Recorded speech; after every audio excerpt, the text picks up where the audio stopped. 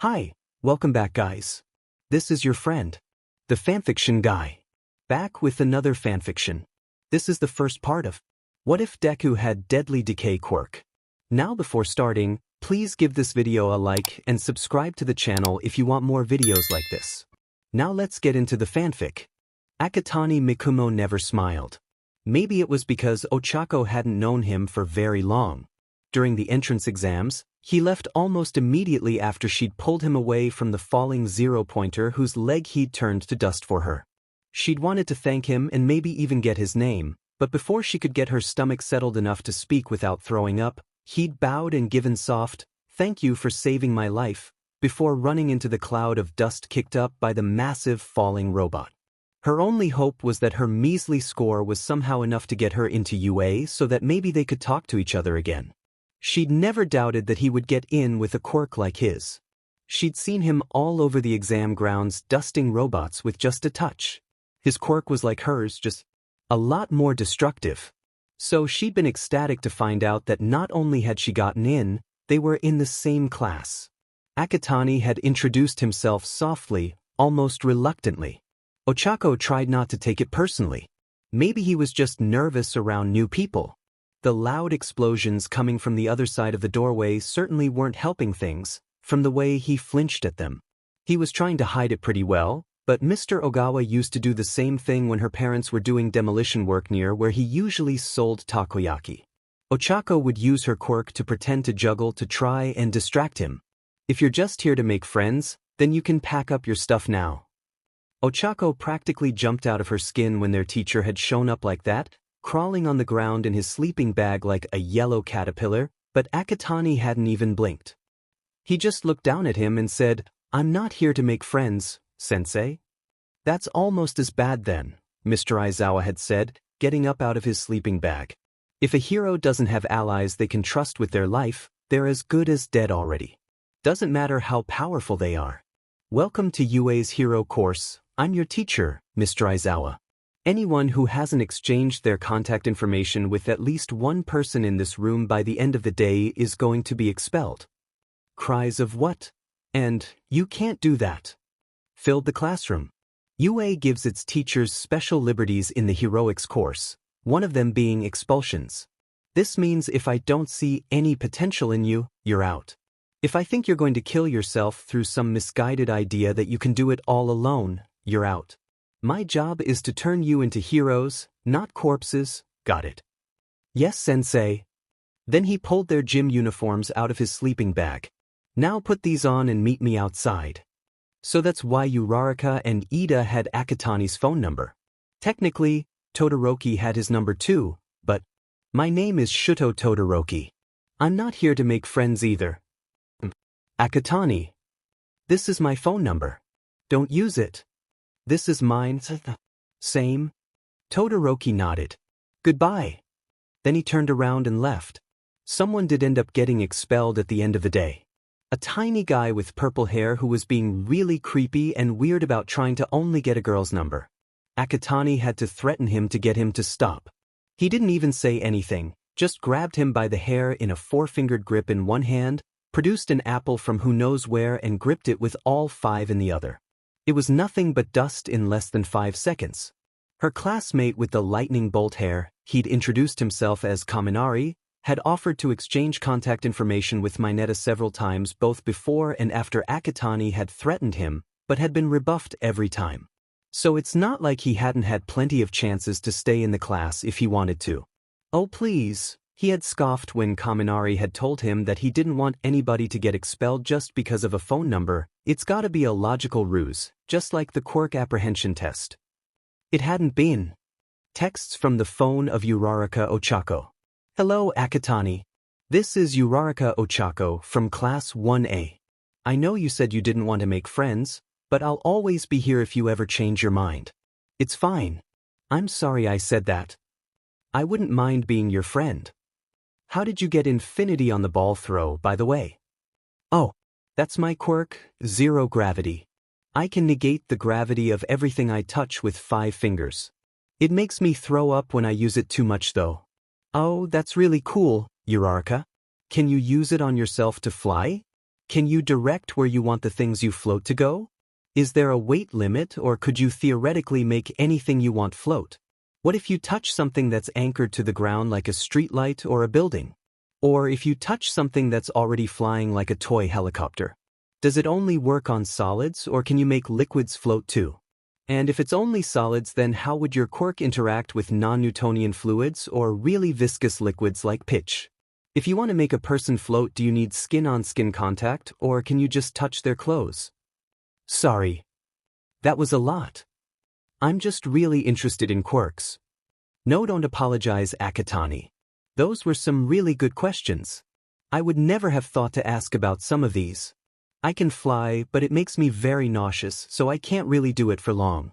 I know I have a weight limit since I can't float a mixer truck when it's full of concrete, but I don't know exactly what it is. And I can't make things float if it's anchored to the ground.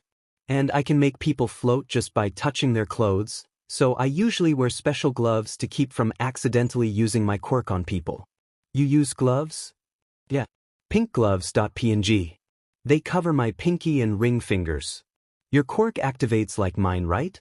Do you not have gloves? No. I'm just really careful. I noticed during the quirk apprehension test. You always keep your pinkies closed, don't you? I do, yeah.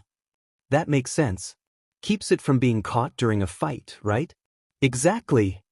I tried that when I was younger, but it always made my ring finger curl up too. How did you keep that from happening? Do you have a secret technique? Years of hand exercises to improve mobility. Tell me. Really? It's not gonna give you visible results anytime soon, and it might feel a bit unpleasant. So the sooner I start, the better. Oh, okay. Instructions.png. Sorry, my brother's quirk is like mine, and he got too impatient for the exercises after only a week. Your brother, that's the guy who picked you up from school last night, right? Yes. I thought so. You have the same hair. The next day, Ochako brought Akatani 2 pairs of gloves. One for him and one for his brother. The way Akatani teared up, Ochako thought he might break down into sobs right there in the middle of the hallway. Instead, he just said, "Thank you," in that soft, almost a whisper tone of his, and clutched them in tight 4-fingered fists like they were the only things keeping him above water. Ochako never saw very much of Akatani Tenko, only glimpses of him picking up his little brother from school. Tenko had red eyes to Akatani's green, but they both had the same pale gray hair and dry, flaky skin that made them absently scratch themselves to the point of bleeding. Ochako wanted to recommend a good moisturizer for them, but her parents weren't rich enough for her to know much about skincare products, and judging by the state of Tenko's clothes, neither were theirs. Maybe she could ask Ishido or Yaoyorozu. They seemed like people who might know about that kind of thing. But still, if the most effective products were too expensive. As it turned out, Ida already had that well in hand. Akatani, I apologize if I'm overstepping, but as your friend I simply cannot allow this to continue. Akatani's eyes went wide and panicked, like they did when they found out that All Might was teaching their heroics class. She had caught the tail end of Shuji helping him breathe through a panic attack on the way to the locker rooms. It made him scratch harder, which was probably the opposite of what Ida was going for. What are you talking about, Ida? I can no longer sit by and watch you continue to hurt yourself because of your untreated skin condition. So I took it upon myself to get you something that might help. Then he produced a large jar of medical-grade moisturizer and placed it in the middle of their lunch table. Akatani was silent for quite a while, his eyes welling with tears. So much time passed that Ida began profusely apologizing. But Akatani interrupted him with a soft, tear-choked, "We're friends." Ida smiled at him.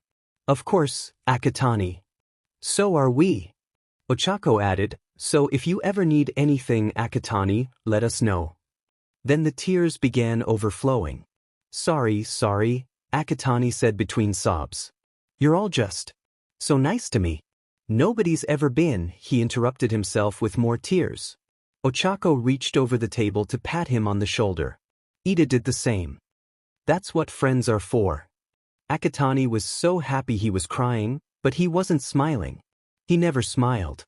One day later, the League of Villains attacked them at the U.S. Midoriya Izuku never smiled. Tamura had known his player 2 for years and only once had he ever seen him smile. But he cried a lot. He'd cried when they first met, sobbing about a mother that probably didn't deserve half those tears. He cried when he was sad, he cried when he was angry, he cried every time he was overwhelmed with emotions. If he ever got happy enough, he'd probably cry then too. He cried so much you'd think he was some useless low-level NPC who wouldn't even be worth the free EXP. But Tamura knew better.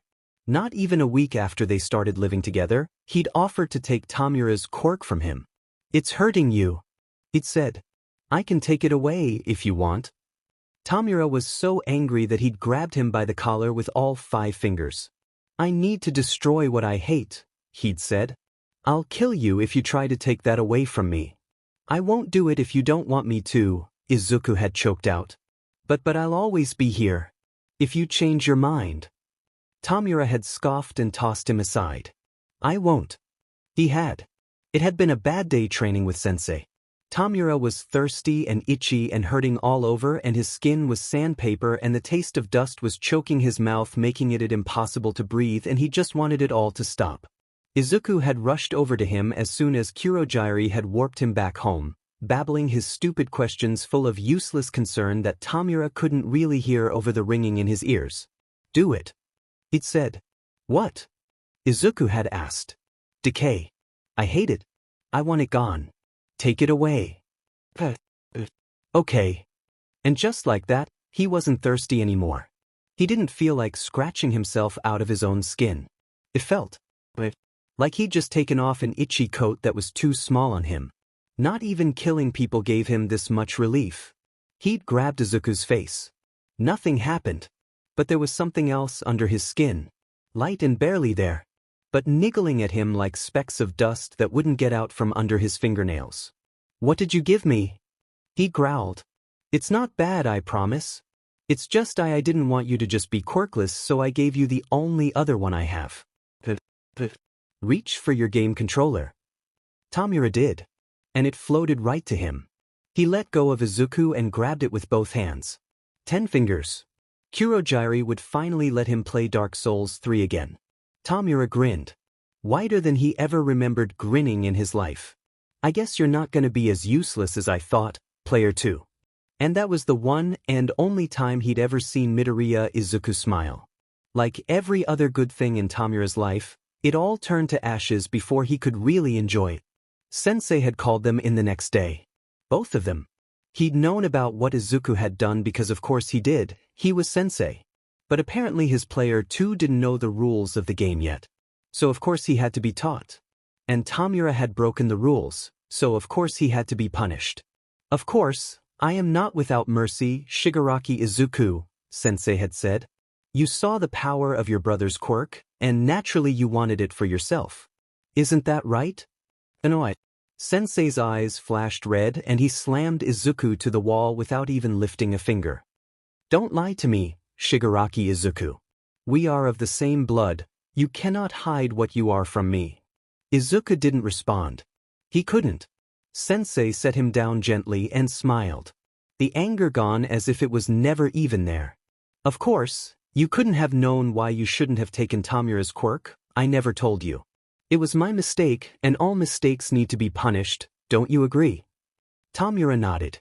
"My punishment, Shigaraki Izuku, is that I will let you keep Decay." Something strange and lightweight filled Tamura's gut. It died as soon as Sensei looked at him and said, However, you, Shigaraki Tamura, should have known better. Do you remember what I told you when we first met, and you begged me to take your quirk from you?" Tamura looked down. "Yes, Sensei. Yet your actions yesterday tell me otherwise. Prove your honesty to me." "What did I tell you, Shigaraki Tamura?" "I need it. Because without it I would forget what I am." "And what would that be, Shigaraki Tamura?" "A villain." Sensei smiled. Sensei's smiles were nothing like Izuku's smile. Sensei smiled when he got what he wanted. And what he wanted from Tamura was usually left him angry or in pain. "Yes, Shigaraki Tamura. You are a villain, you are destruction. Society will look at what you've done and rightfully shun you for it. You'd already seen a glimpse of it before you found me. How much more would they hate you if they truly knew what you've done? He was right, of course. Sensei was always right. Tamura knelt to the floor and began apologizing, almost incoherent in his remorse. Sensei just smiled softly and ruffled his hair. There's no need for that, Shigaraki Tamura. You made a mistake, that's all. And mistakes must be punished, don't you agree? Tamura nodded. Then he doubled over in pain. His skin was dry. His skin was itchy. He was so thirsty it was like he hadn't drunk anything in days. His shirt began decaying where he was clutching his stomach. He lifted his pinkies up on reflex. He'd never felt so full in his life. There was too much something stuffed into his body trying to make room where there wasn't any, jostling for space in a tiny cell, stretching Tamura to the point of bursting. But he couldn't burst because there was nothing there. Sensei stood over both of them. Player 1 and Player 2 curled in pain on the ground because they failed a simple tutorial. Remember, children, with every setback there comes an opportunity. As it happens, the doctor and I have been experimenting with quirk replication. You are fortunate that one of the first successful tests just so happened to be decay. That is not the punishment, it is merely righting a wrong. The punishment is that you will keep the quirk that Shigaraki Izuku gave you. Normal people weren't equipped to have more than one quirk, Player 2 would later tell him in between tearful apologies. Those who are given a second either live long enough for the two quirks to integrate into one, or they die. It was like a gacha game. 50% chance you get a permanent buff that gives you a ranged attack, 50% chance of an instant game over. Tamura hated gacha games. The doctor was a busy man, so Kurogyari had stayed at Tamura's bedside for the entire week. So had Player 2, even though nobody ordered him to do it. It was weird, knowing that nobody had ordered him to do it. How? How do you get the sand out of your throat? Player 2 had asked once, during that week from hell. It's dust. Tamura had responded. We don't. When Tamura was strong enough to walk to the chair in front of the TV, he'd offered to play Soul Reapers with him. It had been fun. Until Kurogyari had come to take Player 2 to Sensei. Apparently, playing video games was a waste of his time and intelligence. Like a 7-year-old had any intelligence to waste. Player 2 had said it like it was his own decision. Like he thought he was too good to spend time with him. But Tamura wasn't stupid. He saw the way Player 2 looked longingly at the controllers from whatever homework Sensei had given him. When he'd play, Tamura would angle himself specifically so that he could see it sometimes out of the corner of his eye. But there had to have been a good reason for it, because Sensei always had good reasons for what he did. That's why you always had to do whatever Sensei says, because things are always worse when you don't. But Tamura always had a controller saved for Player Green, like his hair. And green even after it all turned white. They'd played together once since then, years later. The day Kurogyari told them that Sensei had almost died fighting All Might. Tamura had destroyed half the room in his rage, cursing All Might's name. Until Player 2 asked him in that voice he'd been hearing less and less of every year, "Do you want to play Hero Fighters X with me? I'll be All Might so you can beat him up all you want." The anger was still there, simmering under the surface. It always was. That's against the rules. Don't you have more important things to do, Player 2? Not until Sensei gets better. So that's how they spent the day, with Tamura playing the Vigilante Bloodclaw and Player 2 playing All Might and getting beaten up over and over again. It let the rage die down. Knocking All Might's teeth off his stupid smiling face helped. It had taken a whole month for Sensei to be healed enough to talk to them, and even then, he wasn't the same. They were on the next level. The tutorial character was weakened and couldn't help as much as before. And there was a new set of goals, a new set of rules. A new main objective to beat the level. Tamura Shigaraki was going to kill All Might. Tamura needed to dust something. Anything. He reached out to the side, not really aiming anywhere, and the cup that Kurogyari had been cleaning flew into his hand. Dust littering the floor. Shigaraki to Kurogyari began. No! A bar stool dragged itself screechingly into his waiting hand. It's not fair. Player 2 is on his own questline. He's not allowed to kill steal from me. I'm not. Before Tamura could think, He whirled around to grab player. His hand met solid air. Player 2 had his arms crossed in an X shape in front of him. Sensei must have let him have barrier today, like he knew Tamura was gonna try to destroy him. It just made him angrier. He summoned something from the pile of books and notebooks player 2 was standing behind. One of the doctor's giant pointless lore dumps for people on the Paladin questline. Player 2 ducked right as it was about to hit him on the head like he'd successfully passed a quick-time event, and made a sweeping kick for Tamura's legs. Tamura jumped over it and tried to make another grab at player. They've been fighting like this a lot lately. Player 2 would say or do something that made Tamura rage, and they'd PvP. It only ever ended when Kurogyari broke them up or player 2 won, which rankled. But Tamura only won fights in one way, and he hated team killers. In the end, player 2 put him in a wrist lock with his hands behind his back. "I'm not killing All Might Neeson," he said.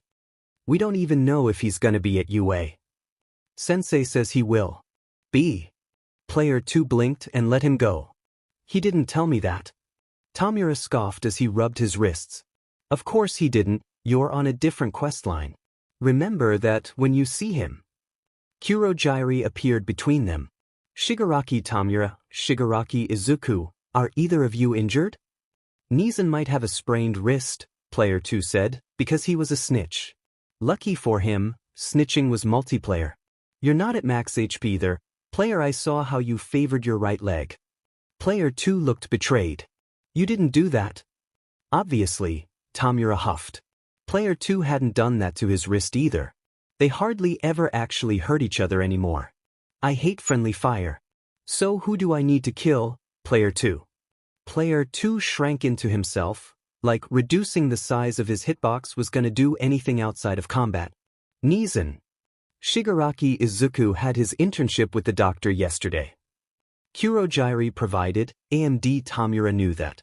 He knew every time player 2 progressed the doctor questline because he always came home with a haunted, faraway look on his face like he was the protagonist of a survival horror and immediately rushed to the bathroom to throw up. If the doctor wasn't their only reliable healer, Tamura would dust him in seconds. But Sensei wouldn't like that. The doctor was Sensei's friend. So Tamura wouldn't dust him as soon as Sensei ever let player 2 keep a healing quirk. That didn't mean he had to like it. Tamura wanted to ask, "What, did one of the Noma fight back or something?"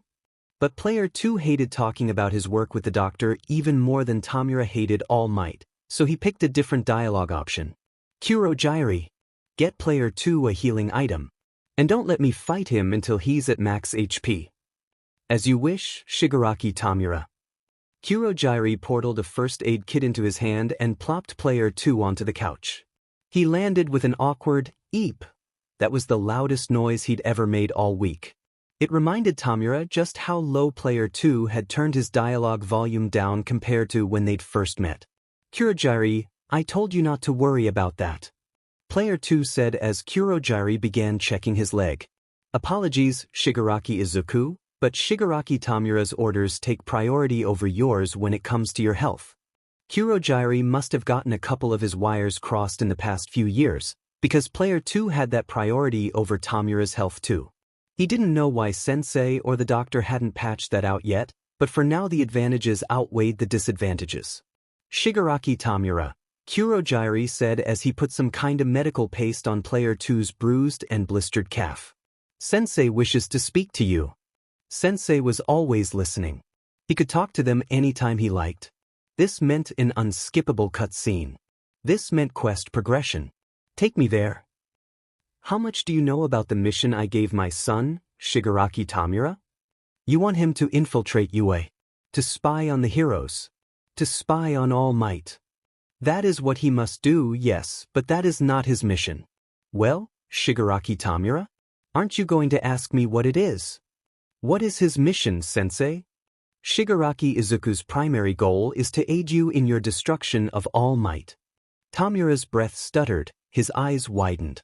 "It saddens me to see that this is surprising to you, Shigaraki Tamura. Have I not proven to you time and time again how much I love you?" "Yev, Sensei, You just thought I loved Izuku more, did you not?" Tamura nodded. Of course he had. Why wouldn't he? Izuku was the one who had gotten the special mission. Izuku was the one who got to command the Nomo. Izuku was the one who was allowed to call Sensei, Dad. Not that he'd done much of that in front of Tamura. Like he wasn't even grateful for the privilege. Sensei grabbed Tamura's head and carded his fingers through his hair. The one thing he'd never done for player Tamura felt himself leaning into the touch. Make no mistake, Shigaraki Tamura. Izuku may be my son, but you are the one I've chosen to carry out my legacy. Of the two of you, Shigaraki Tamura, are the one I trust most. It felt good, knowing that Sensei had that kind of trust in him. Almost like the time he'd gotten Decay taken away. That is the secondary goal of Izuku's mission, Sensei said, the warm hand retreating from Tamura's head. To prove that he is truly loyal to our cause. He used to idolize the heroes, do you remember? Yes, Sensei, Tamura growled at the memories. He was always mumbling and crying about how great the heroes were and how they would fly in and take him away from you. Like that would trigger a good ending or something. The exact word he'd used was us, which made even less sense. The heroes would kill Tamura if they found him. If he couldn't fight back. He was a villain. He was the scum of the earth, and it was the heroes' jobs to get rid of scum. And soon he will be surrounded by them, and they will be under the impression that he is their ally. What do you think he will do, Shigaraki Tamura? He will do what you ask, Sensei. What else was there? Sensei's orders weren't optional side quests. You will tell me if that changes, correct? Of course, Sensei. I knew you had a high charisma stat, player 2, but I didn't think it was high enough for you to get to friendship level with 2 people in one day. Player 2 practically jumped out of his skin. Tamura had been leaning behind a car in the UA parking lot. Nizan, he hissed. What are you doing here? Tamura grinned. Just walking my little brother home from school, like a normal little NPC. Sensei wouldn't let you do that. Sensei thinks I'm at the mall, he lied. He didn't have a high deception stat, so he'd just have to hope the RNG was on his side. No, he doesn't. Why did he send you? He'd forgotten. Player 2's INT stat was high enough to auto-fail any deception checks made against him. Forget it, Tamura said. How was school? Shigaraki Izuku, you recently received some interesting texts from 2 classmates of yours. Are you shirking on your mission? And oh, the dad, I am not. I see. Then those 2 must be bold, to lie about something you said to your face. Or did you express a desire not to gather information about those prospective heroes? I just said that I'm not there to make friends, which I'm not. But that's not for them to know, now is it, Shigaraki Izuku? He ducked his head. It's not. I'm sorry, Dad. Of course. This is not unsalvageable, Shigaraki Izuku. There will be no punishment, provided you rectify this. Immediately. Of course, Dad. Texts from the phone of Midoriya Izuku. Text that has been stricken through was deleted before it could be sent. Hello, this is Akatani Mikumo. I know you told me not to use this number, but I couldn't help but notice that you only used 1/2 of your quirk during the quirk apprehension test. Why is that? I don't need it. Really? Couldn't you have used both sides of it during the ball throw to create a high-pressure steam explosion and throw it almost as far as Kaken Katsuki Bakusatsugu the kid with the explosion quirk? No. I got a higher score than him anyway. It's just that I can sense people's quirks and your fire half is atrophied as if you haven't properly used it in years and that has to be painful for you, right? You did. I've never seen him not come in first place before. Sorry for bothering you. Greetings, Akatani. This is Ida from Class 1A. I apologize if I'm breaking any boundaries by sending this. I know you expressed a desire to not make friends while here at UA. However, be that as it may, if there's anything you need or would like assistance with, please, do not hesitate to ask. Hello, Ida. I'm sorry, I shouldn't have said that about not being here to make friends. Aizawa-sensei was right, allies are important. I am very glad that you've changed your mind, Akatani. May I ask what prompted this change in heart? A conversation with Nizan's sensei, my father-dad. He seems like an intelligent man. When I told my brother about Mr. Aizawa's assignment, he told me that a good ally is often the difference between life and death on the field.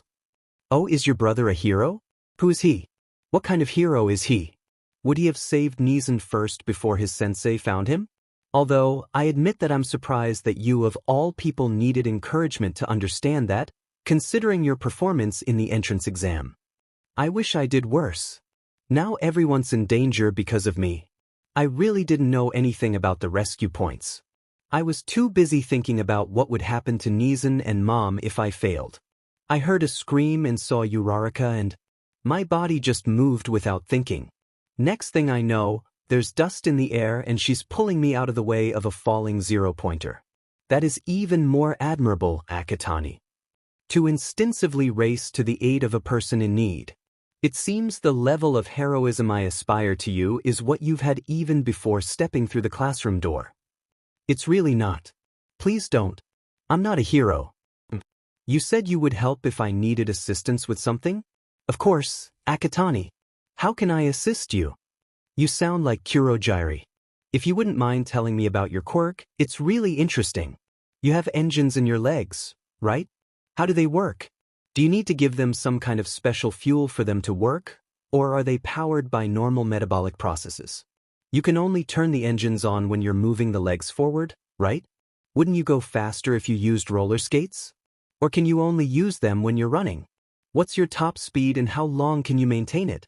What about your most fuel-efficient speed? Sorry, that was a lot. I'm just really interested in quirks. Please don't answer. I don't know how this will be used against you. No need to apologize, Akatani. Those are some very thoughtful questions. As for the answers, yes, my quirk, engine, gives me engines in my legs. They are fueled by citrus, and only activate when I flex a certain muscle as I propel myself forward. The exhaust pipes may make it seem like they activate when I lift my legs to move them forward, but in reality that would have a negligible impact on my speed if that were the case. I never thought to attempt activating engine while wearing roller skates, but my brother has a quirk that is very similar to mine, and once broke 3 large window panes and a mirror attempting that very same thing, so I am very disincentivized to try. My top speed is almost 70 km/h, but I am sorry to say I hadn't thought to find my most fuel-efficient speed until you asked. It's fine. I wish you didn't know the answers to the rest of them either. Thank you. I'm sorry. Thank you. And I'm sorry. 5 minutes later. Are you feeling better?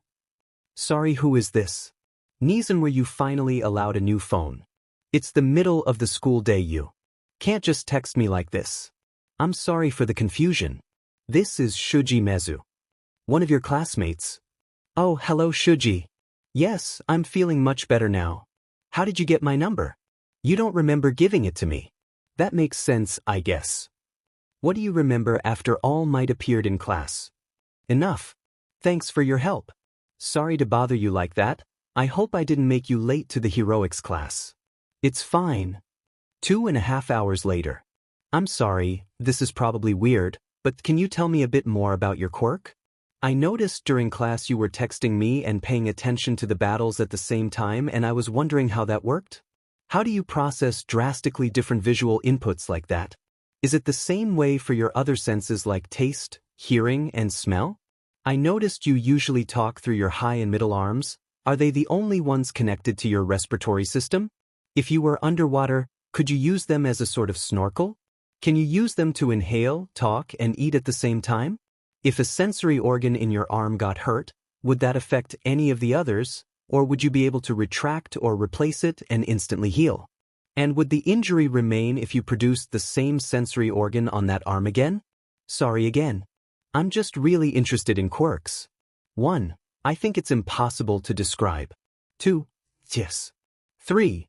They all are. I just don't usually need to use my lower arms for that. 4. Yes, but I would need to use 3 of them to get a full breath in. 5. Talking and eating, yes. Breathing and eating. Inhaling and talking. Number 6. Depends on how badly I get hurt. Most injuries above my wrists heal as soon as I demanifest the body part, but if something gets cut off, then I need to wait for the tip of my tentacle to heal before I can use my quirk on that arm again. Shuji, how do you know that?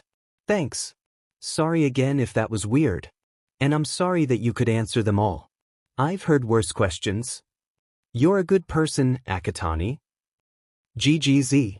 Hello Nizan. Glad Sensei finally let you get a new phone. Yeah. Cleared on my end. What ABTU player 2? Sorry can't play RN. The press broke into the school somehow so everyone's in a panic. Not sure how they got past the gate. UA security is normally top-notch. Cameras everywhere. Info 7. And P we got the LVL map I can fast travel to the objective? You still in the game P2? Always Nizan. Be careful. 07. The second day Tamura walked player 2 home from school, his eyes were red from crying. Who do I need to kill? No one. Player 2 waved his hands in front of him as if trying to erase a dialogue box from the air. Then he reached into his pocket and pulled out a lump of pink fabric. Nizan, look. They were gloves. Useless gloves. There was a giant hole in both of them where the index, middle finger, and thumb should have been. And player 2 was already wearing a pair exactly like them. Why did you equip those things, player 2? Their stats are crap. They won't even give any resistance to cold damage. No, but look how I'm holding your pair. He was touching them with all 5 fingers. Give me those, you said they were mine, right? Tamura snatched them from player 2's hands and equipped them. He put his hand completely flat on a nearby wall. Nothing happened. He grabbed player 2's arm. Nothing happened. Tamura just stared at them for a bit. These things were so OP for something so simple. They looked like a level 1 item. They looked like a tutorial item. Was it really that easy all this time? Hold my hand, Nizan. He did. Midoriya Izuku's hands were warm. I missed seeing your face, Nizan. Tamura's gut filled with something he needed to destroy. Apple. Player 2 plucked an apple out of thin air. Tamura grabbed at it, and it flew into his hand. Nothing happened. Tamura bit into it instead. It tasted good. Almost juicy enough to get the dust out of his tongue and throat. These items need to be nerfed. How did you get them? Player 2 looked down, shrinking into himself again. One of my classmates gave it to me, he muttered, the one with the gravity quirk. Tamura laughed. You're good at this, player 2. 2 days and you've already reached a high enough friendship level for them to give you gifts. I can't wait to see the looks on their faces when they find out you were their enemy all along. Player 2 said nothing, but his hand twitched. The one Tamura was holding. Because he could hold people's hands now. Almost like he could unequip his quirk. Sensei won't want these in our inventory, Tamura said, looking at the glove on his free hand. Does he have to find out? A warp gate began forming in front of them. Tamura let go of player 2's hand, unequipped the 2-fingered gloves, and stuffed them in his pocket. Their stats are garbage and they don't give any resistance to cold damage. It's not even an option on the dialogue tree. Gloves had nothing to do with player 2's loyalty to Sensei. They held hands on the way back from school every day after that. Stealing All Might's schedule was a level 1 stealth mission. Player 2 had already given them a map of exactly where to go. All Tamura had to do was get Kurogiri to fast travel him there. There hadn't even been any cameras in the room. What kind of top-notch security was this? Sensei didn't have any listening devices in his own rooms either, but that's because Sensei was practical. These heroes were just complacent. But nothing was ever that simple. He should have known there was going to be some sort of second phase. It triggered as soon as he entered the UA biome to get player Akatani Tenko, correct? A tiny flying robot asked him. Please follow me. Your presence is required by UA staff. Aizawa Shoyuta was tired. The life of a pro hero was not one that lent itself well to a consistent full night of sleep. Neither was the life of a high school teacher. And for some reason, Shoyuta had gotten it into his head that he wanted to do both. Of the two, teaching was by far the one that was giving him the most gray hairs. His latest batch of problem children, for example, had enormous amounts of potential. But the trouble with storing that much potential energy in one place is that it runs the risk of exploding before you can turn it into anything useful. Take Bakugo Katsuki, for example. First place in the entrance exam but somehow managed to gain 0 rescue points. A short temper and stubborn demeanor which leads to him taking unnecessary risks, butting heads with his classmates, and taking unnecessary risks by butting heads with his classmates. such as the stunt he'd pulled during All Might's first heroics class which put him in the infirmary. Or take Todoroki Shudo. Didn't use half of his quirk for more than simple thermoregulation, didn't use honorifics, and refused to socialize to the point of finding a loophole in Shuda's phone number assignment that first day of class. Only one student spoke less than him in class and he was selectively mute. Given his refusal to give his all during heroics class and the general attitude of cool indifference he'd been projecting since the recommendation exams, Shoyuta wasn't sure if Todoroki wanted to be here. He wasn't even sure if Todoroki knew whether or not he wanted to be here. He would have talked to the boy's father about it if it wasn't so obviously a bad idea. When asked if he felt safe at home, the boy looked at Shoyuta like he'd grown a second head which spoke only in riddles, backwards, and in English. Like Yamada after too much sake.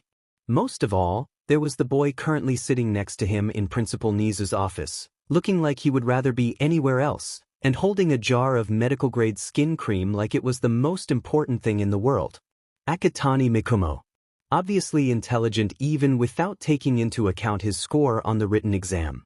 Reasonably social, albeit initially against his will.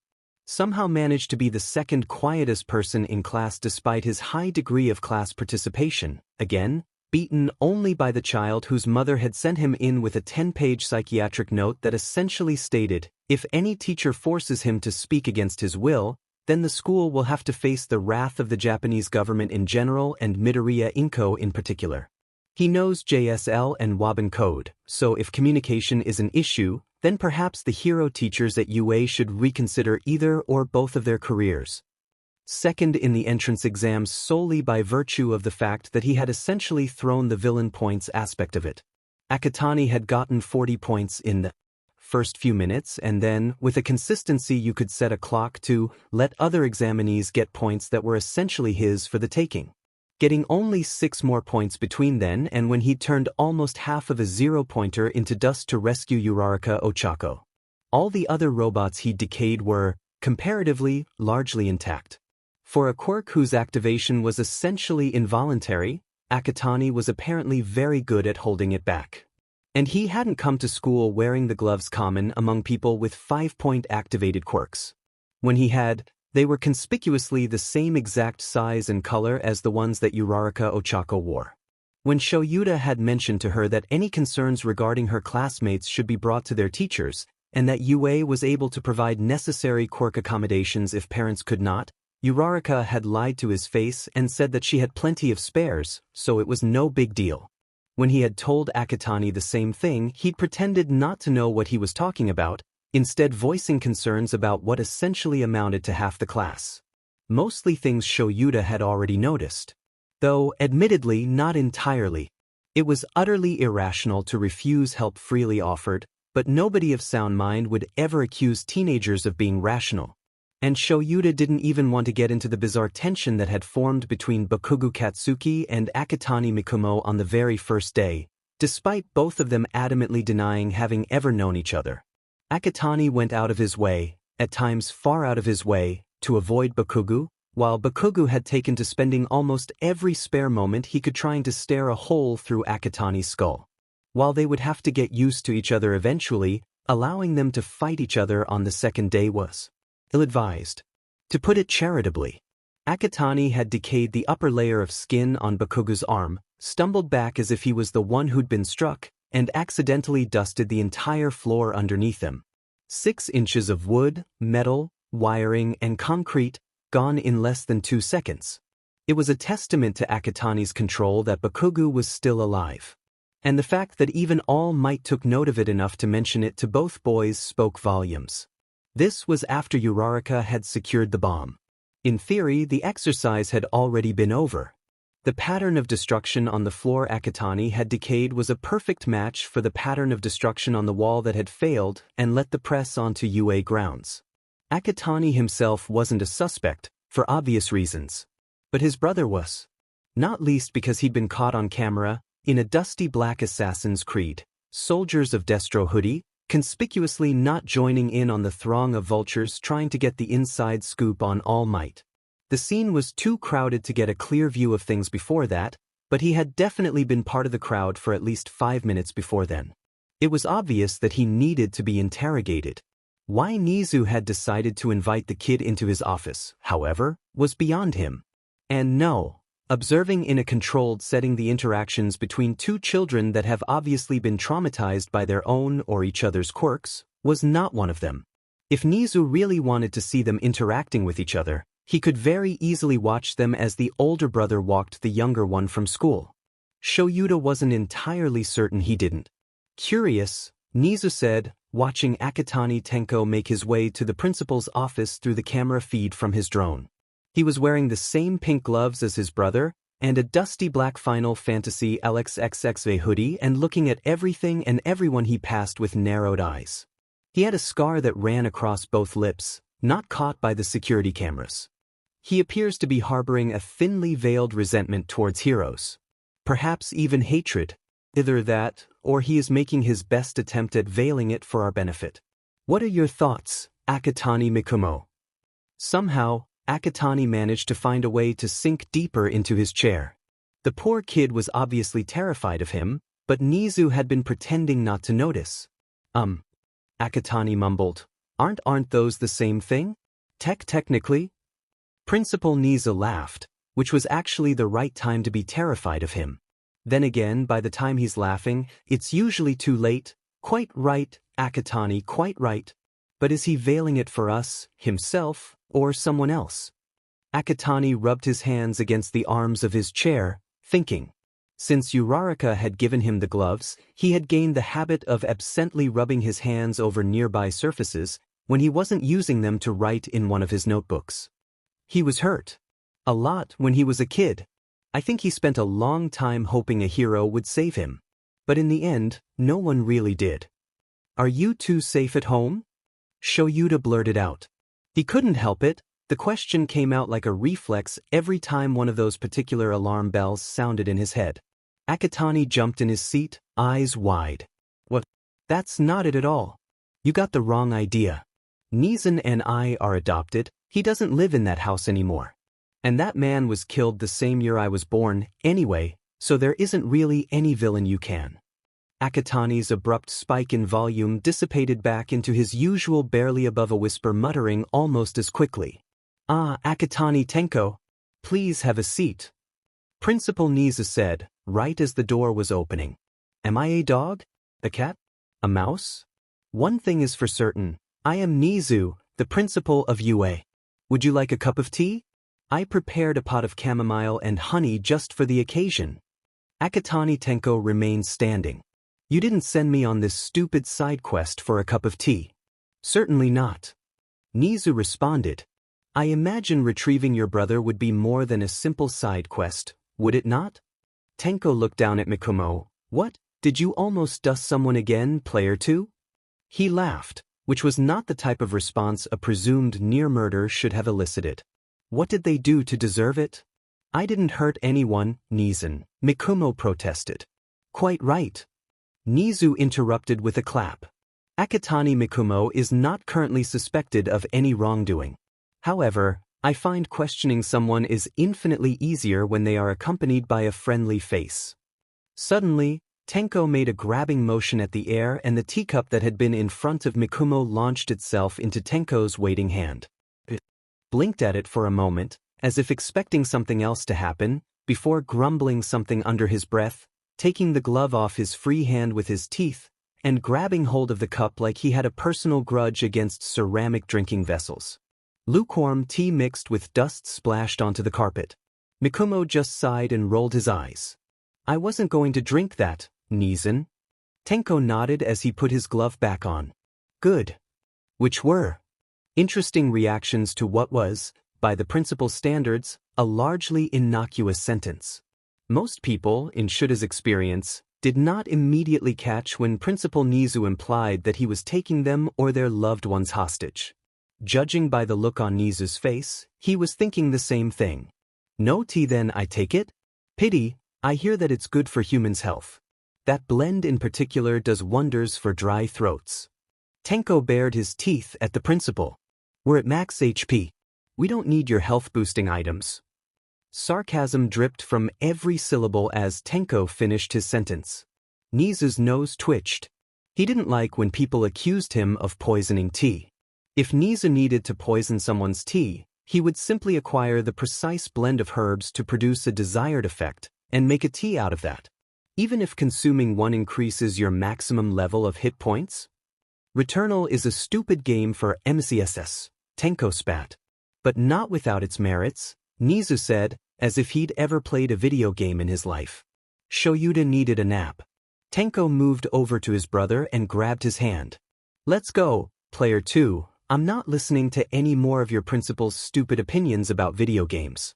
I bet he thinks Grandmother Silk is the villain of Silksong. I mean, Mikumo mumbled, fiddling nervously with his brother's hand, she's not exactly good, is she? Of course she is.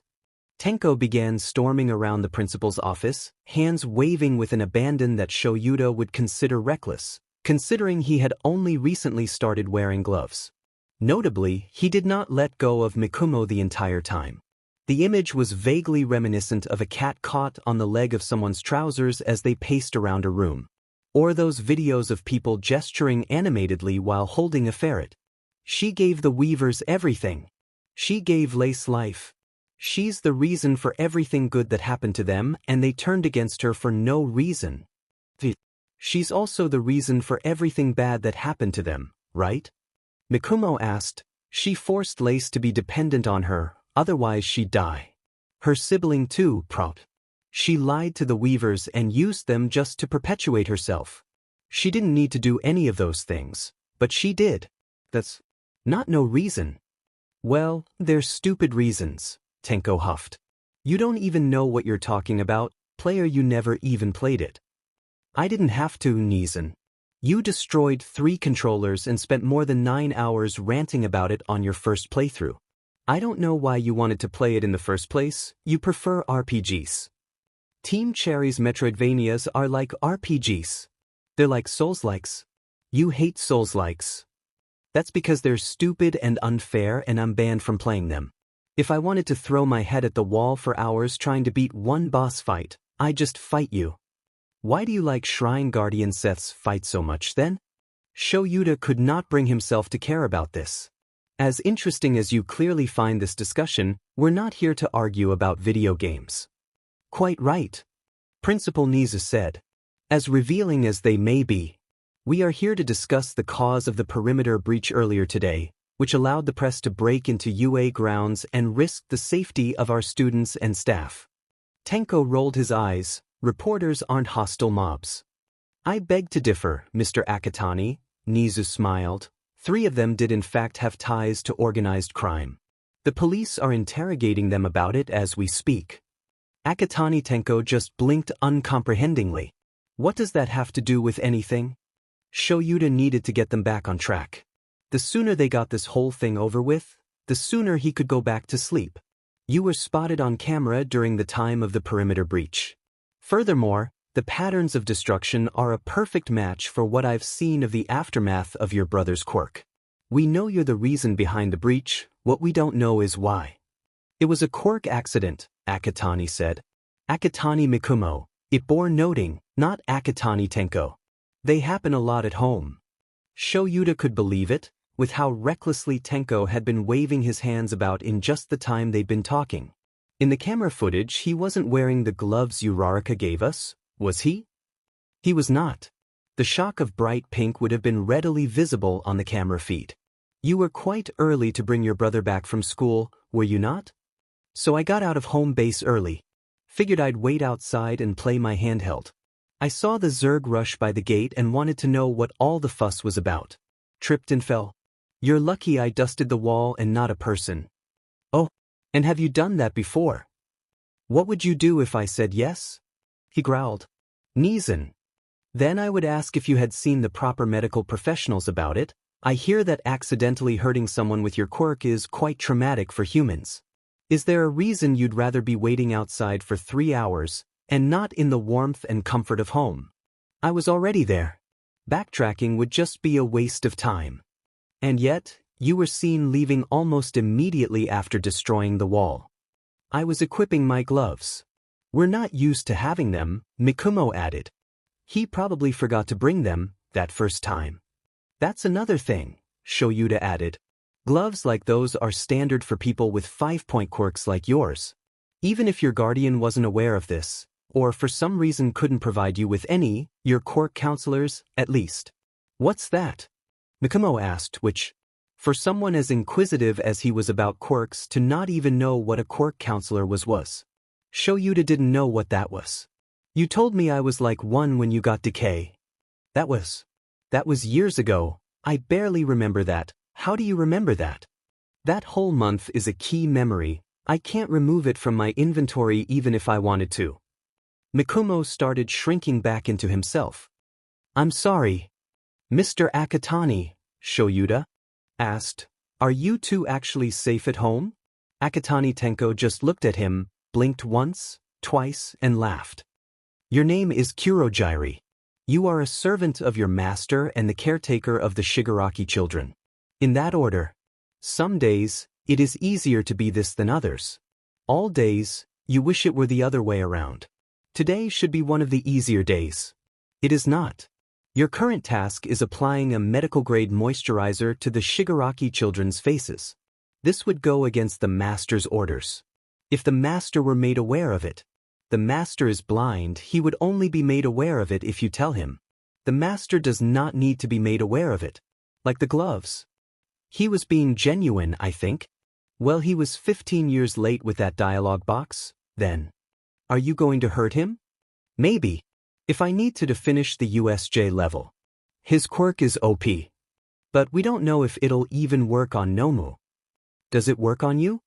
I haven't been able to test it. Trigger an encounter or a battle then.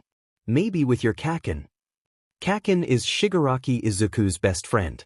Shigaraki Izuku has not seen Kaken since he was put into your care.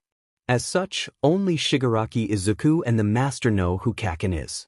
Kaken in the same class as Shigaraki Izuku. As such, Kaken is a potential liability to his mission.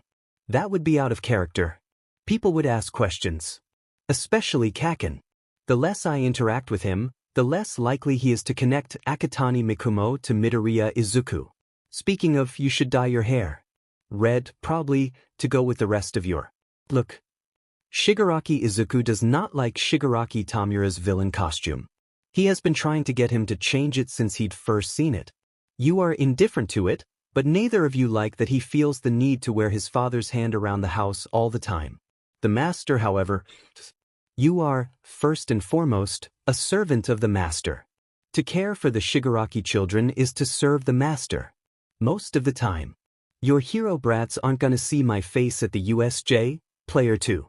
Right? But the fewer connections they have to connect Shigaraki to Akatani, the better, right? And when I come running to UA because my dear little brother was attacked by villains because the stupid heroes couldn't do their jobs? Washable dye. Say you just gotten out of the shower. It would be a prudent precaution, you say. They did not ask for your input, but asking is not always required for them to appreciate it. Stealth buff, I like it. Kurojiri, find some red washable hair dye before we attack the USJ. Of course, Shigaraki Tamura.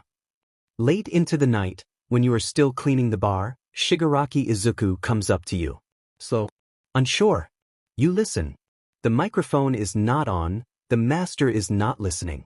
Likely he is asleep. When the master and Tamura are not listening, the boy in front of you goes by a different name. How may I assist you, Midoriya Izuku? You know I don't like ordering you to do things, right, Kurojiri? Yes, Midoriya Izuku. Although it can make my duty as your caretaker more difficult at times. Sorry, but this is important. Nobody can know I asked you to do this. Of course, Midoriya Izuku. You both know this is an empty promise. If the master asks, you are obligated to tell him. So you must make sure the master does not feel the need to ask. Midoriya Izuku does not feel safe stating his order aloud. He grabs one of his notebooks and writes it down. At the USJ, don't hurt anyone. Don't send anyone to a place where they might get hurt. I'm afraid that will be impossible, Midoriya Izuku. There will be too many villains in the building to guarantee success. Midoriya Izuku nods and continues writing. I know that, but You know everyone's quirks, right? Group the stronger students up with the weaker ones, and don't send them to areas that would weaken them because of their quirks. Beneath this order, you write, you are setting Shigaraki Tamura up for failure. So is Sensei, he writes. This is true. You are not allowed to say it aloud. You nod instead. I will do as you ask. Thank you, Midoriya Izuku says. And I'm sorry. He tears the paper with your conversation out of its notebook and turns it into dust. This is not the first time one of the Shigaraki children has had clandestine midnight meetings with you. Nor, you think, will it be the last. Texts belonging to the phone of Midoriya Izuku. All Might isn't here. I don't know why. Nizan, you need a new plan. All Might isn't on the bus with us. 20 minutes later. I hate failing all these Kates. What's you are status player 2? P2 do not go FK on me. P2 please. Please. Switched skins fast traveling to your location. I was being interrogated sorry. Nizan do not come over you have a bullet. Too late P2 in your shoulder take it out before. Nizan. Shut up Otudo. You lost an arm. Azuitsu was looking forward to the rescue training. Sure, beating up villains was good and useful, but it wasn't the main reason she wanted to become a hero. She wanted to protect kids like her little siblings, and rescue training was a big step in that direction. On the bus trip there, she found herself sitting next to Akatani Mikumo. Something had been bugging her about him ever since he resigned from the position of class representative before he was even officially elected. No, he'd said as soon as he'd gotten a single vote. Pardon? Ida had asked. I'm not running. I don't even know why anyone would vote for me. If you want that vote to count, mark it as a vote for Ida Tenya. And that's how Ida won with 4 votes. It wasn't just that though. Akatani. I tend to say whatever comes to mind. What is it, Azui? Call me Tsu. Oh okay Tsu. You don't really want to be here, do you?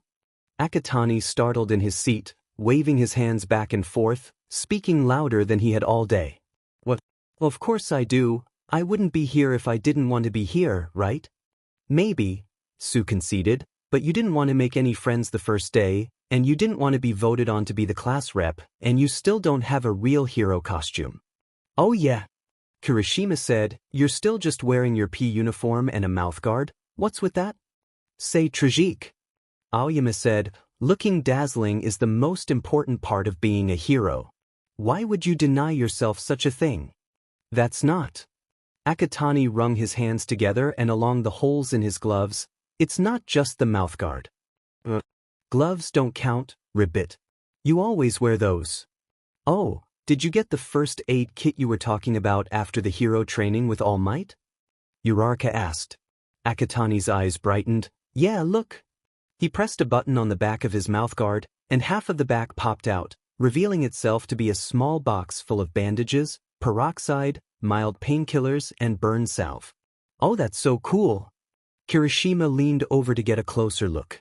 And it'll probably be really helpful during the rescue exercise, Ribbit. Tsu agreed. I don't know why they put it there, Akatani added. He was talking in what was almost a normal volume, which felt a bit uncanny. It'd be kinda hard to reach in a fight. That's probably 'cause even Hagikure's got more of a hero costume than you. Hey, Hagikure said. She was also wearing her PE uniform. I relayed Akatani's thoughts to the support department, and they're fixing that up for me right now. When Akatani had learned that Hagikure's costume was just gloves and shoes, he had ranted for so long about potential ways to fix it that it had almost made them late to class. Akatani's ears went red and he went back to his usual mutter, did I guess? Uraraka grinned. That just means we've got to get you a real hero costume so they can find someplace better to put it. Yes. Ashido said. Let's give Akatani a total hero makeover. I'm thinking blacks and whites, and green accents to make your eyes pop. Maybe something with a hand theme to go with the vibes of your quirk. Akatani looked green around the gills, like her siblings did when they were about to be sick. Akatani, you look like you're about to throw up, Tsu said. Let's maybe not give it a hand theme. If I have to have a hero costume, why don't you want a real costume anyway, if you don't mind me asking? Tsu asked. Minor complaints and Hagicure's costume aside, most of the class liked their costumes and had mentioned how much they'd been looking forward to wearing them for the first time. The fact that Akatani seemed reluctant to have one was strange. Akatani looked down. His voice was softer than usual. Thankfully, most of the class had trained themselves on how to listen when Akatani had something to say. Bad things happen all the time, right? I don't want to have to put on a whole costume just to save people. But you don't have to put on a costume just to save people, right? Kirishima asked. I mean, look at the kids from the sludge villain incident. They were wearing school uniforms and street clothes and they managed to hold back a huge scary villain until All Might got there. It was so manly. It's part of why I decided to become a hero in the first place. For some reason, this made Bakugo practically leap out of his seat. There's nothing manly about some brat needing to be saved by. Akatani stuffed an apple into Bakugo's mouth. Bakugo grabbed it, bit into it, and sat back down, glaring at Akatani the entire time. There'd been something weird going on between them ever since the first day. It had only gotten weirder since they'd fought each other in their first heroics class. Sue wanted to ask them about it, but she knew it wasn't worth it. Neither of them would say what it was or why. So why do I need a costume, then? Akatani asked. If I need to be a hero, I can just be a hero. Whoa, Kaminari said, that's deep. Akatani just shrugged. There's another thing I noticed, Ribbit, Sue said, you never smile. Akatani shrugged again. Neither does Tokoyami. Neither does Jiraiya. Neither does Todoroki. Sue put her hands on her chin. I don't know if Tokoyami can smile, Ribbit. Birds have something like lips behind their beaks, Tokoyami said, so yes, I can smile. Kaminari nodded. Then we probably haven't seen him do it, 'cause he's trying to seem aloof and mysterious.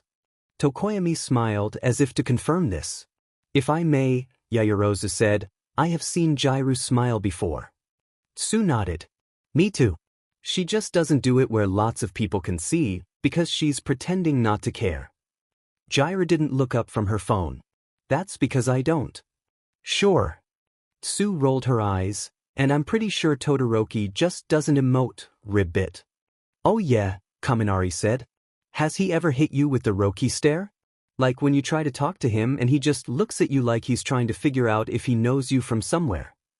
All the time. Hagakure said. I thought he was just looking through me because I'm invisible. No, I'm pretty sure he does that to everyone. Ashido shook her head, which is way uncool. I object to this topic of conversation.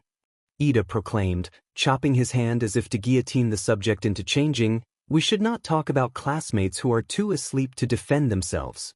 I don't care, Todoroki said, eyes still closed and head still leaning against the back of his seat like it had been since they'd all gotten on the bus. Half the class jumped in surprise. Ida sputtered into silence. What about Shuji? Kaminari asked. He never smiles. We haven't seen him smile because he always wears a mask, Ribbit. That doesn't count. You know, Kirishima added, the only time I've seen Bakugo smile is when he's about to destroy someone or something with a big explosion, so maybe that shouldn't count either. Kirishima immediately ducked, just in time for a half-eaten apple to whiz over his head and straight at Sue. Without missing a beat, Akatani caught it midair with an ungloved hand and turned the thing into dust. Sue hadn't even seen him take it off. That's because I only smile when I win, stupid hair. That totally counts.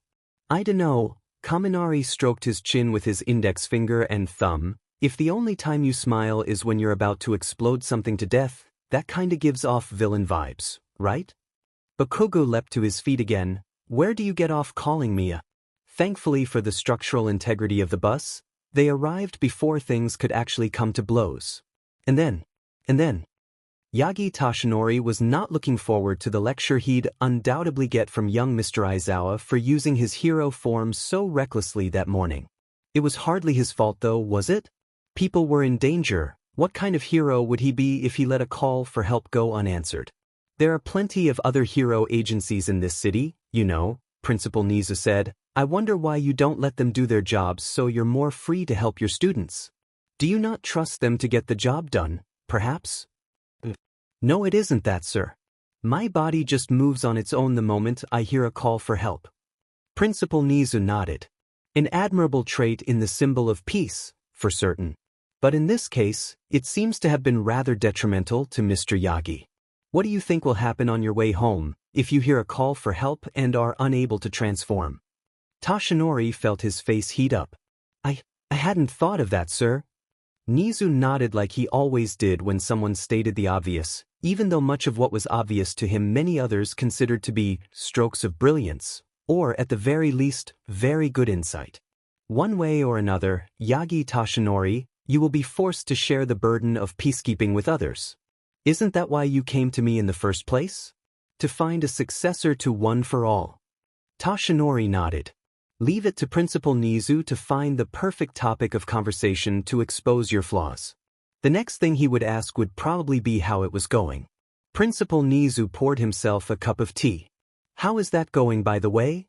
Toshinori sighed. It hasn't, since young Togata turned me down. He had been an almost perfect candidate too.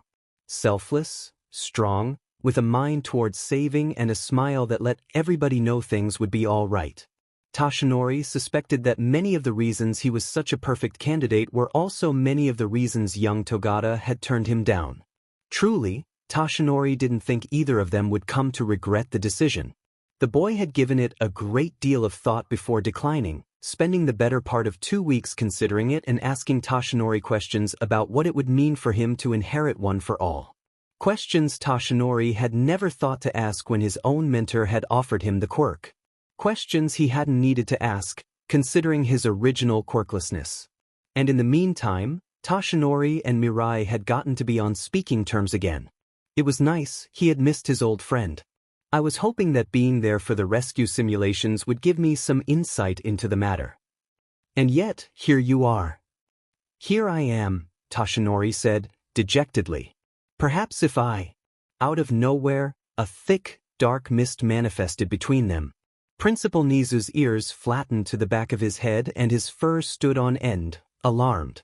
Anything that caught the principal off guard was sure to be bad news.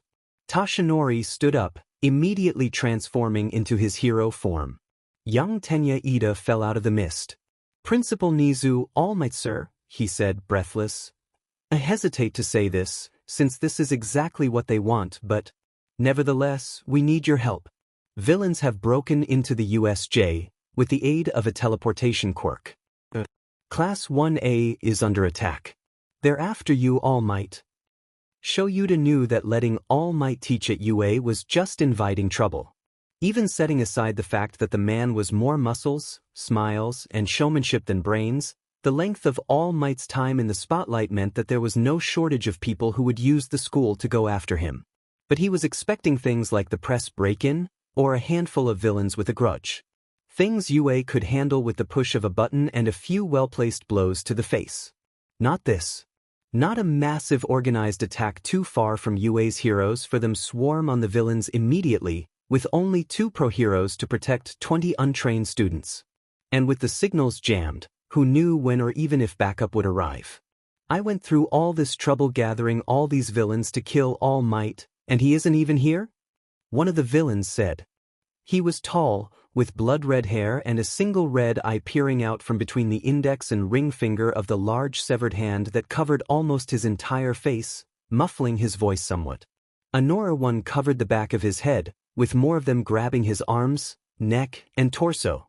From his stance and speech, Shoyuda pegged him as the leader. Maybe if we kill a couple kids, he'll come out to play. Wait! A voice shouted. A child's voice, but not one of his students. Coming from behind him. Shoyuda whirled around, quirk and capture weapon at the ready, only to find Akatani making his way forward, speaking in a tone of voice that Shoyuda frankly didn't expect him to be capable of. All Might doesn't know you're here. He won't come. His voice was cracked, likely from both the dryness of his throat and the strain of shouting so loud. You could kill everyone here and he still wouldn't come. If it's All Might you want, then send one of us to go get him. Akatani, Shoyuda said over his students' awestruck mutterings, stand down. As refreshing as it was to know that at least one of his students did not suffer from blind hero worship when it came to All Might, though with this particular student it was also likely a cause for concern, this was neither the time nor the place to make that discovery. You should listen to your teacher, the leader said. Do you really think you can fight me? Sure, Akatani took off his gloves. If it means keeping you from killing people, I won't hold back. That's not your job, kid, Shoyuta said. Let the heroes handle this. 13. Protect the students. Eraserhead jumped into the fight. He gave Akatani some reassuring platitude about no hero being a one-trick pony after he told him his fighting style was less effective when attacking large groups. How had he known that? And proceeded to rain hell on the villains who thought they could ever harm his students. He wasn't planning on dying here, but if he did, well, he understood what Shirakumo's last thoughts were likely to have been now. Your name is Kurojiri. You are a servant of your master and the caretaker of the Shigaraki children. In that order. Currently, you have two conflicting objectives. 1. Assist Shigaraki Tamura in his attack on the USJ and his attempt on All Might's life. 2. Prevent, as best you can, any injury or loss of life to the people the League of Villains are attacking. All Might was not listed as an exception to this order. If you did not know Shigaraki Izuku as well as you do, you would consider that a minor oversight. All Might must be considered an exception in order to preserve your sanity and maintain discretion. Player 2 is right. Shigaraki Tamura whispers to you as you watch Aizawa Eraserhead. He looks familiar fighting the Shoot Squad. His fighting style too. I want All Might. I don't care about those NPCs if I can't. Get All Might. Send one of Player 2's friends. The paladin or the girl who gave us the gloves. I want to keep their HP as high as possible as long as they're Player 2's allies. You nod. As you wish, Shigaraki Tamura. Your orders are less contradictory than before. You warp towards the group of students. Protected now by only a single hero. Kuros 13. Tamura Shigaraki had made you memorize a script for this occasion. However, given the circumstances, it is necessary to modify it. Greetings. The League of Villains has accepted your proposal. I will send one of you to retrieve All Might, so that he may come to this bastion of justice we have invited ourselves into, and take his last breath. I'm not letting you near these kids. 13 Kuros says. However, before she can do anything, two of the students try their best to strike you. The one with the hardening quirk and the one with the explosion quirk. Unfortunately for them, you are not entirely solid. You live up to your school's reputation, children, but you should be more careful. Otherwise, someone might get hurt. You are not allowed to hurt these people. You do not want to either. Get out of the way, you too. 13 says. The index finger of her suit opens up and her quirk tries to SCK you in. It is painful, but you are used to pain. You open a warp gate and direct her quirk above their heads and into the side of the dome. Curious, you say. I would think you would wish your students to be safe, rather than not. The one sent to retrieve All Might will be safe in the walls of UA. Do you really want them all to contend with these villains? She doesn't stop her quirk's onslaught. You angle the warp gate so that it moves closer and closer to her and the students you were both charged to keep safe. If you truly wish to hurt these children, you say, allow me to make that easier for you. You are not going to hurt them, but they do not need to know that. You do not look at Izuku's face. You do not want to see what expression he is wearing right now. Get back. 13 says. You're gonna get yourselves killed. 3 of the students are running at you. The 2 from before, and Ida Tenya. He looks just like his brother. 13 stops her quirk before they run the risk of getting caught up in it. Ah, volunteers. Excellent. You create 2 warp gates, and envelop the 3 with them before they can reach you. You send Ida Tenya to the teacher's lounge at UA, and you send the other 2 to the ruin zone. There may be a slight risk of dehydration to the one with explosive sweat, but according to Shigaraki Izuku, their quirks would work together well in that area. Suddenly you feel weightless. Uraraka Ochako has grabbed onto the brace on your neck. Was the previous attack a distraction, or was this an attack of opportunity? What did you do to them? She yells at you, fear and rage all over her face. I am under strict orders not to harm you, you say. I sent one of them to UA to retrieve All Might. The rest of you will be scattered all across the facility. After that, Your fate is out of my hands. You can still use your quirk like this, so you do. The students sort themselves into groups in their attempts to protect each other. Endeavor's youngest and the invisible girl who was running to grab onto him go into the conflagration zone. The boy with the raven head, the one who can speak to animals, and the one with many arms futilely attempting to shield them both go into the downpour zone. Group by group, you sort them all according to the suggestions Shigaraki Izuku had spent all night preparing for you. The one placement Shigaraki Izuku had not given input on was his own. You send him into the flood zone, along with the frog girl and Uraraka Ochako. You do not know if the master has taught him how to swim, but that is where his help will be needed most. He looks just as terrified as the rest of them. I'm not meant to scare children, Kurogyri. Before today, the most terrifying moment in Tsuyu's life had been 2 years ago when Samidare and Satsuki had gotten caught in a river rapids. She had gotten them out in less than 10 seconds, but she still had nightmares about it sometimes. And she'd known what she needed to do then. This was way out of her depth. Out of all of their depths. These were real villains. None of them were trained for this, except maybe Todoroki. She fell into the water of the shipwreck zone with no idea which of her classmates might be with her, or what villains might be trying to kill her. There was nothing but dark blue all around her. A loud, high-pitched click rippled through the water, sounding like it was coming from everywhere at the same time. Tsu picked a direction and swam. It was the wrong direction. I knew where you are, little Moor Cecil. A voice sing-songed from somewhere in the darkness. You kai and outsui me. Behind her. The voice was coming from behind her. Maybe she couldn't outswim it, but she'd try her best. She had to. Tsu swam as fast as she could. Up, and where she hoped the edge of the zone might be. If not the edge of the zone, she'd at least take the boat. The world was dark blue. Tsu could feel the villain gaining on her. She didn't waste time looking back. She wouldn't be able to see that far this deep underwater anyway. Oh, you are fast, little Moor Cecil. The villain sang. Was it her imagination, or was Tsu feeling claws brush against the tips of her toes as she swam? But I am faster. She felt the villain pick up speed, trying for a final lunge. The villain was right, Tsu wasn't fast enough. But she could maneuver. She kicked and turned sharply down and to the left. A hand with long, sharp claws emerged from the darkness and brushed against her knee. "No!" The villain screamed in frustration. Behind her, still, Tsu tried to create as much distance between them as possible. "I hawawad you. You were me a Therian." Another click rang out through the water. She had to get out of here. A shadow flashed above her. Then another. "I'll kill you." The second shadow said.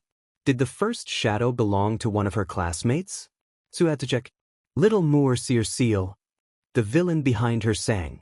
"Fear you air." Tsu swam as fast as she could. A dark stain floated towards her in the water. Blood. Was it one of her classmates? Were they hurt? "I can smell your blood, little morsel. Do you really think you can hide it from me?" Followed the trail of blood. A familiar head of pale hair emerged from the blue. Akatani. He was bleeding out of teeth marks in his right arm, desperately flailing in the water like he didn't know how to swim. But it wasn't just his blood in the water. Another villain with shark jaws was swimming at him like a torpedo, blood flowing out of a raw patch on his nose. "I'll kill you for that," the shark-jawed villain snarled. "I've got you, Akatani." Tsu grabbed him with her tongue and yanked him away from the villain with shark jaws. She swam upwards harder than she'd ever swum in her life. They breached the surface, right near the boat. Tsu launched Akatani upwards with her tongue and crawled up the hull as fast as her limbs could carry her. She was sore all over from swimming so hard and carrying Akatani with her tongue. But it wasn't over yet. When she reached the top, Akatani was coughing up water on the deck. Uraraka was slapping his back to get as much water out of his lungs as possible. "Thank you," he gasped when he could finally catch his breath. "Sorry. Tsu, Uraraka, thank you." "I didn't do much," Uraraka said, rubbing the back of her neck. "I feel bad knowing that you two were in danger and getting hurt while I was just floating to safety." "Don't feel bad," Tsu said. "That was terrifying. I'm glad you were able to get to safety without needing to fight any villains. The villains who were, even now, surrounding their boat. Hey, Akatani, you've still got that first aid kit, right? Uraraka asked. Akatani immediately looked up at her, eyes wide, as he quickly took his first aid kit out of the back of his mouthguard. Oh, Uraraka, are you hurt? What happened? What? Uraraka said. No, I'm fine. Akatani whirled towards Tsu. Oh, Tsu. You were being chased by one of the villains when you saved me, weren't you? Did they hurt you? Where do I need to? I'm fine, Akatani. You're the one who got bit by that shark villain. I what? Akatani looked down at his right arm, which was still bleeding sluggishly. Oh, that's not I mean, the first aid kit's not for, /. First aid kits are for people who get hurt, Tsu said. You got hurt. I'm sure the support department will refill it when we get back, if that's what you're worried about. Uraraka took the first aid kit from Akatani's limp hands and got out some large bandages, a packet of antibiotic pain-killing cream, and a tiny bottle of peroxide. Bet you didn't expect to be the first person that needed to use this, huh? I shouldn't be using it at all, Akatani mumbled quietly. There's not much in there, what if some of the others? Then there was a loud crack, and the floor bucked beneath them. The boat's sinking. Akatani stood up and waved away Uraraka's attempt to put another bandage on his arm. We have to get out of here. Uraraka, can you float all three of us to shore? If you negate our gravity and we all jump in the direction of the closest shore, we should be able to make it. It won't be fast, Uraraka frowned. Even if we all jump as hard as we can, I don't think I'll be able to hold it long enough for us to get there. I'm a strong jumper, Ribbit, Tsu said. It's part of my quirk. I can get you the speed you need. And if it's not enough, I'll toss you the rest of the way with my tongue. I'm a fast swimmer, I can get to shore before they catch me. Tsu, no you don't, Akatani began. You got a better plan, Akatani? Tsu asked. The boat lurched underneath them again. If so, spit it out, 'cause we're running out of time. Akatani just breathed in and nodded once. Uraraka, are you ready? Uraraka nodded. Give me your arms. They hooked their arms together. All right, Uraraka said. 3, 2, 1, jump. Tsu jumped as hard as she could towards the shore, the feeling of weightlessness tying her stomach in knots. They jumped a lot higher and a lot faster than they should have, even considering the way her and Uraraka's quirks were working together. Whoa, Tsu, Uraraka said, you really are a strong jumper. Not this strong, Ribbit. Something's making us go higher and faster than we should. Sorry, Akatani said. That was me. I couldn't let you risk going back into the water. Thank you, Tsu said. Please don't thank me, Akatani whispered. It was very soft, Tsu could barely hear it. Whoa, Uraraka said, how did you do that? Akatani looked uncomfortable. My quirk isn't just decay. I don't have time to get into the quirk theory behind it, but the short version is that my brother can decay and sometimes summon small objects into his hands, while I can decay and sometimes increase the strength of my jumps. Wow, I didn't see you use it at all in the entrance exam, Uraraka said. Akatani shrunk into himself, just a bit. It's a recent development, I guess. I call it moon jump. I don't mean to break the moment, Tsu said. But look down. They're following us. The villains in the water looked like ants from up where they were. Ants that were swimming at the same speed and in the same direction as the shadow they were casting into the water. Okay, Akatani said. Their quirks are probably only most useful when they're in the water. Uraraka, Tsu, you two go back to the main gate. I can fight any of them that get out of the water to try and follow you. Uraraka put a fist in her hand. I'm not running away and leaving you to fight the villains again, Akatani. Neither am I. Tsu added. Either we all get out of this or none of us do. Okay, Akatani said under his breath. He began muttering out a plan. We could probably keep them at bay until All Might gets here. I can incapacitate them and Tsu and Uraraka can work together to throw them back into the water. Maybe if they get scared enough they'll leave us alone. Or maybe they'll just get angrier. Come on, there's gotta be something else. In his normal tone of voice, he asked, Uraraka, how are you feeling? I can take us a bit farther, but I don't think I can fight all those villains. Yeah, that sounds like a good last resort plan, Akatani, but we shouldn't risk our lives any more than we have to. Right? Akatani nodded. You're right. We don't have to fight them, we just need to keep them from chasing us. We're headed towards the conflagration zone, right? They were. For some reason, there was a giant iceberg pierced through its glass dome. It was already half melted. Oh wow, Tsu said. I guess we know where Todoroki went. He really is strong, huh? Ochako said. I bet those villains were no problem for him. And it gives us a possible entrance, Akatani said. The water villains won't try to get us there. Sounds like a plan, Uraraka said. Think we can do it, Tsu? Tsu nodded. I can't be on the iceberg for too long or I'll start to hibernate, but yes. I'll grab onto it with my tongue once we're close enough. Until then, there was nothing to do but watch the central plaza, where Mr. Aizawa was fighting. Oh wow, Uraraka said. He beat all those villains fast, huh? Now he's just got Hand Guy and the giant to deal with. Akatani's face went gray. Grayer than usual. Why, he breathed. Just those two. The way the hand villain fought was familiar. Akatani, he fights like you, Ribbit. He does, Akatani said. Do you remember what Ashido said on the bus earlier? Uraraka asked. That felt like weeks ago. Was it really the same day? The same hour even? About the hand motif? Maybe. No, Akatani breathed, eyes wide with horror, looking down at Mr. Aizawa's fight. Tsu wasn't sure if he heard the question. The hand villain had grabbed hold of Mr. Aizawa's arm with all 5 fingers.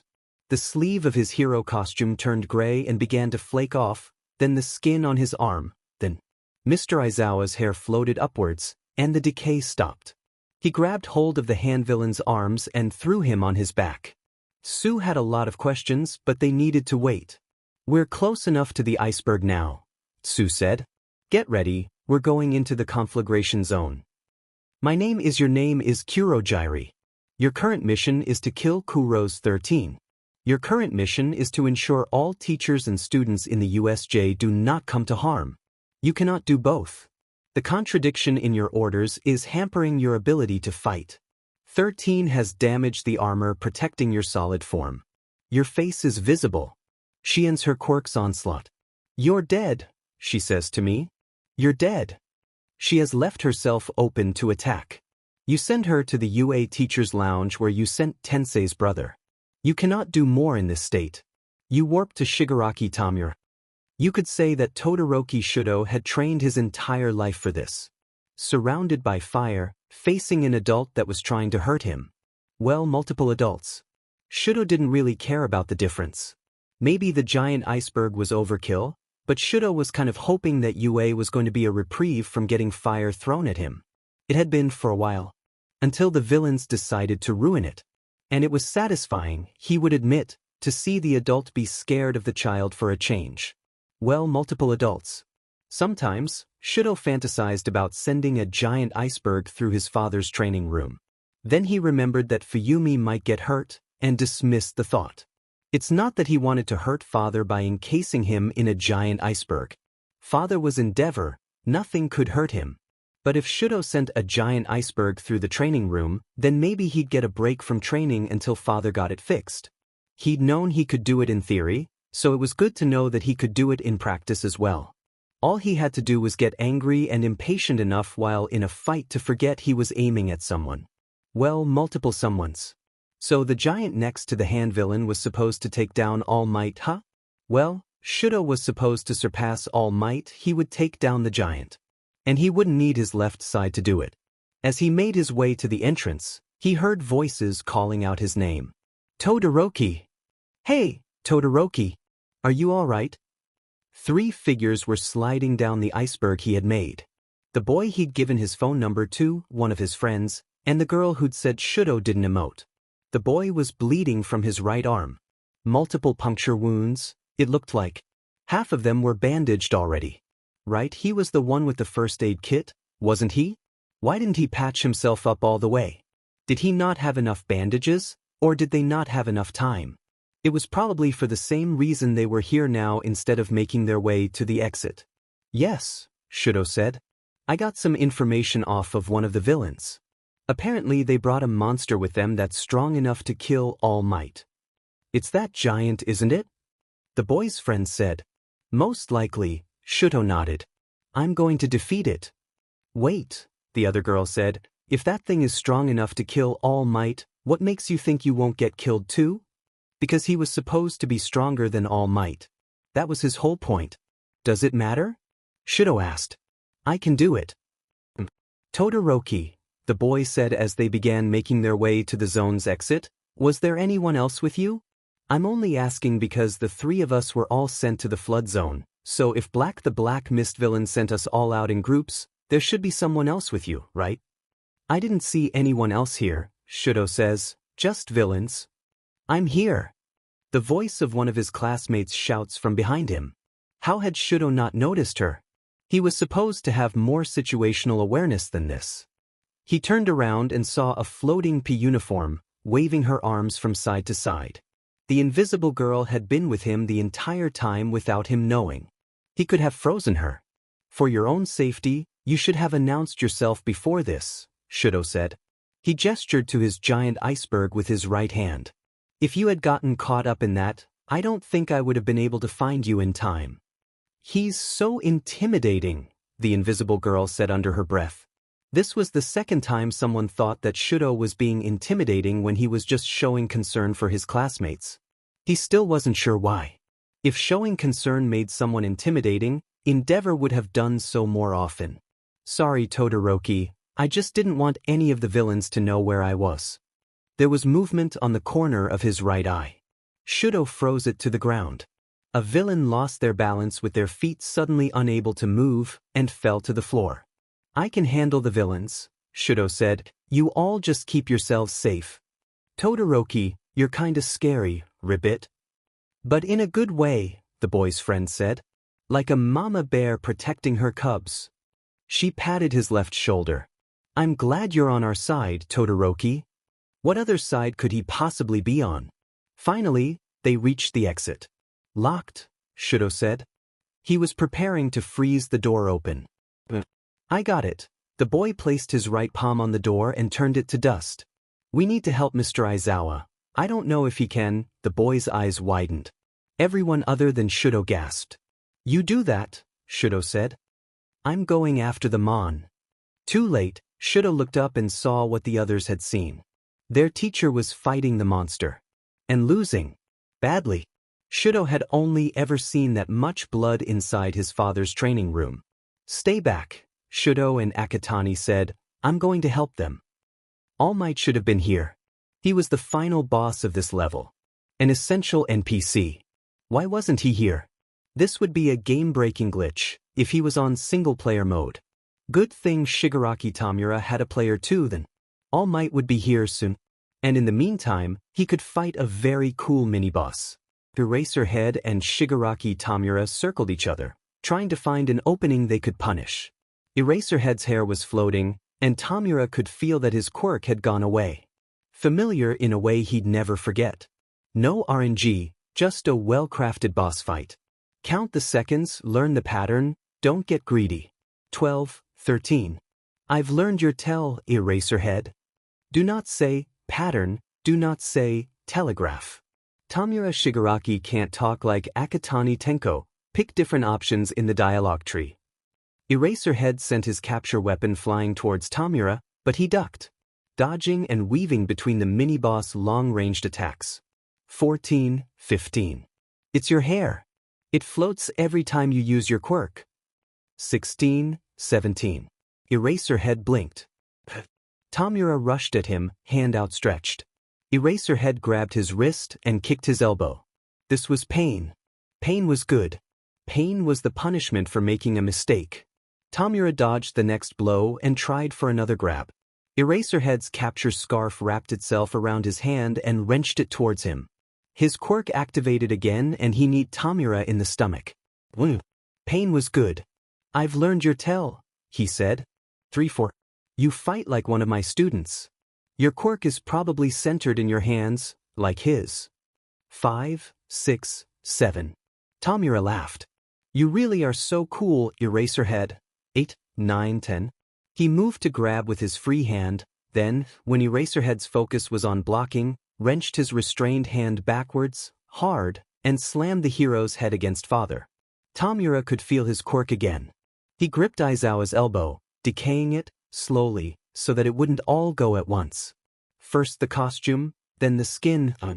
I wonder how you'll look at that student now, knowing his quirk might be the reason you walk out of here without an arm. If you walk out of here at all. Tamura felt his quirk leave him again, and Eraserhead threw him over and onto his back. 1, 2, 3, 4. So you know about my students' quirks, huh? I suppose you found that out the same way you found out that All Might was supposed to be teaching here today. Oh, I knew he would be here long before I knew All Might would be, Tamura said. Tamura tried a deception check and hoped the RNG would be on his side this time. But he doesn't know about me. He thinks I died the same year he was born.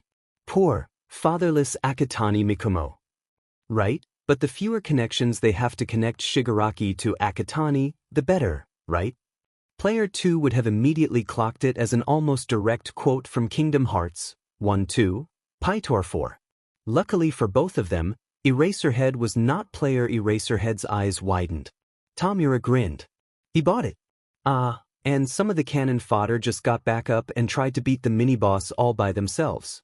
It was almost funny the way they thought they were high-level enough to do more than whittle down the mini-boss energy so that Tamura could whittle down his HP. The cannon fodder had left Eraserhead wide open. Tamura rushed to take advantage. Eraserhead didn't even take his eyes off the NPC he was fighting, just swept Tamura's legs, trying to trip him up. Tamura had fought player 2 too many times to fall for that. He jumped over Eraserhead's legs, trying to grab his shoulder before he felt his quirk leave again. 1, 2, 3. He was right. Tamura said. You're getting tired, Eraserhead. I can tell. Don't push yourself too hard now, you might just fall apart, and wouldn't that be a shame? He was being genuine, I think. Tamura wanted to find out just how genuine Eraserhead had been. It was a strange feeling, having an enemy he didn't want to kill. A dark mist began forming nearby.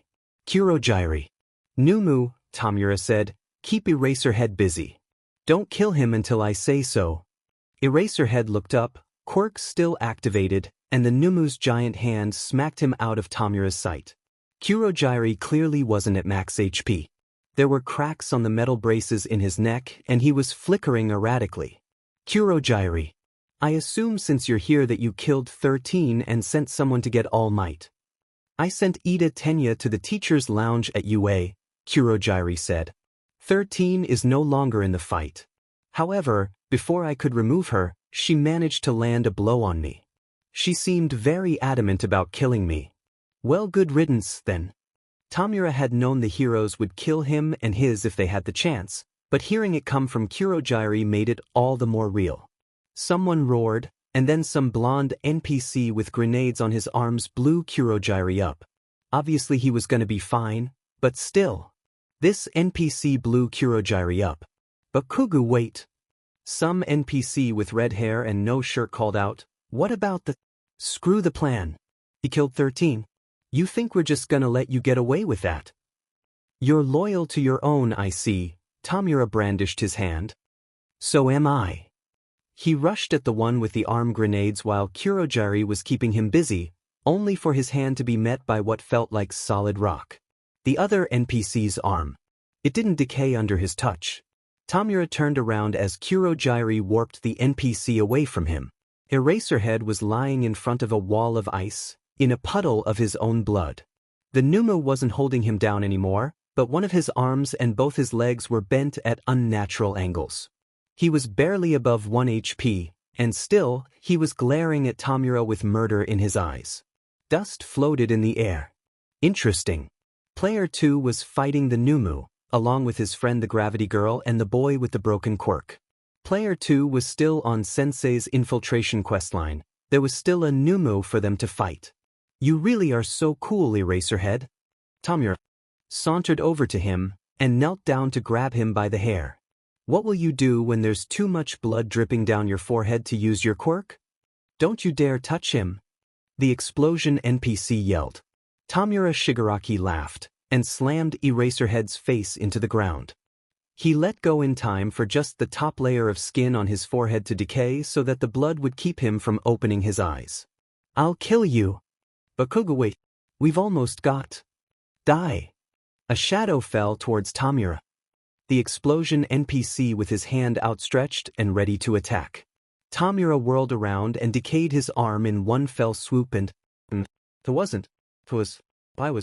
how was? Red eyes met green-wide with shock. He shouldn't have been there, and Tenko's hands were covered in blood. His own, his family's, his. And Manchan was looking up at him with such trust and love, and his sister with such sadness, and his mother with such betrayal, and father was looking down at him with such hatred, and player 2 with such.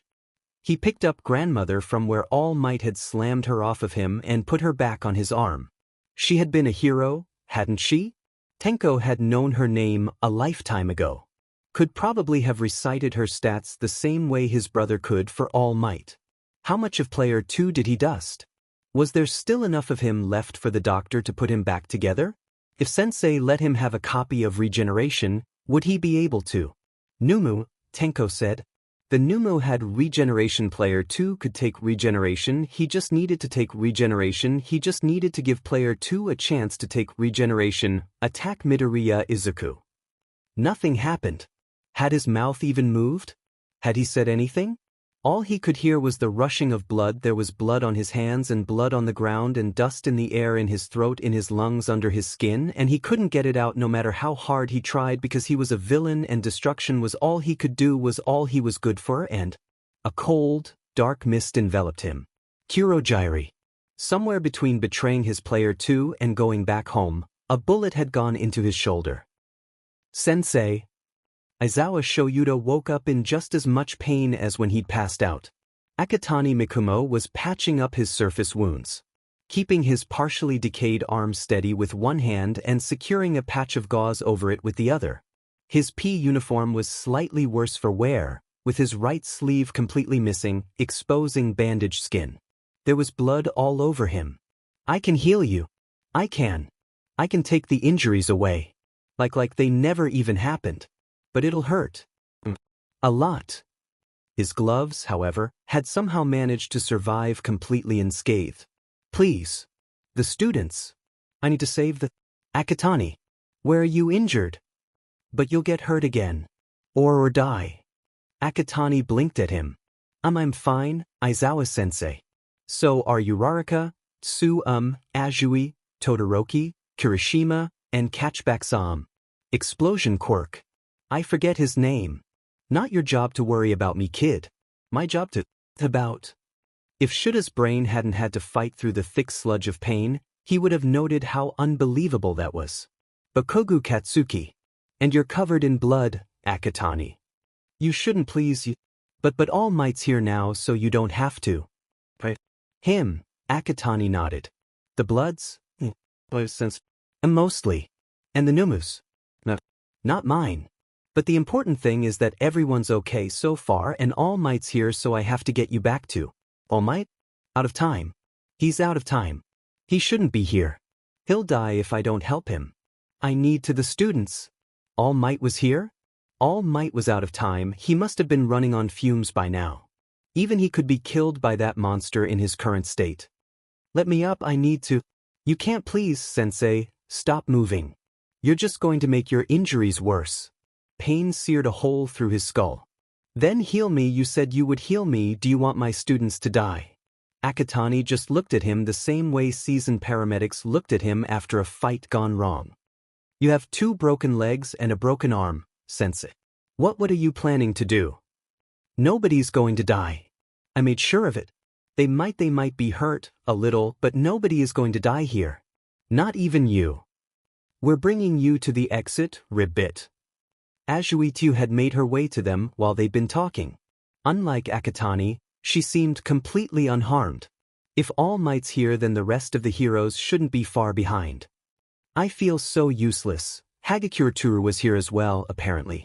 Because none of his students understood the concept of avoiding wide open spaces when outnumbered and surrounded by an attacking group.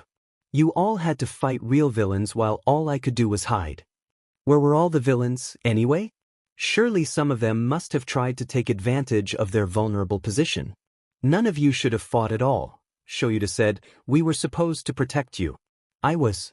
Help me get him up, Akatani said, grabbing him by the shoulders. Watch it, his right arm and both legs are still broken, so we don't want to jar him too much. Sorry, this will probably hurt more since I can't let it go all the way, but I can't. Right? Hagakure said. Shoyuta felt her move to one end of his torso. Over here. Akatani nodded. What's his deal? Azui asked. All three of his students looked somewhere just out of Shuta's field of view. The hand villain's just standing there, Hagakure said. It's creepy. I don't. Akatani began. I don't have to pick between lives today, sensei. So I won't. I guess we don't have to. Let's just go. Behind the thick haze of pain, Shoyuta heard Azui say, I know this is probably a bad time, Akatani, but your quirk is a lot like the hand villain's. It is, Akatani agreed. I can't really say I have an answer for you. I only know about 2 people who have had my quirk. One of them is my brother. Wouldn't choose to do this, I don't think. Even if he wanted to kill All Might. And the other one? The other one. The other one should be dead. He should have died years ago, before I'd ever gotten the chance to meet him. The other one is my father. Video message from the phone of Midoriya Izuku. Hello Nizan, you don't have to come get me. I'm fine, see? All my limbs here and accounted for. The main detective seems to have some kind of lie-detecting quirk, and you're a bad liar even. When I don't, so you really should talk to him as little as possible. And the teachers want us all to go back to class anyway, so there's really no point. I don't care what the hand villain told you when he broke into our house. He didn't hurt me and he's not our father. It seemed like a relatively simple case at first. A villain with a grudge against All Might used a teleportation quirk to break into UA and steal the teaching schedule, then used that same quirk to break into a facility far from school grounds when All Might was supposed to be there. The more Detective Tsukachi Naomasa learned about this case, however, the less straightforward it became. To start with, the skeleton crew of heroes left behind to protect UA found 13 in the teacher's lounge. Completely physically unharmed, and testifying about a villain with a dead man's face. The very same villain who, according to some of the students' testimonies, was ordered not to harm any of them. The strangest thing about it is that the only ones who had gotten injured in the attack were Akatani Mikumo and Aizawa Shoyuta. It wouldn't have been the leader, Eraserhead had said, because for some reason the man insisted on testifying while the paramedics were looking him over. He seemed more than willing to use his quirk on the students. Judging by the testimonies coming in from the villains they had arrested, it hadn't been any of them either. The leader, apparently, was another dead man. The father of one of the students he had attacked. Despite this fact, he had seemingly shown no particular interest in that student except for using him as a way to taunt Eraserhead. The birth certificates Principal Nizu had retrieved listed the birth father of Akatani Mikumo as a man named Shimura Kotaro. His quirk was listed in the registry as float.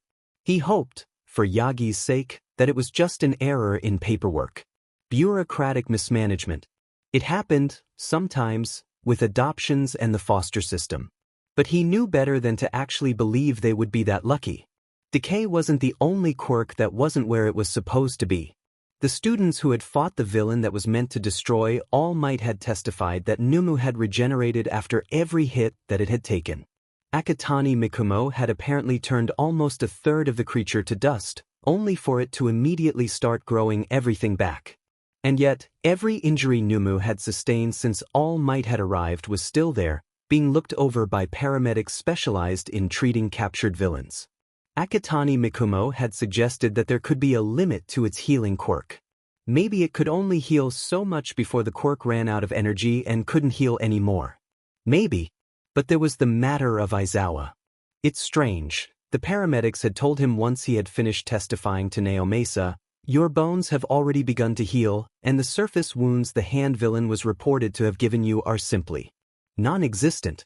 It's as if someone started using a healing quirk on you, and then immediately stopped before it could do anything more than stop the internal hemorrhaging.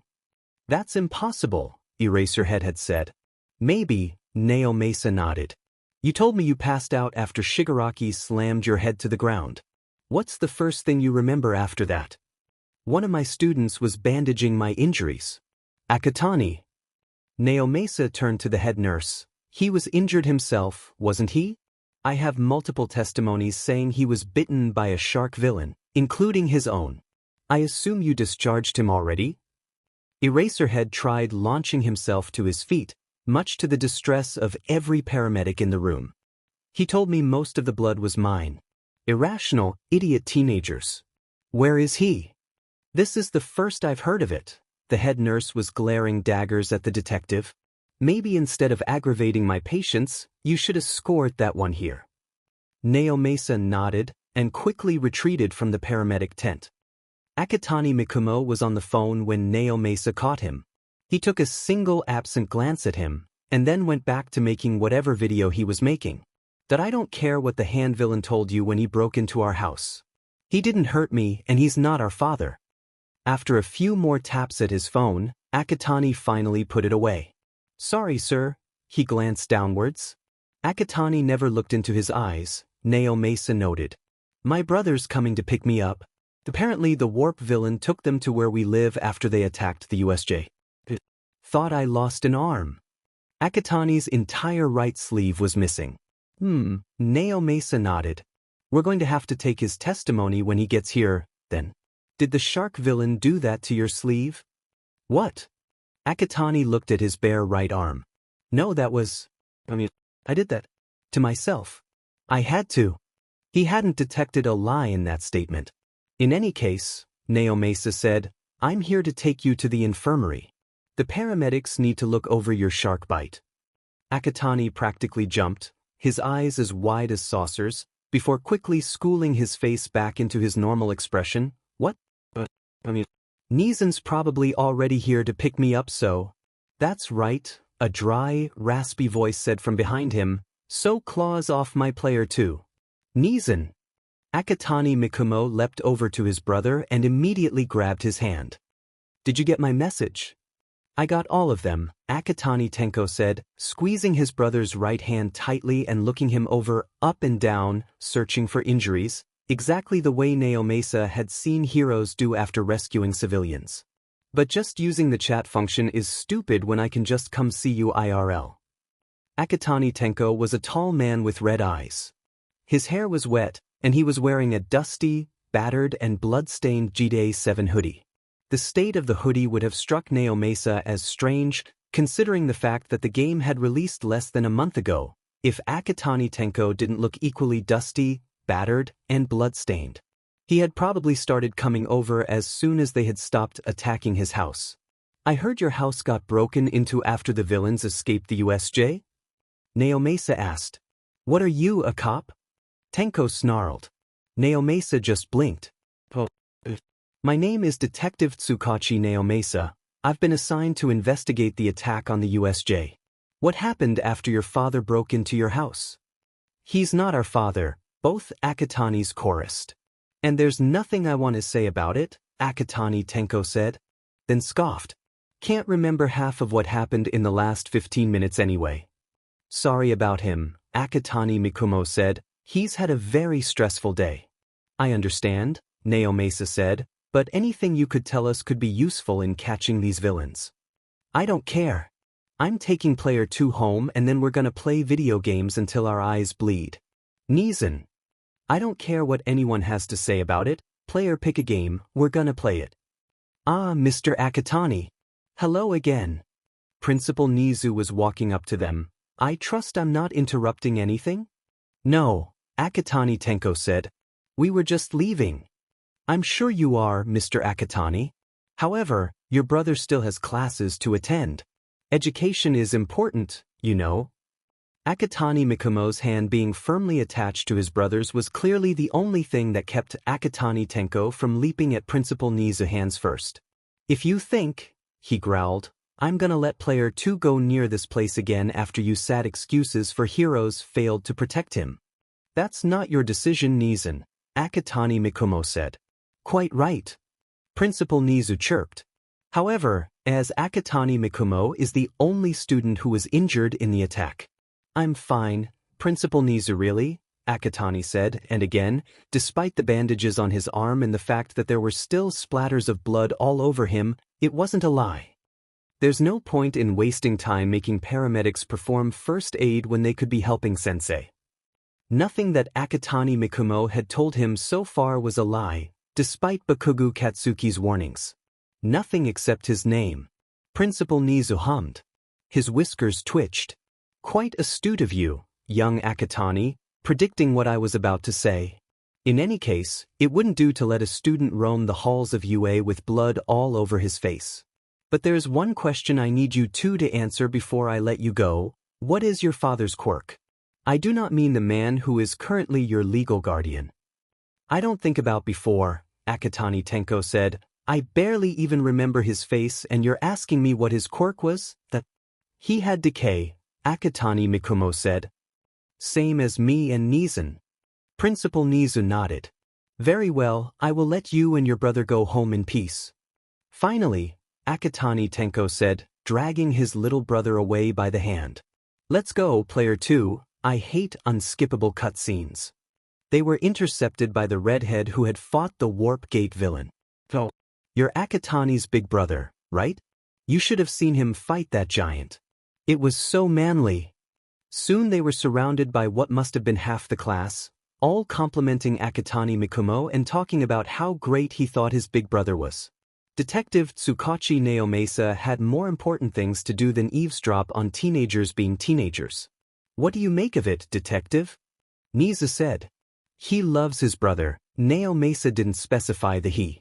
There was no need to. Quite, the principal said. Would it surprise you to know that one of them was hiding an injury? Naomasa sighed. I thought so. Should we get someone to drag Akatani Mikumo to the medical tent? Oh, there's no need for that, Principal Nizu waved his hand. That one is in no more pain than usual. His brother, however, had injuries on the shoulder, arms, and neck. The shoulder injury is much deeper than the others. Naomasa stared. He hadn't noticed that at all. Even now, Akatani Tenko didn't move like someone who was hiding an injury. Shouldn't we get him to the paramedics, then? Oh, not at all. I'm sure they won't find anything of consequence, considering that he no longer has most of them. Principal Nizu, Naomasa said, what exactly are you implying? It's a curious puzzle, isn't it? Two people with injuries both surface and internal get their surface-level injuries healed as soon as they come into contact with Akatani Mikumo. That's impossible. You and I both know that's not true, detective. The timing could match up too. Numu stopped healing as soon as All Might arrived and young Akatani disengaged. Except for the fact that Numu could regenerate from a full assault of Akatani's quirk. I have several descriptions of your student seeing his heart beating inside his chest, and then growing everything back as if it didn't happen. Yes, it's interesting that young Akatani went for the lethal option, isn't it? It seems very out of character from what I've observed of him. Before today, I was wondering if he would be willing to use his quirk on a human at all, even if they were villains. Did he give you a reason why? He claimed that he was so focused on keeping it from hurting his friends that he lost control. Do you think he was bending the truth? I think he isn't telling us the whole story, detective. It will be interesting finding out what the whole story is. It's been a long time since I was faced with such a complicated puzzle. Speaking of puzzles, I decoded the scrap of paper we found where 13 had been fighting the villain who was wearing young Shirakumo's face. So it was a code then? Detective Naomasa took the scrap of paper from Principal Nizu's paw. At first, it had looked like a paper full of gibberish. A bunch of random kanji strung together haphazardly like an American brainstorming a tattoo to get in order to seem mystical, exotic, or well-traveled. So of course, the heroes had shown it to Principal Nizu. The principal nodded. It's a very simple code, although it can sometimes be tricky to decipher. It takes uncommon and alternate readings of certain kanji and then uses them purely for phonetics. It appears to describe where the warping villain planned to disperse the students. See here, engine, landslide zone. Open area, plenty of room for running. Explosion, if alone or with half cold half hot, conflagration zone. Increased perseverance for larger explosions. Otherwise, ruins. Strong fighter, most effective in hot, dry areas. Dark shadow, downpour zone. Maybe stronger in the dark, possible night vision. Frog, flood zone. Likely a strong swimmer, possible ability to breathe underwater. The one for zero gravity is incomplete, but it seems quite obvious what it would say. But that sounds like... Indeed. Someone went through great lengths to ensure that the students would be dispersed to the areas they believed would be most suited to their quirks. Yet another piece in this increasingly interesting puzzle. None of the villains we apprehended at the USJ knew the students' quirks before they fought them, but we know the villain known as Shigaraki Tamura has knowledge of at least one student's quirk. However, what we know of him does not suggest a man who cared much for the students as more than hostages and distractions so as to better target All Might. So, we have a potential ally in the League of Villains, then? Someone ordered the villain Kurogiri not to hurt anyone in the attack. Someone he was willing to obey more than the orders of his leader. Either there is a third party infiltrating the League of Villains who did not participate in the attack, or there isn't. It is good news either way. However, there's bad news. Believe me, detective, I hope I'm wrong. But in effect, setting aside the Akatani puzzle for a moment, what we are left with is this. A villain who, pending further investigation, has a quirk he was not born with, and the reanimated corpse of a young man who has a quirk that does not exist. They then made an attempt at All Might's life that very well could have worked had he been close to his limit, but still present as scheduled. Tell me, detective, who does that remind you of? Naomesa's blood ran cold. You think he's back? Nizu shook his head. I think he never left. Every time Tamura Shigaraki was forced to visit the doctor, his biome was always creepier than he remembered. From the pneumo floating in vats watching his every move to the doctor's little pets that scampered after him like giant fleshy spiders and that could be lurking around any corner. And he hated the way Player 2's face always looked hollow when he was there with him. Almost as dead as the Numu themselves. But neither Tamura nor Kurogiri were at max HP right now, so that meant a visit to the doctor. Unfortunately, Sensei had said, the good doctor cannot be in two places at once, so, my son, I will let you choose. Which one, Shigaraki Izuku, Kurogiri, or Tamura? And so, Shigaraki Tamura was alone in an operating room with Player 2, lying on a hospital bed, and bracing for pain. You shouldn't look so nervous, Nizan, Player 2 said as he picked up the scalpel and wiped Tamura's shoulder with disinfectant. I've done things like this before. Tamura rolled his eyes. I'm not a corpse, Player 2. Player 2 looked down, and almost whispered, neither. Neither were they, sometimes. Then you'd think the doctor would let you have painkillers in your OR. You really should have accepted Kurogiri's offer of sake, Nizan. Brace. Tamura's shoulder burned, but it was just pain. It was nothing compared to when Player 2 swapped Summon Decay with Regeneration and back again earlier that day. And even that was nothing compared to. Well, it was hard for Tamura Shigaraki to react to pain these days. That crap tastes worse than your quirk feels. Player, I'll take the pain debuffs. Player 2 hummed as he started cutting through muscle. Nizan, when you were, out of it, you mentioned something. A name. You think I remember any of that? Found it, Player 2 said. Switching to forceps. So you don't remember what you said? No. But I was pretty out of it. What did I say? Player 2 didn't look up from where he was digging around in Tamura's shoulder. Dud, if I were to ask you to pick a color for me, which one would you pick? Green, ya. Watch where you stick that thing. What were you going to ask, Player 2? Oh, I was wondering where you learned that name. The one you said. But since you don't remember, why would you even ask me that? You know where I heard it, Player 2? I do. Player 2 nodded, then pulled the bullet out of Tamura's shoulders. Okay, the bullet's out. Do you want me to heal you? Tamura held out his gloved hand. Player 2 took it. It didn't hurt at all. I'll be fine. Player what? You're not gonna ask me anything else? I know what you really want to ask me, and the answer to that question is yes. Summon Decay settled back under Tamura's skin like an old thorn sweater, and Player 2 offered Tamura his other hand. Nizan, I don't even know what I really want to ask you. Tamura let Player 2 help him up off the hospital bed. Let me know when you figure it out, then. It had taken no shortage of time for Toshinori to even consider Principal Niza's theory. Not the theory that he was back. That Toshinori had failed to kill him all those years ago. All Might had been able to come back from that, even if not in peak form, so it stood to reason that he could as well. What was difficult to believe, however, was his other theory. I'm not saying he's ever fallen in love, Nizu had said. You and I both know that love is hardly a prerequisite for that sort of thing.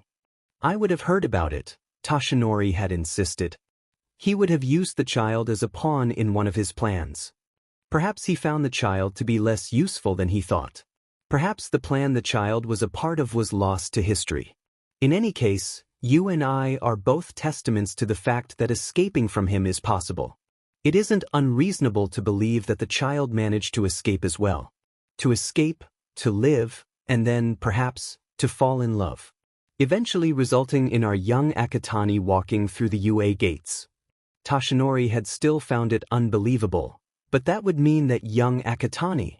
If my theory is correct, Nizu had interrupted, and we still cannot be certain that it is.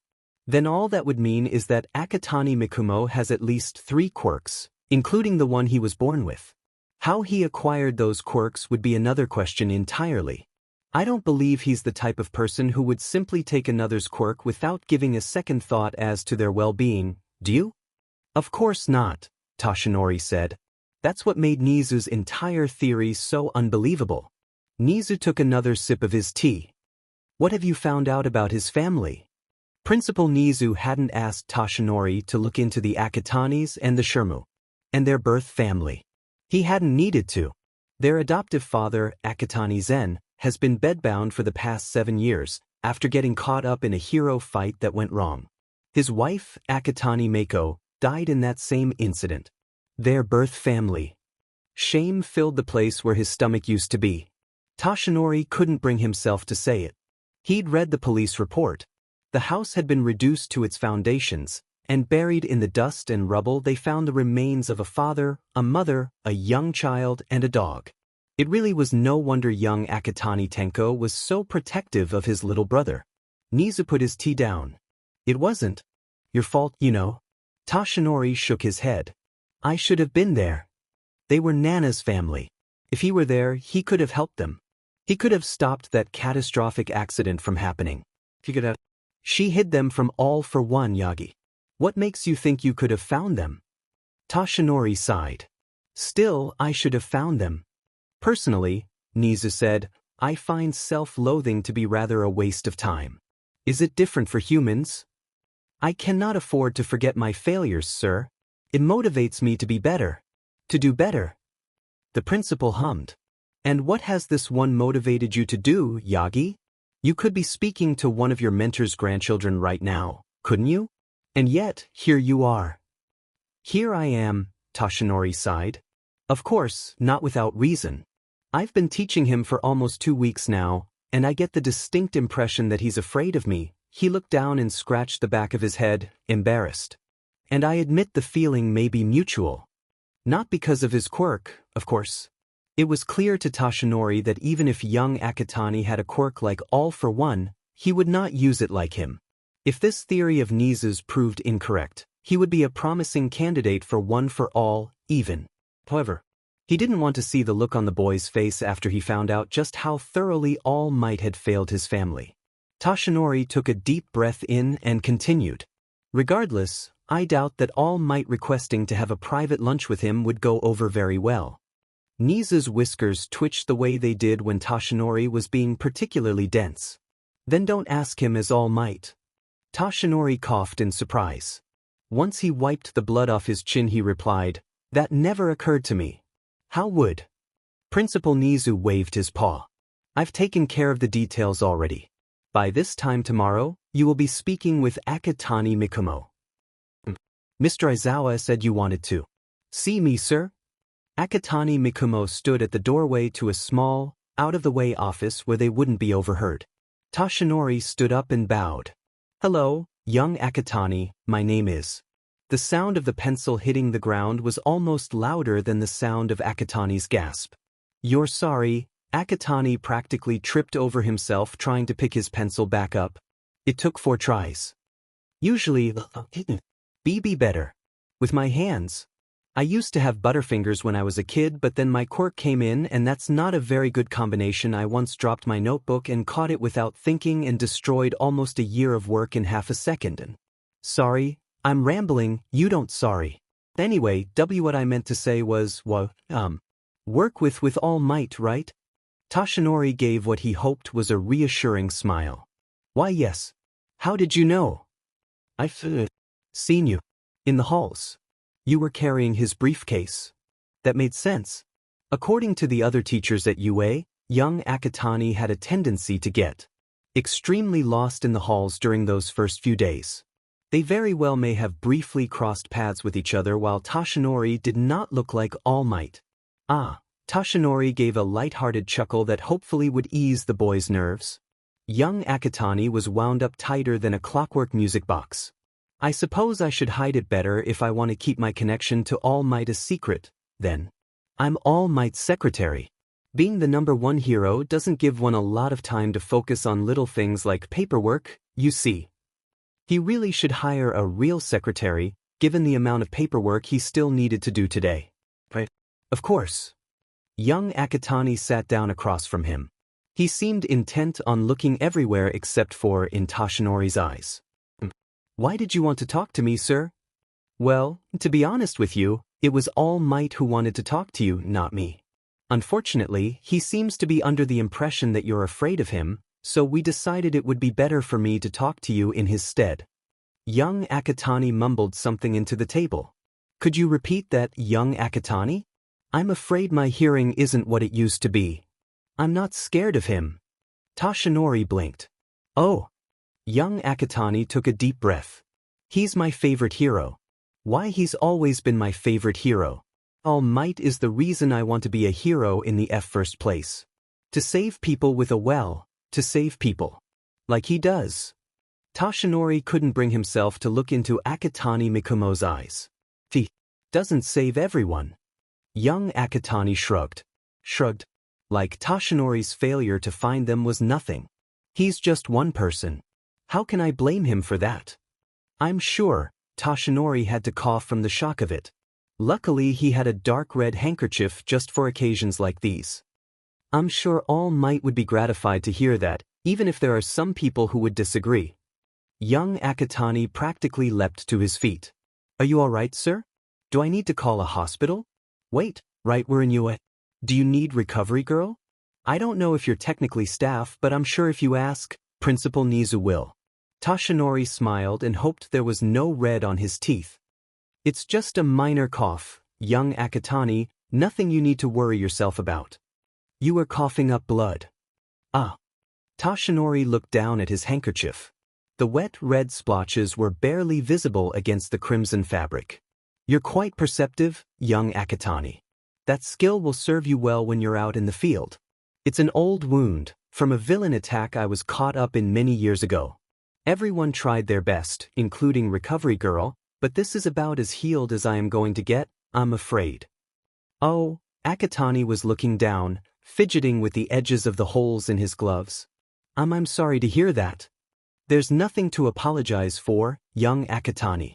I got this injury trying to save people, and that is something I will never regret. Toshinori took a deep breath, steeling himself for what he was about to say. In truth, it should be me who apologizes to you. What? For the first time in their conversation, young Akatani looked Toshinori in the eyes. What do you mean? You didn't do anything. That is precisely the problem, young Akatani.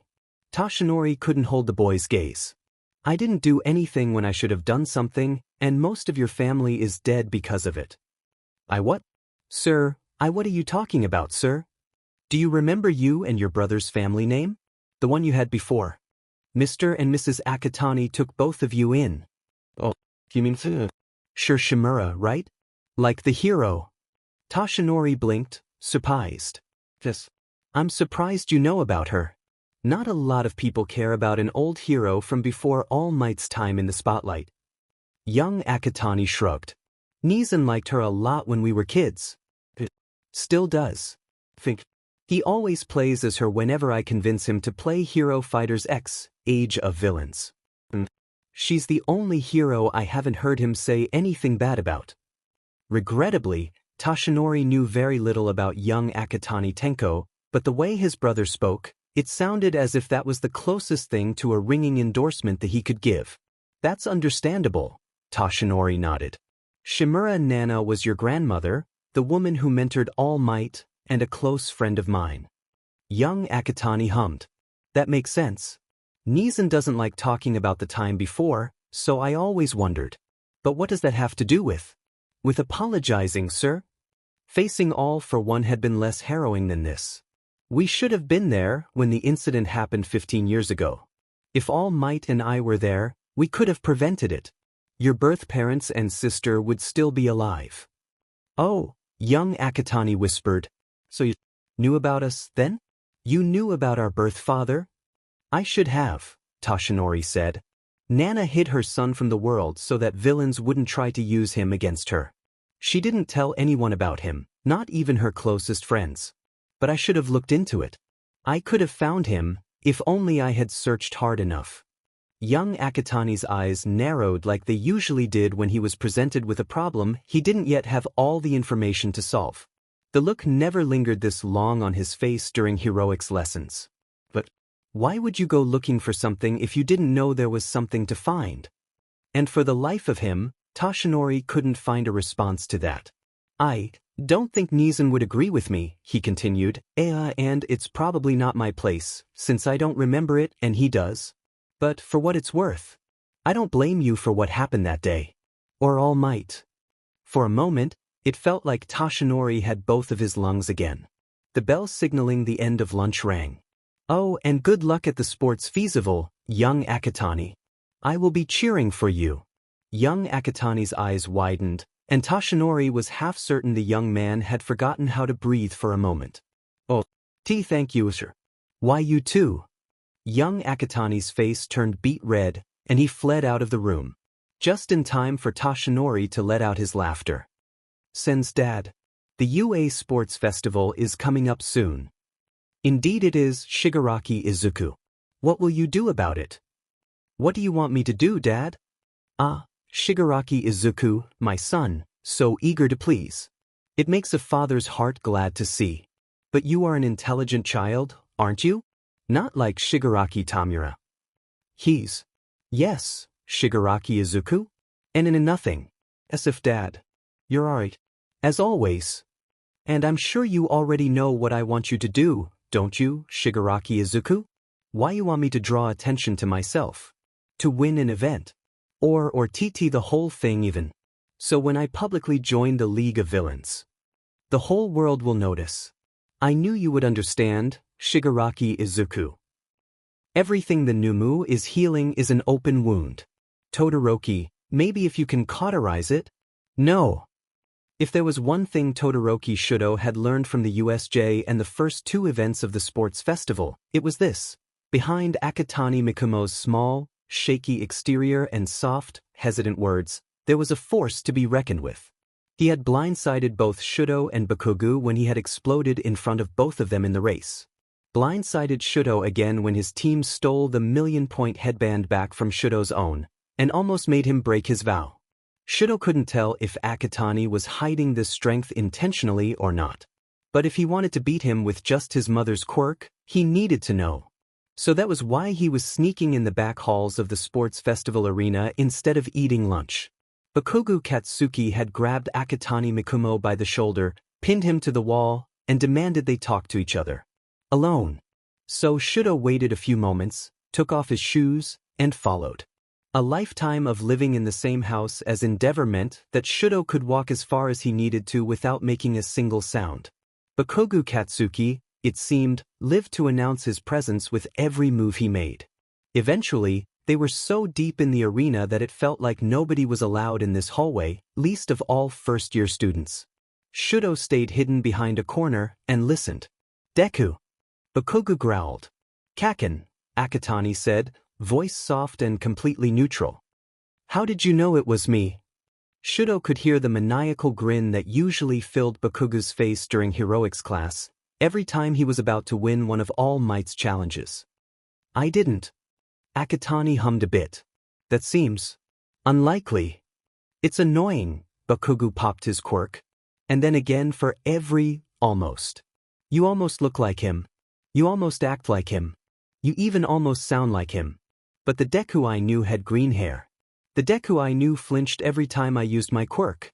The Deku I knew doesn't have a brother. The Deku I knew smiled. There was a distinct slam as Bakugo's fist hit the wall. The Deku I knew couldn't turn things to dust with his bare hands. My quirk came late, Kaken, Akatani said, as soft and as calm as if he were talking to Ida or Uraraka at lunch. It happens. Sure, Bakugo scoffed. And your Decay Quirk made you regrow your whole right arm after Hanzi dusted it away at the... What? Kaken. It was strange, hearing someone else be slammed against the wall with one hand. Shudo almost felt like the blows were on his own collarbone.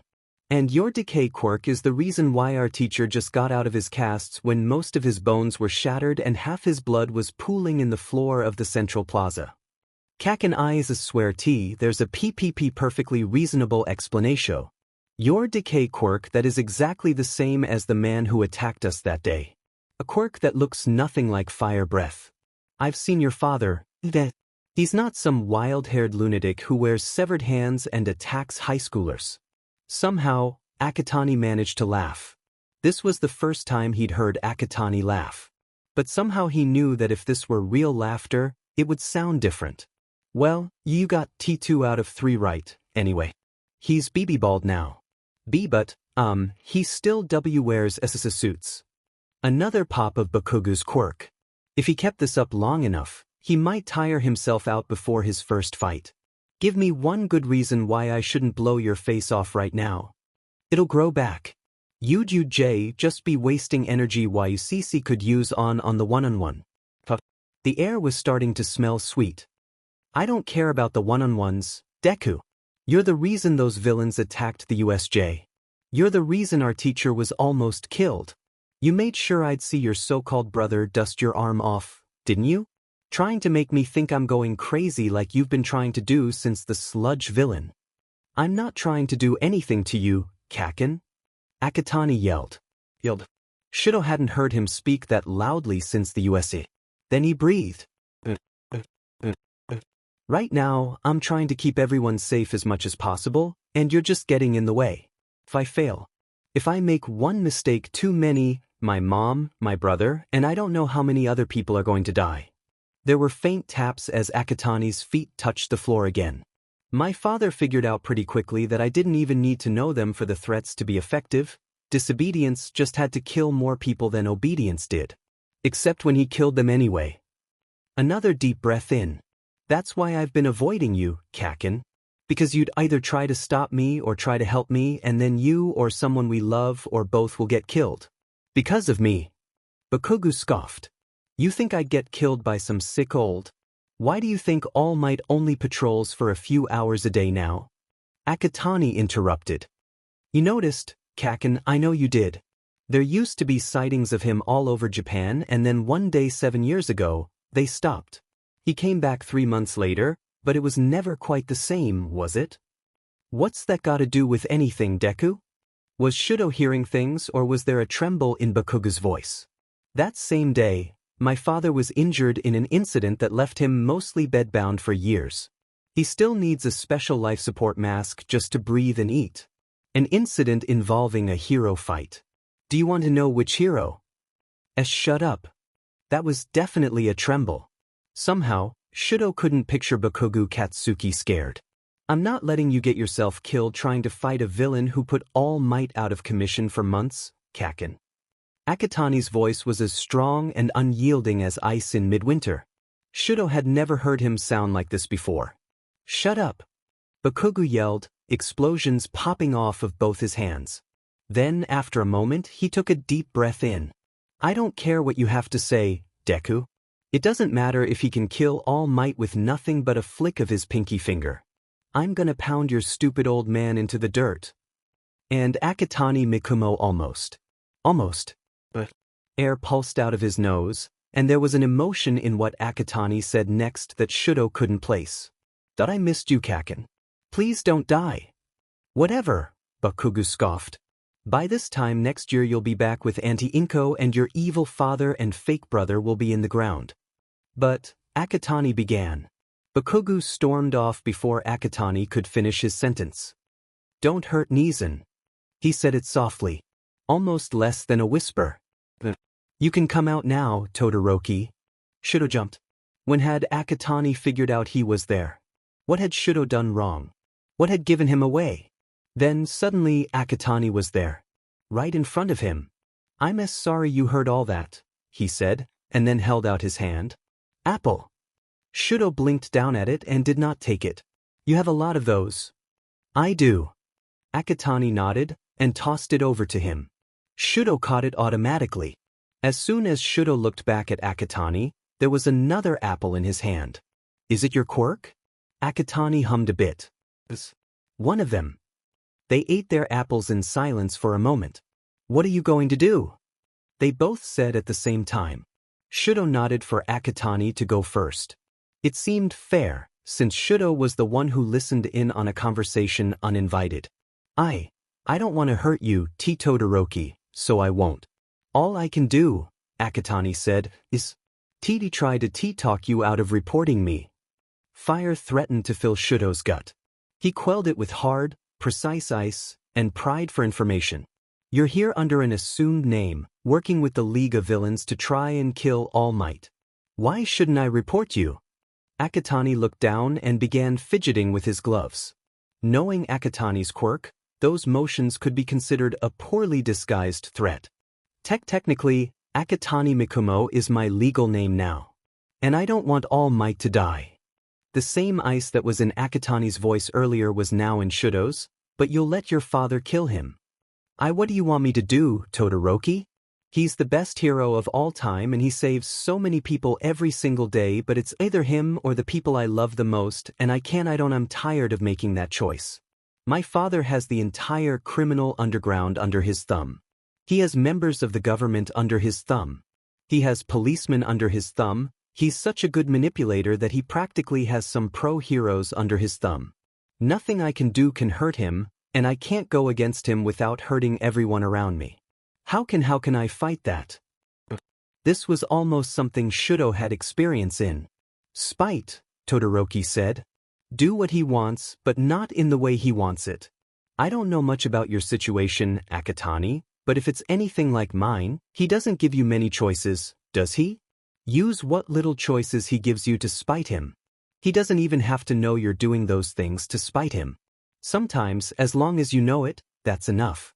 Earlier, you said you're trying to keep everyone as safe as possible. It sounds to me like you're already fighting. You have my number, let me know how I can help. He monitors my phone. Shudo nodded. I'll get you a new one. Endeavor can be careless with where he puts his credit card. For a moment, it looked like Akatani was trying not to say something, then he let it out in a single breath. Do you want an ice quirk? Shudo blinked. What?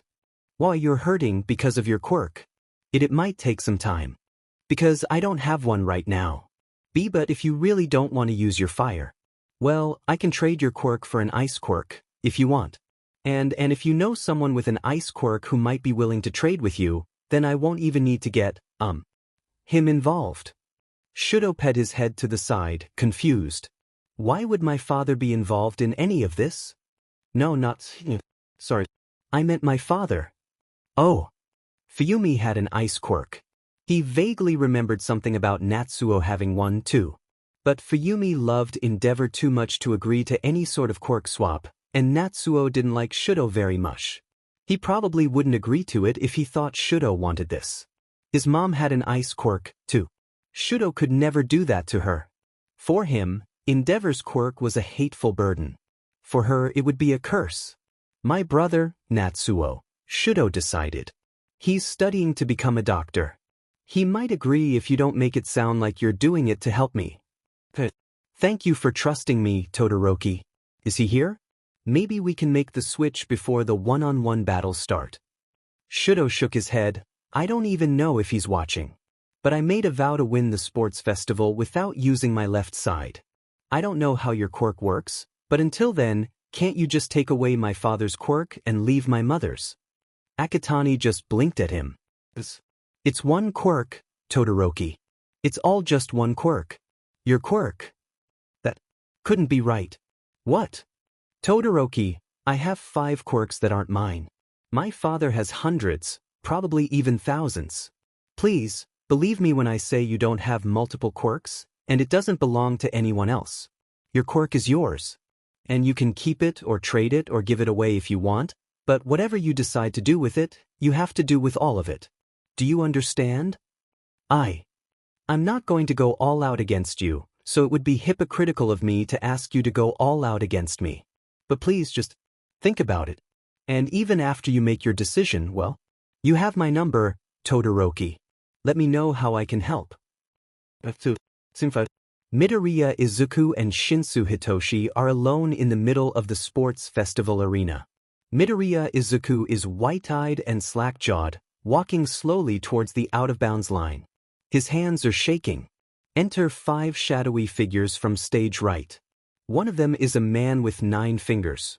One of them is a child. Shadowy figure 1. You've met with a terrible fate, haven't you? Midoriya Izuku, unspoken, who are you? Shadowy figure 2. The last time you've seen one of us was 7 hours and... Shadowy figure 3. I am sick and tired of your temporal pernickettiness. Shadowy figure 5. You really don't remember this ugly mug? I'd have thought you would, considering what you and your brother did to it. Midoriya Izuku, unspoken, what? I didn't, why would I? Shadowy figure 4. Child, laughing, you know who we are, silly. Midoriya knows.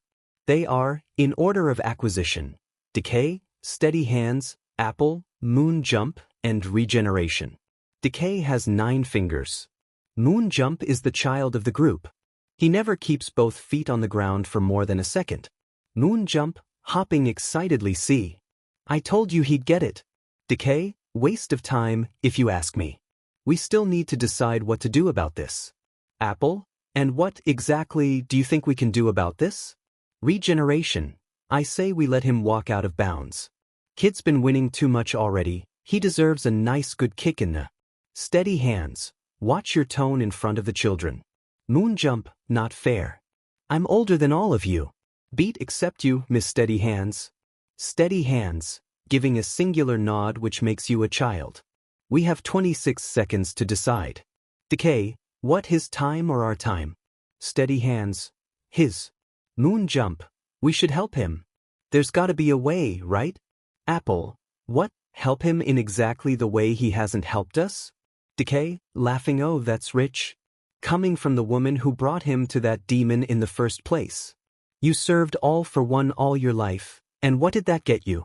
Apple, snarling, you fought all for one all your life. What did that get you? Regeneration, well I'm not giving him squat. All he does is take and take and take. I want to take something from him for a change. Moon Jump, sad but he's already lost so much. Apple and Regeneration scoff. Decay, oh shut up you two. It's not even your decision. Tail Kid said you needed pain to snap out of it, right Midoriya? Midoriya Izuku, unspoken yes. Decay, well riddle me this. I'm always on hand in sea or on land, neath gloves and in sky. Tell me, am I? Midoriya Izuku, unspoken waskin? But that's can I? Would that work? Decay, grinning skin. Moon Jump, sorry about this. Decay, don't be, I'm not. The skin on Midoriya Izuku's hands begin to flake off, causing him pain and breaking him free of Shinsu Hitoshi's quirk. Curtain fall. Texts from the phone of Midoriya Izuku. Apparently my quirk interacts strangely with mental quirks. Is this about that glitched purple NPC? Not glitch, just situationally op. Unless you have a quirk that makes it send you into a waking dream. No. Everyone was there Neeson. I don't care. You know who wasn't. Skip cutscene. Sorry Neeson, I know there's nothing we can do about it, but you deserve to know. Just win the festival player too. Uraraka, I know you said you were okay, but it's okay if you aren't. I meant what I said back there. You really were impressive. You saw his face, right? For a moment, Kakin he didn't know if he was going to win. Not even facing an army of villains at the USJ made him do that. And you're only going to get stronger. Thank you, Akatani. Think. I really needed to hear that. Endeavor? Why you doing here? I've been watching your performance so far. Twice now, you've managed to beat my son at half his power. If anything can force him out of this childish rebellion and into his full potential, it will be fighting you. So don't disgrace yourself. That's all I wanted to say. I apologize for taking your time so close to the match. That he is a child, Mr. Endeavor. He is my child. I have raised and trained him better than this. He will not become a hero to surpass all might using only half his quirk. No, he won't. But it's his quirk, Mr. Endeavor, not yours. You don't get to decide what he does with it. Todoroki Shudo opened the match with a giant iceberg, the same kind that had beaten Zero in less than a second. Turned to dust the moment it hit Midoriya Izuku's hand. I thought you said you weren't going to give it your all, Shudo said. I'm not, Izuku replied. You're going to give your all with just your ice, so I'm going to give my all with just decay. Another iceberg. Another cloud of dust.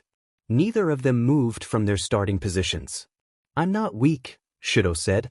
But I won't stop you if you choose to keep underestimating me. Shudo shot out a blast of ice that curved across the ring, trying to take Izuku out from behind. Izuku turned and grabbed the tip of it without lifting his feet off the ground. It was all dust in moments. In 10 seconds, I could blow past your defenses, touch you, and end the match, Izuku said. I wouldn't even need to use all my fingers. You're that strong, huh? Shudo asked. Show me. Izuku hesitated for a moment. Are you sure? Shudo replied with a barrage of ice. Attack after attack after attack, Izuku running forward and decaying each one as soon as they reached him. He vaulted over one as it decayed, leaping at Shudo with his hand outstretched. Shudo whirled at him, right arm ready to attack. Izuku caught it with a four-fingered grip. Are you sure you want this, Todoroki? It hurts. A lot. I don't care about the pain, Shudo feigned trying to take himself out of Izuku's grip. Prove to me you can do what you say you can do. Izuku squeezed Shudo's arm. Return. Shudo's eyes widened for a moment. Then he grabbed Izuku with his left arm, wrenched his right out of Izuku's grasp, and used his ice to throw him halfway across the ring. I felt it, Shudo said. That wasn't pain. Izuku hummed. Willingness might be a factor. I wouldn't know. I haven't had the chance to test that aspect of it. Shudo began slowly circling the arena, making a small wall of ice almost half a meter tall form wherever he stepped.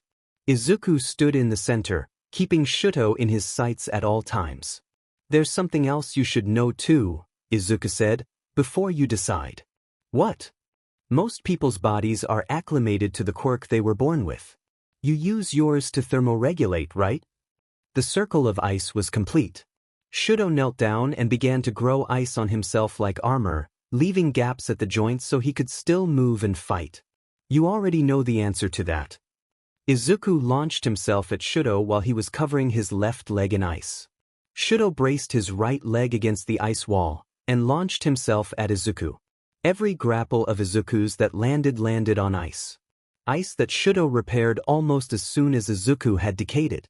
Still, it was no question who of the two of them was better at hand-to-hand. Izuku would have driven Shudo out of bounds if it weren't for the ice wall. You're shivering, Todoroki, Izuku said as they fought. You usually use your fire to keep yourself from getting hypothermia, right? If you decide to do this, you won't be able to ever again. You'll always run the risk of freezing to death every time you overuse your quirk. It was your idea. Now you're trying to talk me out of it? Did my old man get to you or something? No. I just want to let you know what to expect if you decide to go through with this. Everyone's quirk works slightly differently too. Shudo's feet hit the ice wall. He used his ice to launch himself up and over Izuku, flipping down to face him again. So, Izuku said as he rushed at Shudo, decaying the barrier of ice he'd made almost as soon as it went up. Shudo was renewing his armor at a slower rate. You'd probably have to relearn how to use it, especially on your left side. He was definitely reaching his limit. And you'll need to come up with an excuse, Izuku continued. Most doctors don't know about my quirk, so if you just tell them you haven't been using your fire side, they'll probably come up with something for you. Shudo gave a final push, surrounding them both in a dome of ice. Why do you care this much? Izuku stopped his assault, right hand pressing all 5 fingers against the bare skin of Todoroki's left arm. I want to be a hero, Todoroki. No matter what my father wants me to be. What do you want? Shudo stopped. The world stopped. You know, Izuku said, you could save a lot of people if you learned how to use your entire quirk. The skin on Shudo's left arm began slowly flaking off. Then it caught fire. The dome of ice around them exploded in a cloud of steam. And Izuku was out of bounds. You really are something else, Shudo said, the ice covering his right side reflecting the flickering orange of the flames covering his left. Maybe, when we can talk without prying eyes, you can tell me your real name. Texts from the phone of Todoroki Shudo. You can speak freely here. Hello. My name is Midoriya Izuku. Hello Midoriya. Congrats again on winning 2nd place in the sports festival. And thank you again for the phone. You're welcome. My father was angry that I didn't win. Was yours? No. He just wanted me to say, I am here. Which is ironic considering. Considering what? How much he hates All Might. But winning 2 of the events and almost beating you was good enough for him apparently. But I don't know much about your father, but he seems a lot worse than mine. Yeah. Also, I don't like calling him my father. My brother calls him sensei, so that's how I'll refer to him here.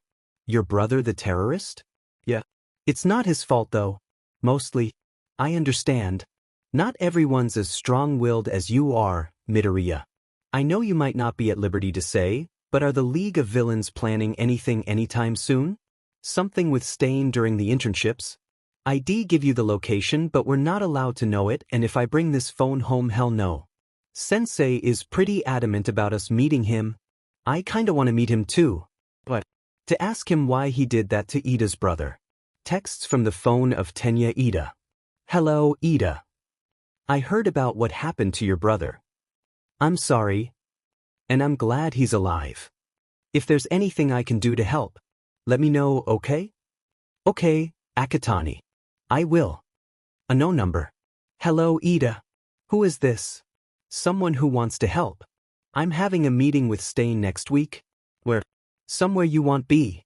I can relay a message to him from you, if you want. The message can be actions, words, or both. What message would you like me to send? There is nothing I want to tell him that cannot be said in person. Where is he going to be? I don't want you to die, Ida. And if you fight him alone, that's exactly what's going to happen. Then I have nothing else to say to you. You blocked this number. Bakugo Katsuki needed to tell someone. Obviously he needed to tell someone. Deku wasn't dead in an airplane that never made it to America. He was in Japan. Alive. Alive, held hostage by some kinda supervillain, and getting on Katsuki's nerves. Katsuki's fist sparked in Deku's grip. He'd caught his fist like it was nothing. What happened to that useless wimp from grade school that was always following him around? Stupid question. He'd gotten himself kidnapped by villains. What do you want, Kaken? Deku asked in that fake soft, fake serene voice that had been grating on Katsuki's brain since the first day of school. Change it back, Katsuki growled. No, Deku said, and if there was any evidence that this wasn't the Deku he'd known since diapers, aside from everything else about him, it would be this. Deku never said no to Katsuki. Never used to, anyway. Change it back. No, Deku repeated. I like this color. And it was hard finding dye in this specific shade of green. As if Deku needed hair dye. He probably had some kind of quirk in there that let him change hair color. And he changed it from green to white just to mess with him. Whoa guys. What's this about? Stupid hair barged in between them, then went all starry-eyed as soon as he looked closer at Deku. Oh, you got a new look, Akatani. That's so cool. Deku blinked. Oh, thank you, Kirishima. Then he put his arm over Deku's shoulder and started walking him towards the classroom. What brand did you use? I use Riot brand, because it stays on no matter what you throw at it, but it really only comes in one color. As if dyeing your hair wasn't a wild thing to confess about in a school hallway to someone you barely knew. Granted, it was obvious. Nobody's hair was that shade of red unless there was some kind of quirk involved. He'd even remembered to do his eyebrows. Katsuki couldn't help but respect the amount of dedication he'd given to his hero look. Even if the result was stupid red spikes. Don't really know. I was focused more on getting the right shade of green. You dye your hair too, Kirishima? Stupid hair grinned the only way he seemed to know how, revealing every single shark-like tooth in his mouth. Yeah. My quirk isn't all that flashy, but I still want to go for the hero look, you know? So folks in danger will see a flash of red and know that I am here to help them. That was the cheesiest attempt at masking All Might's catchphrase Katsuki had ever heard. He would know. You want to blow your cover? Katsuki whispered at Deku while Stupid Hair kept talking about what kind of hero he wanted to be. Something about an unbreakable shield against evil or whatever. Katsuki could see him doing that easily enough, but that wasn't his problem right now. He's blind, Deku whispered back, and he has too much money to keep track of it all. He won't notice. As if that made any sense at all. The way Deku looked now, anyone who'd known them in grade school would be able to clock him immediately. And with how public-facing heroics was, every single fight had the potential of becoming a leak. Someone would eventually blab something to the wrong ears and a whole lot of people could end up dead. Then they walked through the door of Class 1A, and the noise just got even more insufferable. Whoa! Round Cheeks was staring, eyes wide, and the only reason Deku couldn't see her obvious crush on him was because he was either completely oblivious or stringing her on, trying to manipulate her. Nice hair, Akatani. Then she ruffled her hands through Deku's hair, making him blush. You look like a strawberry. Oh, Thank you, Uraraka. Or they were both idiots despite being strong, stubborn, and tactically skilled enough to win a fistfight against God. Whatever.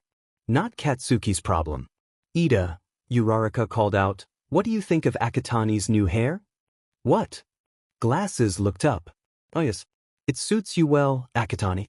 As long as it doesn't break the dress code. It doesn't, Class Prez. Stupid Hair said as he began making his way towards Katsuki. I checked. Then, quieter, below the din of everyone talking about Deku's new look, he leaned in towards Katsuki and whispered, You alright, dude? I know you're not usually normal with Akatani, but you reacted to him like you'd seen a ghost. He had seen a ghost.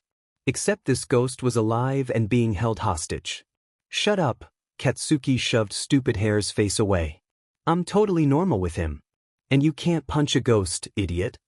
What? Stupid Hair grinned, face still covered by Katsuki's hand. You're saying you wouldn't try punching a ghost if you had the chance? Katsuki scoffed. Of course I would. It'd probably just be some extra with a quirk trying to scare me. Well, that's how you looked. You want to talk about it? No. Shove off. Katsuki pushed Stupid Hair back and sat at his desk. What could he even say?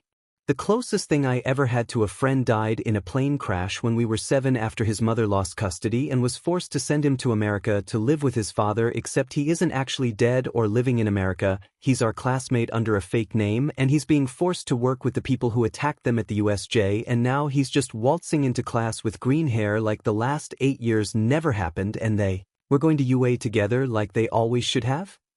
Katsuki didn't even have to say it for that to sound stupid in his ears. Bakugo Katsuki needed to tell someone. But who could he possibly tell? Aizawa Shoyuta was tired.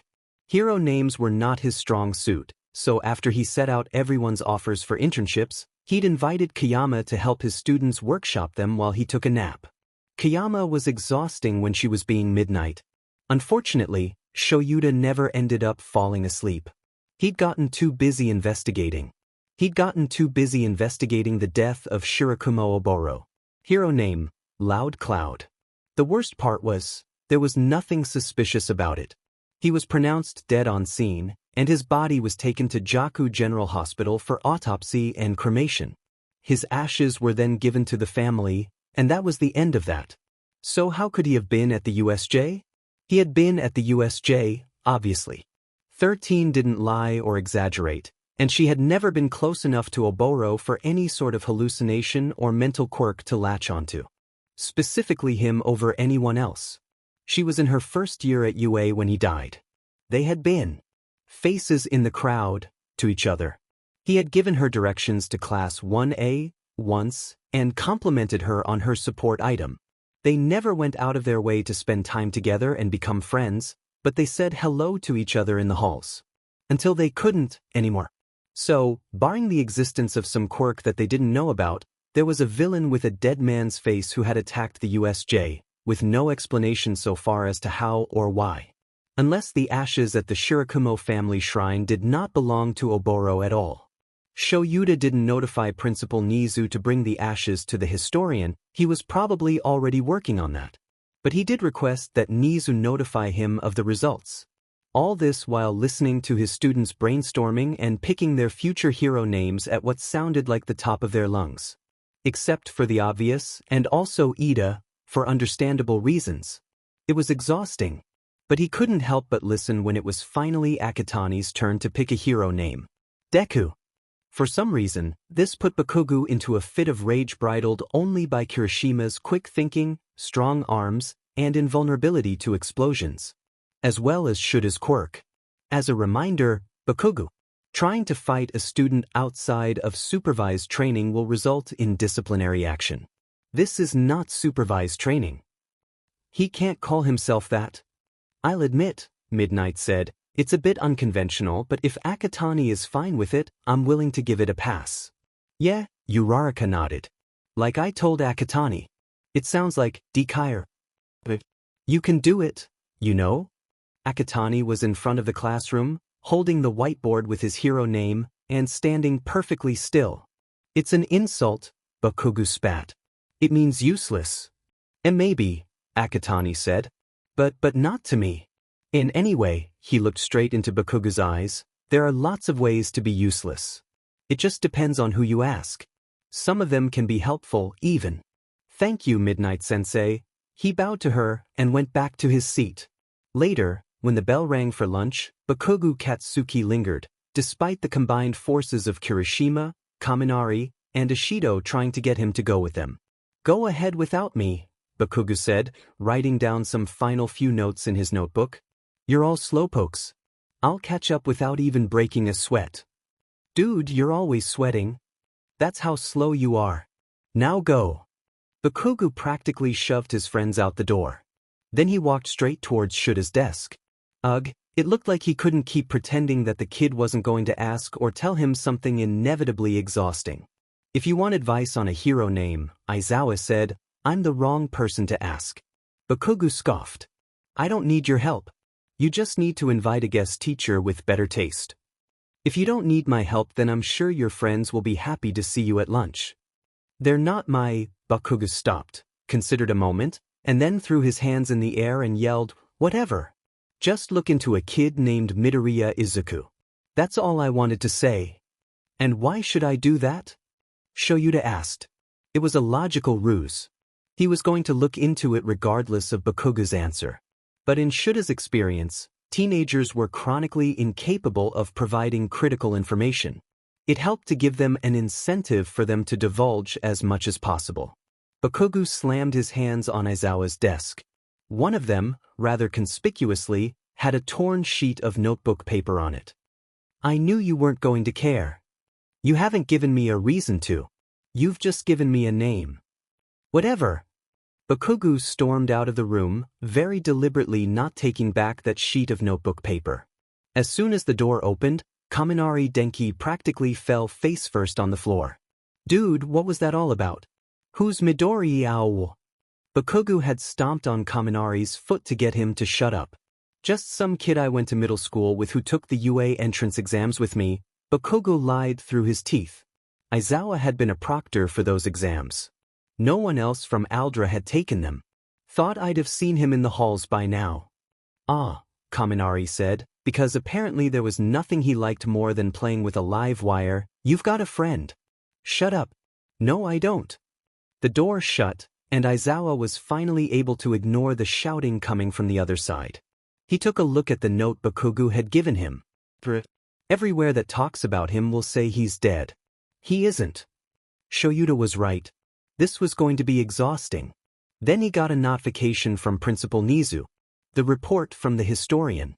A full breakdown of what her quirk had told her about who the bone fragments in the ashes used to belong to, the Oboro family, the mortuary of Jaku General Hospital, and finally, the corpse and living body of a salaryman who'd been killed in a villain attack 9 days before Shirakumo's death. Aizawa Shoyuta desperately needed more coffee. Texts belonging to the phone of Todoroki Shudo. Who will you be interning with? Endeavor. Really? I need to learn how to use my fire. He may be a bad father, but he's the number 2 hero for a reason. What about you? I didn't get a choice. I will be interning with Sensei. I thought he was a villain. But he's been around for a while. I'm not the first time he's infiltrated a hero school. Gold Sentinel is a good hero, but he owes Sensei a debt. I said, do you want me to do something about it? No. GS was a kid who didn't know what he agreed to. He doesn't deserve to be collateral. But thank you. Shigaraki Tamura watched the Sports Festival Awards ceremony with rapt attention. Sure, Player 2 hadn't won the thing, but apparently that wasn't one of the requirements to beat the level. The kid who'd won first place was muzzled, chained to the podium like an angry dog, growling and snapping like one too. The footage wasn't even really live. They'd chosen to air that. He was perfect. Now he looks like a good addition to the party. He turned his phone camera to show Player 2 the footage, focusing on the kid chained to first place. What do you think, Player 2? Player 2 was still in the sports arena sub-area in the UA biome. Apparently they couldn't just get Kurogyri to fast-travel him out of there without triggering aggro. Tamura would have gone to watch it in person, but being around that many people all at once made him break out into hives. So Player 2 had found a quiet corner in the depths of the arena so that they could talk. Explosion quirk? Player 2 didn't even hesitate before he shook his head. No. He would never become a villain. Which didn't make any sense. But look at his rage. He won it all and they're chaining him up like an animal. He's angry. He wants to destroy them. And if he joins our party, that's exactly what we're gonna let him do. Nizan. Trust me. There is nothing we can offer him that will make him want to join the League of Villains. Really? Sensei's voice crackled from the TV screen. Nothing at all? Not even a reunion with an old friend. He's Kaken, Player 2 said. Tamura had not expected that. Either his Kaken had changed a lot since they'd last seen each other, or Player 2 had been a naive kid who only ever saw the best in everyone. What was Tamura thinking? Obviously it was option Player 2 kept talking. He never hesitated to use his quirk against me before I was a villain, and he wouldn't hesitate now. He looked up and to one side for a moment before looking back at his phone camera and Tamura. He'd be a pile of dust on the floor and will have wasted all our time. Our best bet is Todoroki Shudo. You said he's a hero's son, Player 2, Tamura growled. And he hates his father. Todoroki, he called out into what was supposed to be an empty hallway, do you hate your father? Yes, Tamura could barely hear a low monotone voice say from somewhere on Player 2's end. I do hate my father. Don't worry, he's just trying to get away from the crowd. Player 2 said.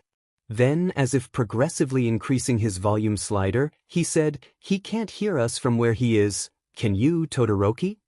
The voice from before spoke up again.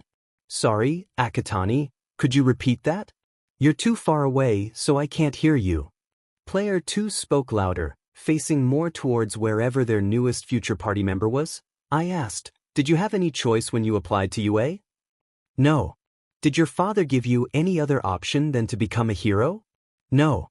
If someone were to offer you another option, would you think about it? Yes. Tamura felt himself grinning behind father's hand. And we can be that other option. Good work, player 2. Thank you, Nizan. You know, Ida, Midoriya Izuku said. The table had been at the tail end of a conversation about whether or not having a proper hero costume helped save more people than not having one, which Ida Tenya had not participated in. A villain hurt my brother a lot when we were kids. Ida looked up at him, and back down to his food. I'm sure our brothers' situations are quite incomparable, Akatani. Maybe, Midoriya allowed, but they were both changed because of it. They were both hurt in ways they'll never be able to fully recover from.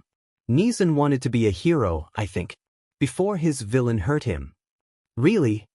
Uraraka asked. I guess I can see it. What did he decide to do instead? Midoriya looked down and moved the food around his plate without touching it. Because of the way the villain hurt him, he mostly just stays inside and plays video games. He really only goes outside for the mall and, street fighting. Street fighting? Uraraka said in a half-strangled voice. Street fighting? Todoroki asked, in a different tone of voice entirely. Akatani, Ida said, almost absently, that is wildly irresponsible. Ashui blinked at Midoriya. Your brother didn't look like a hikikomori when we met him after the USJ, Ribbit. He looked more like he'd come straight from the set of a horror movie. Midoriya almost choked on his water. For a moment, his hands began to shake as if suffering from an extremely localized earthquake. Well, he said in between coughs, well, you're not wrong. You met him after the USJ? Todoroki asked while Midoriya was catching his breath.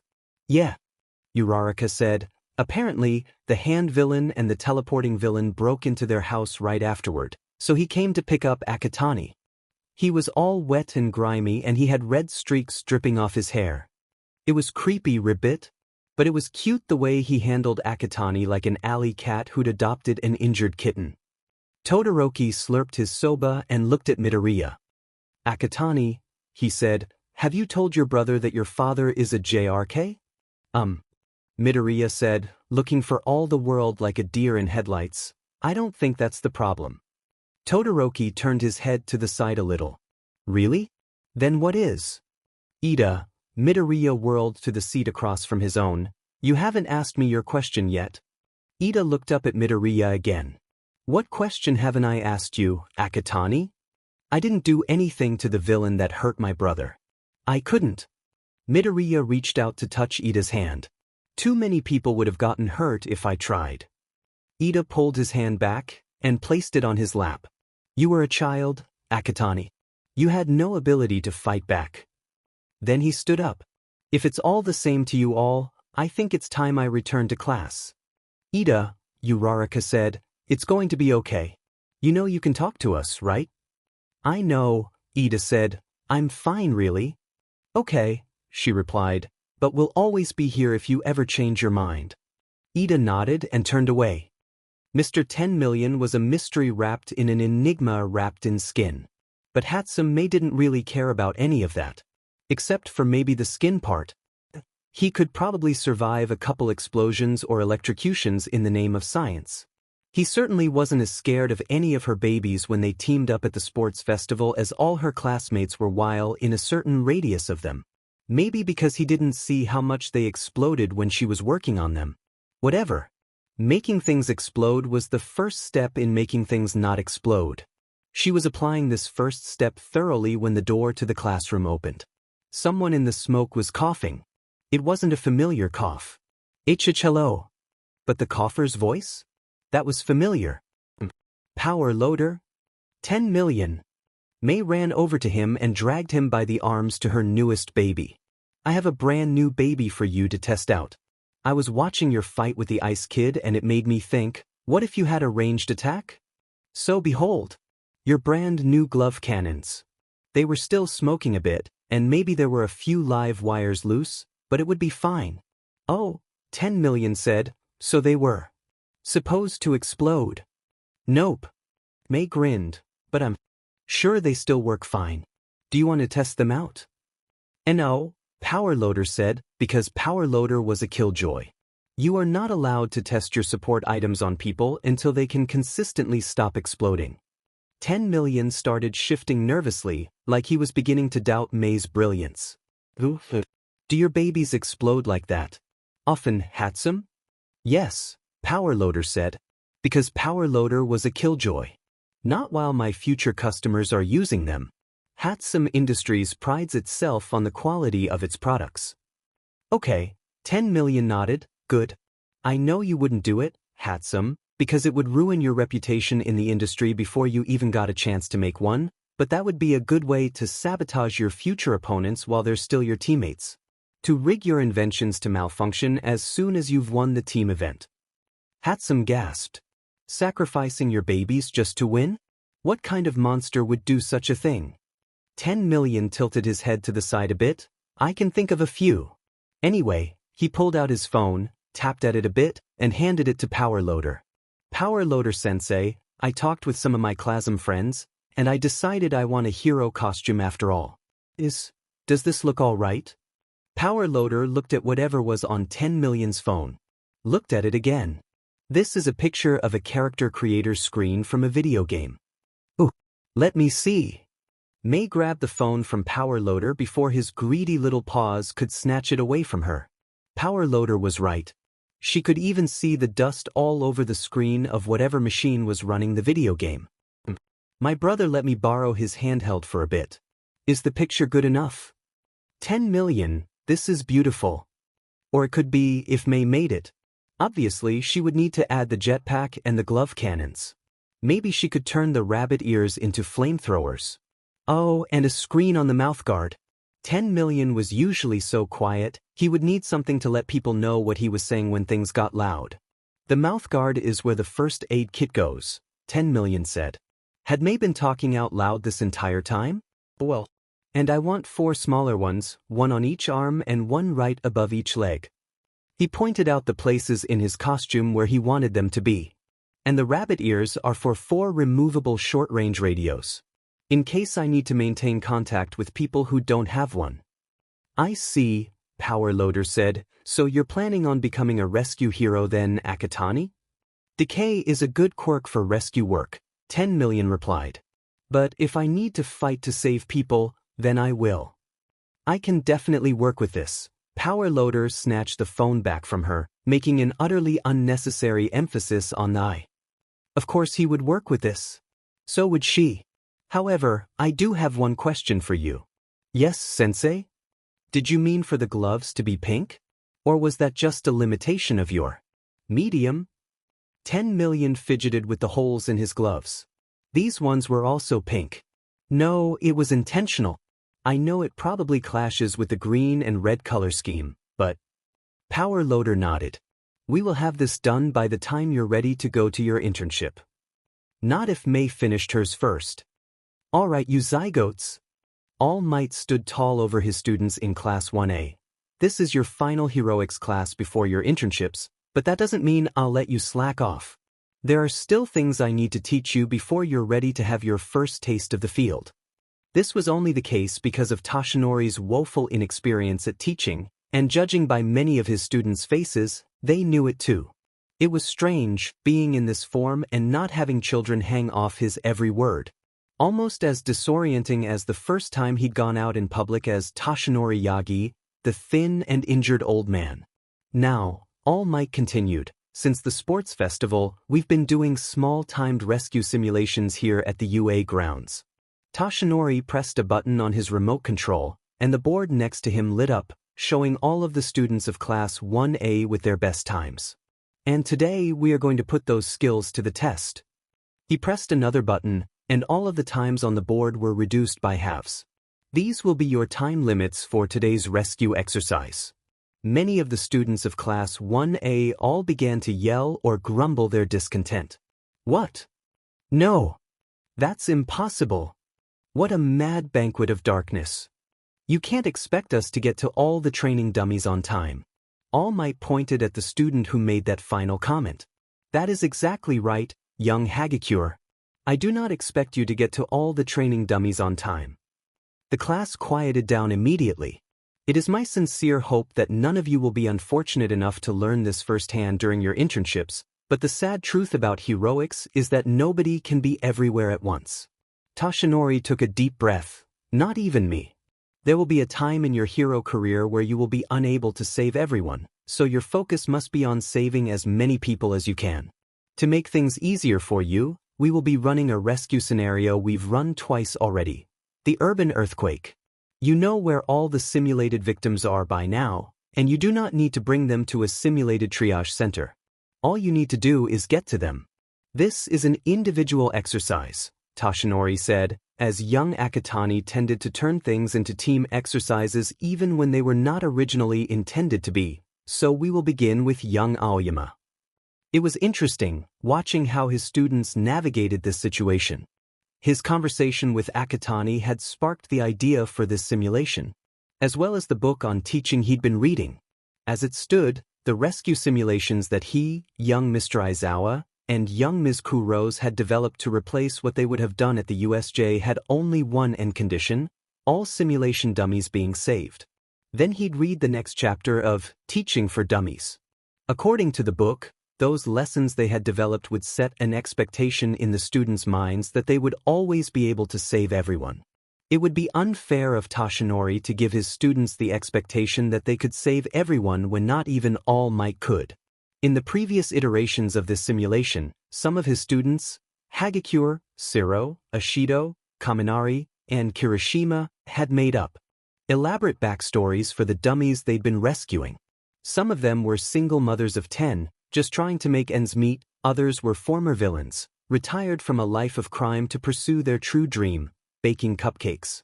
Tashinori hadn't paid much attention to that at the time, but now he wondered if those fake backstories had any effect as to who they chose to save and who they chose to pass by. Many of his students prioritized rescuing people in the areas where their quirks would work best. Young Fumikage focused his priority on dark areas and collapsed buildings, somehow managing to throw himself to a different building with the aid of his quirk. Young Uraraka set her focus on areas full of loose debris she could remove quickly. On one occasion, she released her quirk at just the right time for a giant chunk of concrete to fall on the other side of beam she'd been standing on and launch her to a nearby building where she could get to more victims. Young Aoyama appeared to have set his focus almost exclusively on the victims of what he'd determined to be the high-end district of the fake city. Young Kuda seemed to have recruited a passing flock of ravens to help him dig dummies out from underneath the rubble. Young Kirishima had used the interesting strategy of using his quirk to get to the victims closest to him in an unerringly straight line. He'd burst through walls no less than 7 times when the doors had been right next to him. It's the fastest distance between 2 points, right? He had said, by way of explanation. Not the fastest, idiot. The shortest. Young Bakugo had moved to slap young Kirishima on the side of the head, only for young Kirishima to block him with a quirk-reinforced arm. Right? He grinned. It's the fastest on flat terrain, so you can see how that's an easy mistake to make. Somehow, against all odds, Bakugo Katsuki managed to get to everyone just before his time went up. Icy Hot beat me last time, young Bakugo grinned. So I've been calculating the optimal route to get to everyone ever since. Dude, young Kaminari breathed, that was like 2 days ago. I admit, that was not the intended outcome of this simulation, but good job, young Bakugo. Tashinori gave young Bakugo a pat on the back, which seemed to make him stand up taller. But keep in mind, on the field, you may not have time to calculate the optimal route to save everyone. And you certainly won't encounter the same scenario thrice. Doesn't matter, young Bakugo said, then he looked straight at young Akatani. If saving everyone's what I gotta do to win, then that's what I'm gonna do. No matter what limitations get thrown at me. Admirable dedication, young Bakugo. Then he turned to young Akatani and brandished his remote. Young Akatani, you're next. Actually, All Might Sensei. Is it alright if Yaoyorozu goes before me? I have a strategy, but it might, the simulation. Of course you do, young Bakugo scoffed, rolling his eyes. Of course you do, young Azui said. Of course you do, young Todoroki nodded. Of course you do, young Uraraka laughed. They had all spoken at exactly the same time. Young Ida, oddly enough, said nothing. The boy had been worrying Tashinori ever since his brother was injured. It wasn't affecting his performance in class, Or not in a way that Toshinori could tell anyway, but he seemed less like himself lately. And for the life of him Toshinori couldn't figure out how to help. Hopefully his friends had it well in hand. If young Yaoyorozu is willing, then there's no reason not to. What do you think, young Yaoyorozu? I would like to try my best, she said with a determined nod. I imagine whatever Akatani thought up isn't going to let me do that. So yes, I agree to going first. Young Yaoyorozu had a good strategy. The dummies that were active were slightly different for every student to prevent those who went later from having an advantage over those who went first, so it was clear that she had also spent time calculating the optimal route to get to the largest number of dummies. She wouldn't make it to all of them on time, but the effort was admirable. At least she was making an effort where Toshinori had not. Young Akatani walked over to where Toshinori was sitting and watching young Yaoyorozu's performance. It was a rather novel experience, having young Akatani simply walk over to him where before he would always stand behind people who were larger and taller than him like young Satu and young Kuda. Ever since the conversation he'd had with the boy as Toshinori, young Akatani began standing near them instead of behind them. He was glad that young Akatani didn't feel the need to hide from him anymore. Though the boy still couldn't seem to look him in the eye. Oh, all might, sir, there's a question I've been meaning to ask you. Of course, young Akatani, what is it? This exercise. It's a simplification of situations you actually face, right? Who you choose to save and who you, don't. That's correct, young Akatani. I realize it may be early for me to be teaching you all this lesson, but I felt it was an important thing to cover before the internships. It isn't. Akatani said. Early, and it is important. What would you do, sensei? Toshinori was startled at the abrupt change in subject. What? In a situation where you can't save everyone. Where someone dies no matter what you choose. I would choose the option that saves the largest amount of people. And what if you're not sure what that option is? It was a rather poor time for young Yaoyorozu to run out of time. Toshinori gave young Akatani a soft smile. Then I just go with whatever my gut tells me is right. Then he turned to young Yaoyorozu and gave a large, encouraging smile. Excellent work, young Yaoyorozu.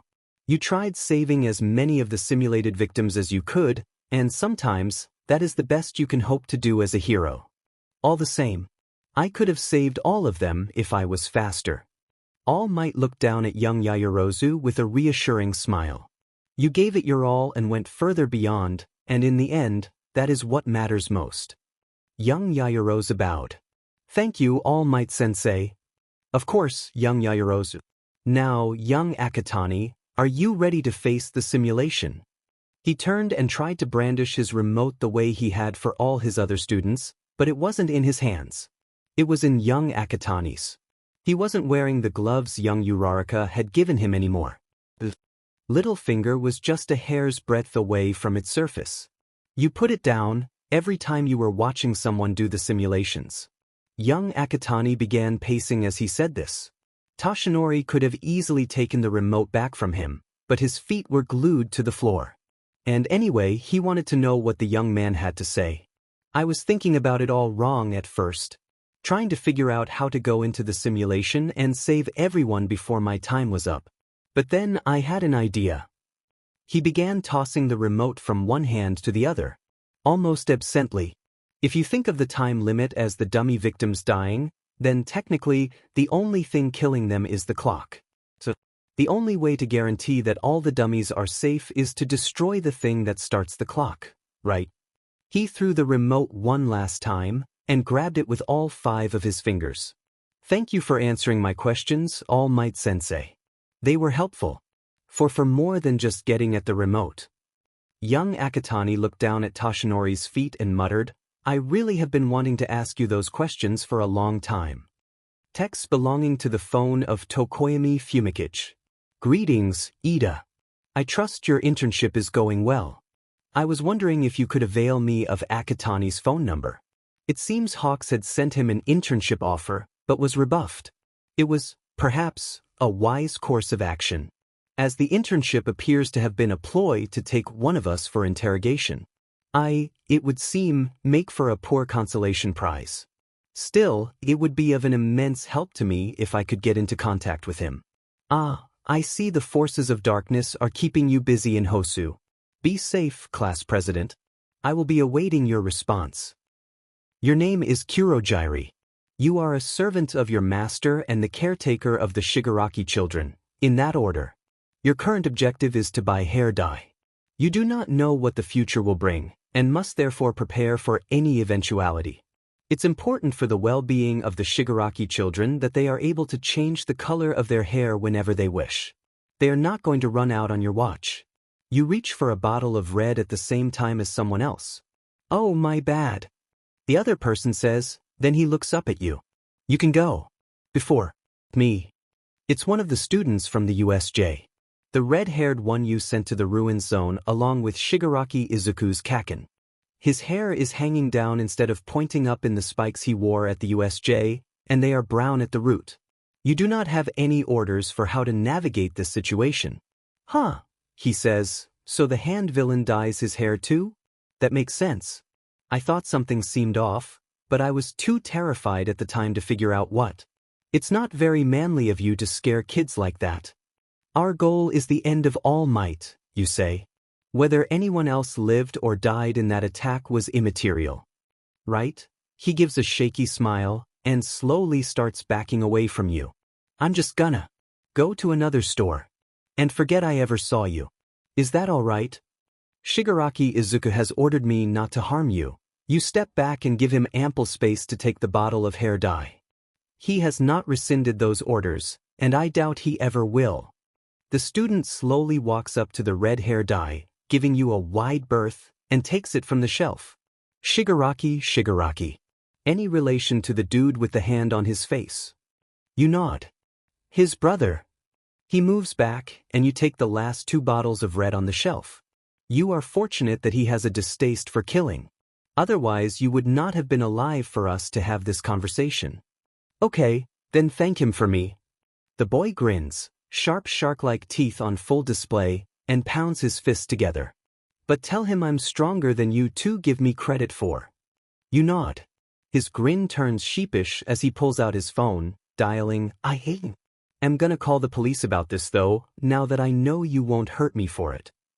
I would expect nothing less from a future hero. You nod and warp away. Aizawa must be teaching his students well. 10 million. Yes, Hatsum? Do you need anything? Only for you to wear my brand new baby at your internship. Did Power Loader send you? Nope. He's sending his version of your suit to whoever you're interning with as soon as it's finished. But my baby is finished now. I cut a few corners and made a few tweaks so that I could get it to you on time, but it works like a dream. That's a Hatsum Industries guarantee. Forgive me if this is rude, Hatsum, but, how much sleep have you gotten? In the last week, I mean. Let me do the math. 8 hours. That's the recommended amount of sleep, so you don't have to worry about me. 10 million, I'll be fine. 8 hours a night, Hatsum, please go to sleep. See ya. Take care of my babies for me. And take lots of notes. Your name is Kurojiri. You are a servant of your master and the caretaker of the Shigaraki children.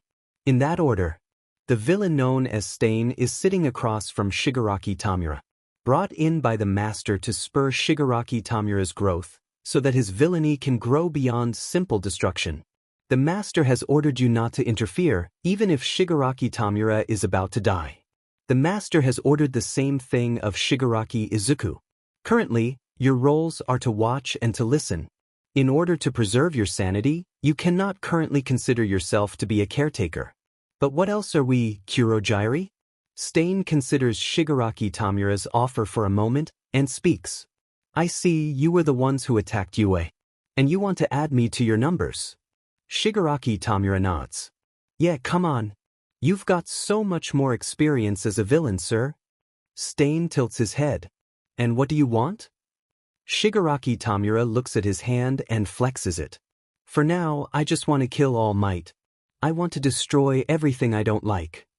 Stain scoffs. I was foolish to be interested. You're the type of person I hate the most. Huh. You want me to go along with your childish tantrum? Stain draws two jagged knives. What meaning is there in killing without conviction? As always, the master is listening in. You ask him if it's all right to let this continue. This is fine. The master says. There is no point if we just tell him the answer. He should think about where he still needs to mature. Spur on his growth. That is what it means to educate. This is not education. No matter what you want to accomplish, it is necessary to have conviction and desire. Stain launches himself forward and pins Tamura to the floor with his knife in his shoulder and another at his neck. You feel pain in your shoulder. There's a cut there, bleeding. Shigaraki Izuku offers you his hand. You do not take it. You do not know what it would do to you, and neither does he. Sorry kid. It's crowded enough in here already. Stain continues speaking. Those without it and those who are weak will be weeded out. It's only natural. That's why it turns out like this. Kurojairi, take this guy back. Even if you were allowed to, you cannot. I cannot move my body, you say. Paralysis. Shigaraki Izuku nods, and waits for a reprimand from the master. Continue, my son, the master says. He licks blood to paralyze his victims. I wasn't sure if it would work on Kurojairi. May I ask you a question, Stain? What could a child like you possibly have to ask me? How can you tell if a hero doesn't have convictions or desires? Shigaraki Izuku crosses his arms in an X shape in front of him. You don't know them. You don't know why they chose to become a hero. How can you kill a hero for a motivation you know nothing about? Because they're fakes. Stain launches himself at Shigaraki Izuku. His knives shatter against the invisible barrier Shigaraki Izuku has made for himself. Shigaraki Tamura picks himself off the ground, only for Stain to appear in front of him, pinning him to the bar with a blade against his throat. You are still paralyzed. By Stain's quirk and by the master. You cannot defend him. You never could. Stain continues talking. This society overgrown with fake heroes, where the word itself has lost its true meaning, and the criminals who wave their power around idly, should all be purged. I'll kill you. Shigaraki Tamura decays Stain's knife. You sure talk a lot. Conviction? I don't have anything grand like that. If I had to say, yeah, it'd be All Might. I feel like I really want to completely crush this society, where trash like that gets worshipped. He makes a swipe at Stain, who jumps back. You are still paralyzed. He does not draw another blade. So that's who you are. Huh. It seems our goals oppose each other. However, we do agree on one thing, to destroy the present. I was testing your true motives. People show their true colors when they're on the verge of death. It's different, but there is desire, a warped spout of conviction living inside you. How will you bud? It might not be too late to wait until after I've seen that to dispose of you. Shigaraki Tamura scoffed. You're gonna dispose of me? You can move again. Shigaraki Tamura notices immediately. Kurojairi, I don't want someone this crazy as a party member. Neither do you. Tamura Shigaraki, he will be a great asset if he joins us. The negotiations were successful. May I ask another question? Shigaraki Izuku says. Of course, my son. The master replies. Stain says nothing. You said our goals were opposed. What do you mean by that? You're the hero killer, aren't you? How can you be opposed to killing All Might? All Might is the only true hero. Stain roars as he clashes his swords against Shigaraki Izuku's invisible barrier. Even so, the force of the blows slide him backward. But can I see what you are? You're just a coward who hides behind his quirk and people who are stronger than you. Shigaraki Tamura lets out a short, sharp laugh. You really think I'd just let some random NPC into my party? No, you're looking at my player. If he wanted to, he'd destroy you. Recognition dawns on Stain's eyes. His swords scrape against the barrier. You've asked me a lot of questions, boy. Now it's my turn. What does a student at UA want with the League of Villains? Shigaraki Izuku takes a deep breath in and blows out fire. Ordinarily, you would reprimand him for using fire breath so close to the alcohol. Ordinarily, you wouldn't have needed to. Every flame dissipates as soon as Shigaraki Izuku breathes back in. All Might's been my teacher for more than a month now, Shigaraki Izuku says. He's as fake as all of the heroes you've killed. Liar. Stain redoubles his efforts. The only fake hero I see is you. And what about Ingenium? Shigaraki Izuku tilts his head. It's been bothering me that you ended his hero career but didn't kill him. You could have given all of them career-ending injuries if you wanted. You're strong enough. But you didn't. You killed them instead. So either Ingenium isn't a fake hero and you ended his career for no reason, or Ingenium is a fake hero and you decided to spare him. But to give him a second chance? Why does he deserve a second chance but not any of the other heroes you killed? Stain scoffs and sheathes his blades. You are a traitor who doesn't stick to his convictions, boy. I've already told you more than you deserve to know. Now return me to Hosu. He licks his lips. There are still things I must attend to there. You send Stain away to the same coordinates as where he came from. Shigaraki Izuku offers Shigaraki Tamura his hand. He takes it, and the wound on his shoulder closes up immediately. Then the master speaks. You have done well, Shigaraki Tamura. Shigaraki Izuku, your performance leaves much to be desired. All the blood leaves Shigaraki Izuku's face. Say dad, you didn't why you say I could. Speak. And you used the privilege I granted you to antagonize a potential ally. If I didn't know you as well as I do, my son, I would say you were trying to sabotage Shigaraki Tamura's ascent. And no, of course not, I would never. Shigaraki Izuku breathes in, breathes out. We each have opposing goals. Stain said so himself. He wouldn't help us. Kill all he might even try to move against us. If we get too close. So you went behind Shigaraki Tamura's back. Sensei, how many Numo have you finished? Shigaraki Tamura asks. They're not as strong as the ones from the USJ attack, but I've finished verifying the behavior of 9. Give them to me. Why? Because I don't like the hero killer. I can destroy the things I don't like, right, Sensei? Silence for a moment. Very well, the master replies. However, you may only have 3. You should use this as a learning experience. Shigaraki Tamura huffs. Kurojairi. Take us to Hosu. Of course, Shigaraki Tamura. You open another warp gate. One moment, Kurojairi, the master says. I would like a word with my son. Shigaraki Tamura growls, flexing his hand. An apple flies into it for him to decay. Shigaraki Tamura steps through the warp gate. I have a job for you, Shigaraki Izuku. What is it? You're right, my son. The man may prove himself to be a detriment in the future, but I may have use for his quirk. I want you to kill Stain and bring me his quirk. I will send 1 more Nomu to Hosu for every 10 minutes you delay. Do we have an understanding, Shigaraki Izuku? What is Dad? Shigaraki Izuku says. Of course, Dad.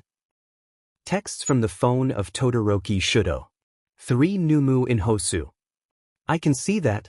You couldn't have told us this sooner. 1 more coming in 10 minutes. Not without exposing myself, no. 1 Numu every 10 minutes until I kill Stain. Lowercase?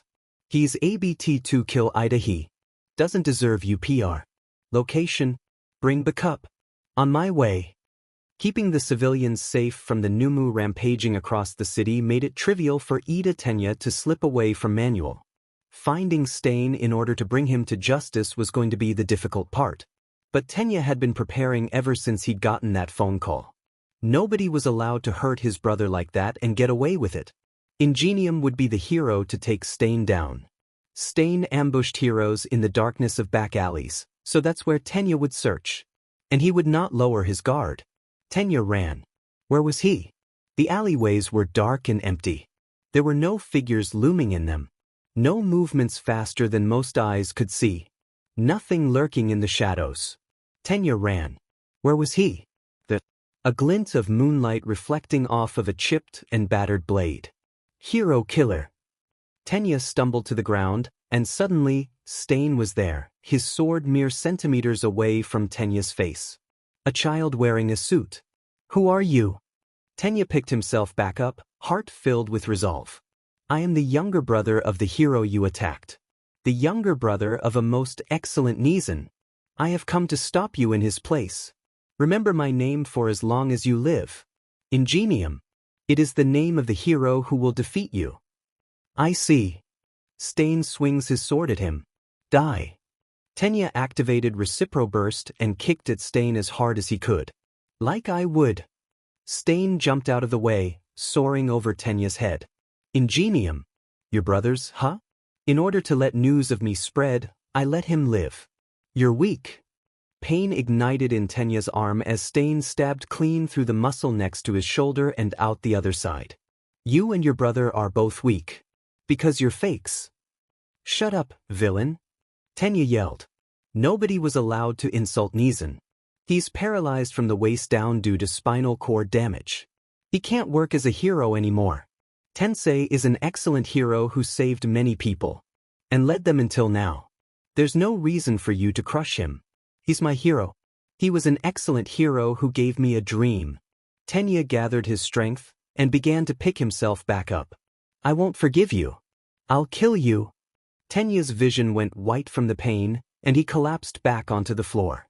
Stain scoffed, save that guy first. He jerked his head toward another figure slumped against the opposite wall. Ida hadn't even known there was another person in the alley with them. He was a pro-hero with a costume reminiscent of the Native Americans in old American cowboy films. He didn't appear injured, but he was leaning against the alley as if he wasn't able to fight anymore. Reflect on yourself and save others. Don't use your power for yourself. Being taken in by the hatred before you and trying to fulfill your own desires. That is the furthest from what a hero should be. Stain wrenched the sword out of Tenya's shoulder and liked the blood staining the blade. That's why you'll die. In an instant, Tenya was paralyzed. He felt his muscles locking into place like they were suddenly made of stone. He couldn't move. No matter how hard Tenya tried, he just couldn't move. Tenya was going to die here, wasn't he? He was going to die a failure who couldn't even avenge his brother. His brother? Tensei would blame himself for his death, wouldn't he? Tenya was so foolish for going after Stain in the first place. If he'd nearly killed Ingenium, how could his little brother expect to perform any better? Goodbye. Stain raised his sword high, the tip of the blade aimed straight at Tenya's heart. You're an offering to a more just world. A more just world, what nonsense. There was nothing just about killing heroes and injuring big brothers. Shut up. Shut up. No matter what you say, you're just the criminal who hurt my brother. Stain plunged the blade down. And it didn't connect. Someone had kicked the blade away. Kicked Stain away. Then they stepped towards Ida and looked down at him. He was a short figure, wearing what almost looked like a hero costume. Patches of black bullet and knife-resistant material were sewn strategically onto a green fabric. There were 6 red armored containers on his arms and by his hips. His face was obscured by a green motorcycle helmet with strange ear-like protrusions coming out of it. He must have been a hero student. Ida Tenya, the boy in the costume said as he knelt down to sit Tenya up against the wall of the alley. His voice was magnified and distorted. A moment later, text in neon green hiragana crossed the screen in the visor of his helmet, repeating what he had just said. I already told you. If you wanted to send Stain a message, you should have relayed it through me. Tenya's eyes widened. So you're the one who texted me. Well, get out. This isn't your concern. Ingenium had to be the one to bring the hero killer to justice. And he wouldn't have this hero student die because he had tried to meddle in the affairs of a complete stranger. Who's this? Stain asked, another fake to be called? He leapt forward, drawing another sword and readying them to slash.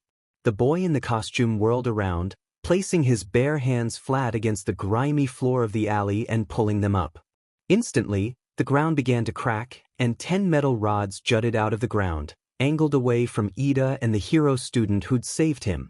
Stain knocked himself swords first against the stranger's makeshift fence. You have 3 options, Ida, the stranger said, looking back at him. I can heal you right now. You will probably be in more pain than you ever felt in your life, and you might not be able to use your quirk for a while. Or I can cauterize your wounds. He placed a single finger on the ground.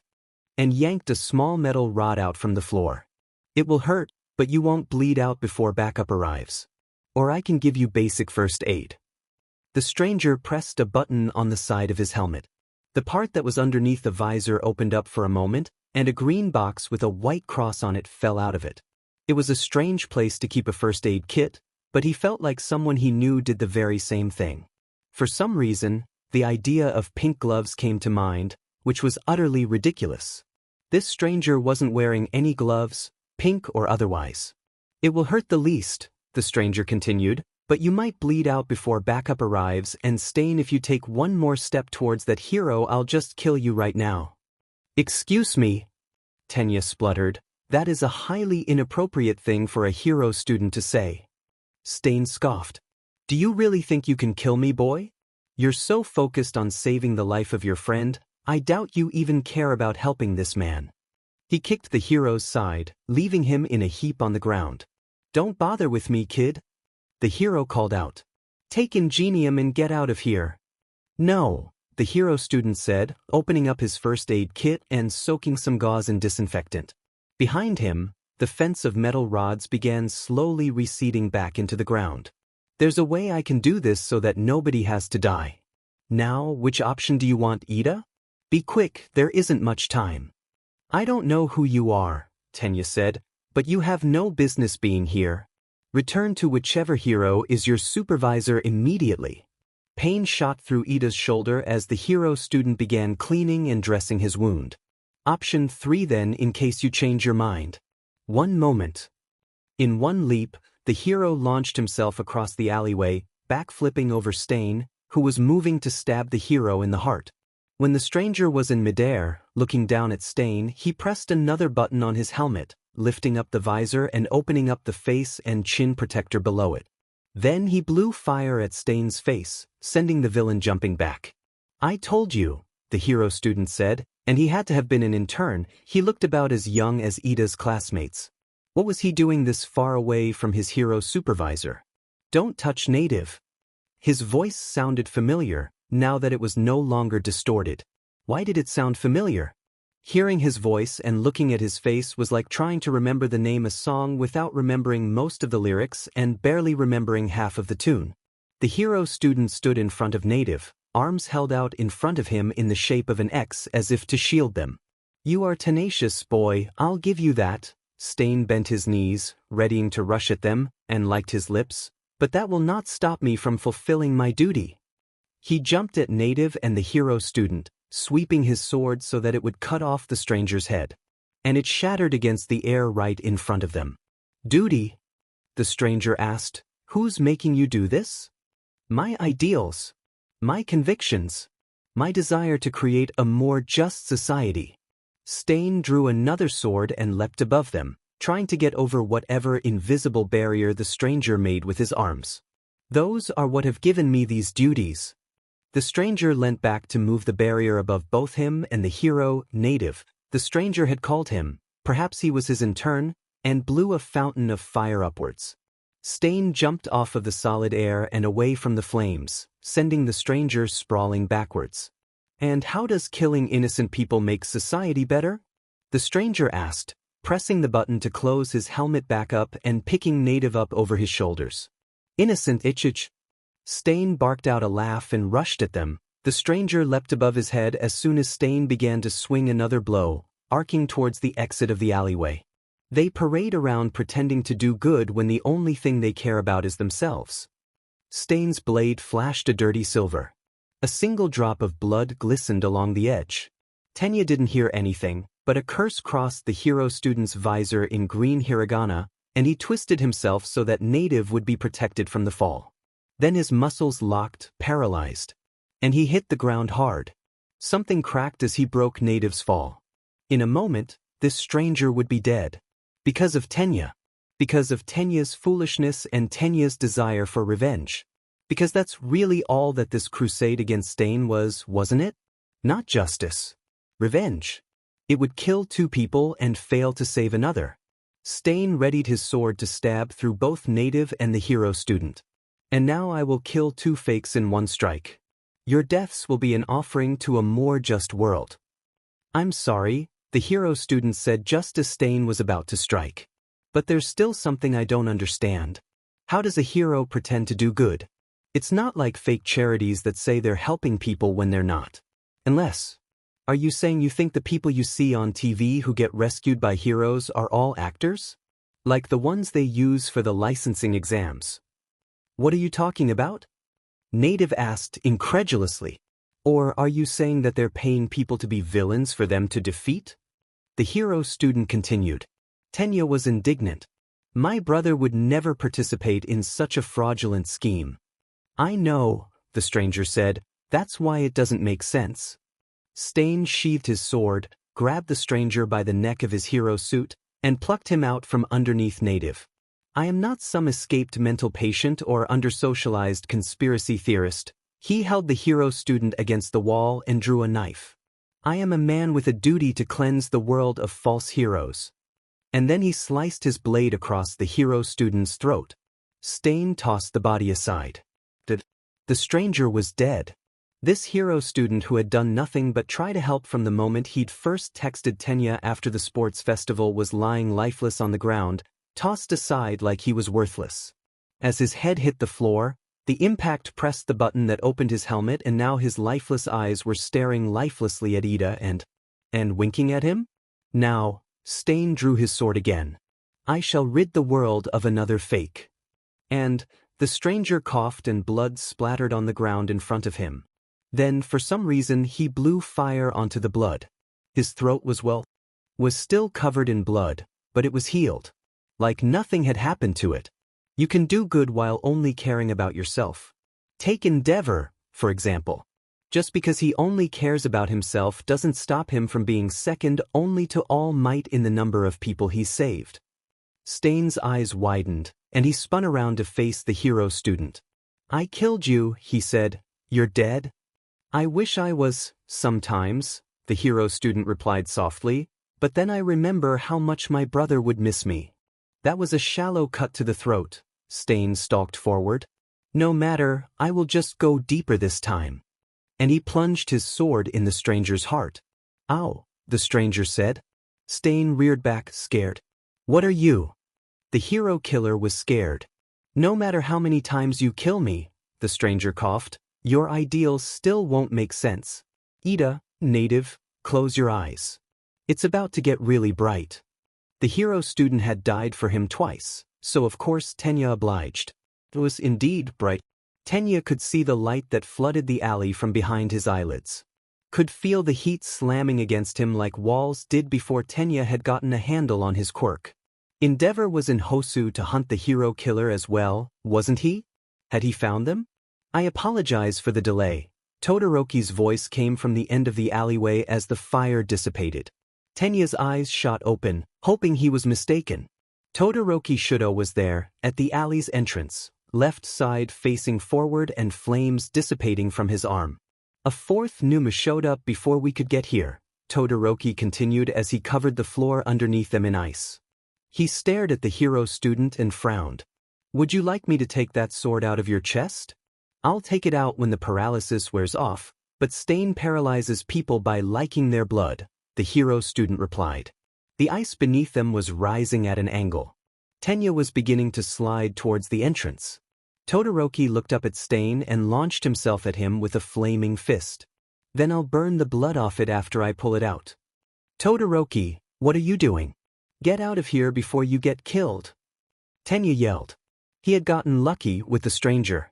He seemed to have a copy quirk in a similar vein as Monoma from Class 1B. Todoroki had no such advantages against stab wounds to the heart. I'm glad to know how confident our class president is in my abilities. Todoroki sent Stain leaping back with a torrent of flames, and delayed his way back with a giant wall of ice.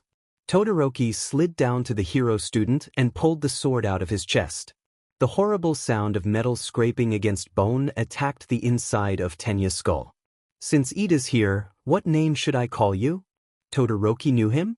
None, the hero student said as Todoroki set fire to Stain's sword. I turned anonymous off while their eyes were closed so that you'd recognize me, but I've never been able to keep it long enough to test how names affect the recognition of the user in the short and long term. All right, Todoroki nodded. He threw Stain's sword to the ground and covered it in a large block of ice. Do you have a plan? Backup should be arriving in less than 10 minutes.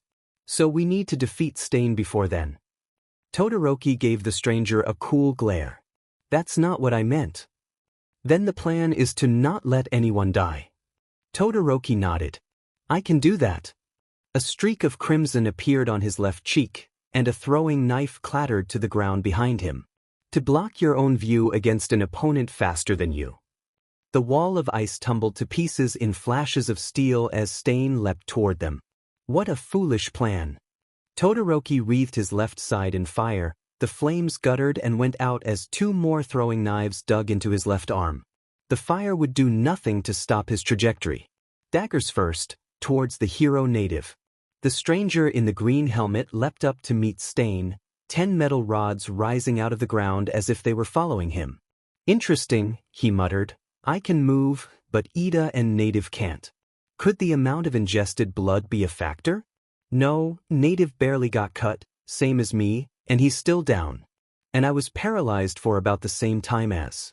It has to be something that I can't just look at and see with my quirk, so that means he can't just choose how long someone is paralyzed. Blood type, probably. Primarily the ABO and RH systems. O positive must be the shortest time, followed by O negative. Ida. Native. What are your blood types? Even the way the stranger muttered about quirks was familiar. Blood types. Native asked. Me, I'm type B. Tenya said. Stain grinned. So you figured it out. But that won't help you when you're dead. Stain vaulted over the metal rods as they receded back into the ground, jumping to the wall as he dodged Todoroki's fire. The stranger leapt up to Stain just as the flames dissipated and sent him back by blowing fire in his face. You have fire too? Todoroki asked. Just for tonight, the stranger replied as he landed next to him. I don't usually get to keep them. Stay back and distract him, you've already lost too much blood. In the months since they had been classmates, Tenya had never seen many emotions cross Todoroki's face.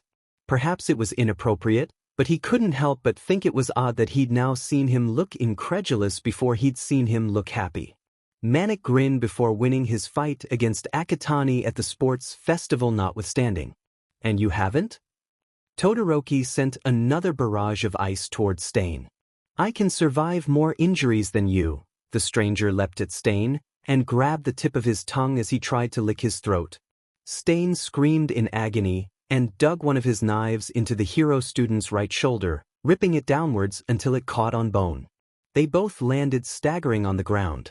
The hero student tore the knife from his shoulder and tossed it aside. Stain dragged himself up, supporting himself against one of the alley walls. So that means you can still be purged. He ran his tongue along his teeth as he grinned. Next time I'll aim for your head. The stranger's eyes widened, and for the first time in the fight, Tenya saw fear in them. If you kill me, Midoriya Izuku didn't say, my brother will turn everyone who died in this attack so far into a rounding error. Nothing he knew about Stain made it seem like he would care. Stop! Tenya yelled. Both of you, please stop. You died for me once, I cannot allow you to do so again. Todoroki looked back at him, a torrent of flames rushing out of his hand. If you want us to stop, then stand up. The only words I can say to you are, look properly at who you want to be.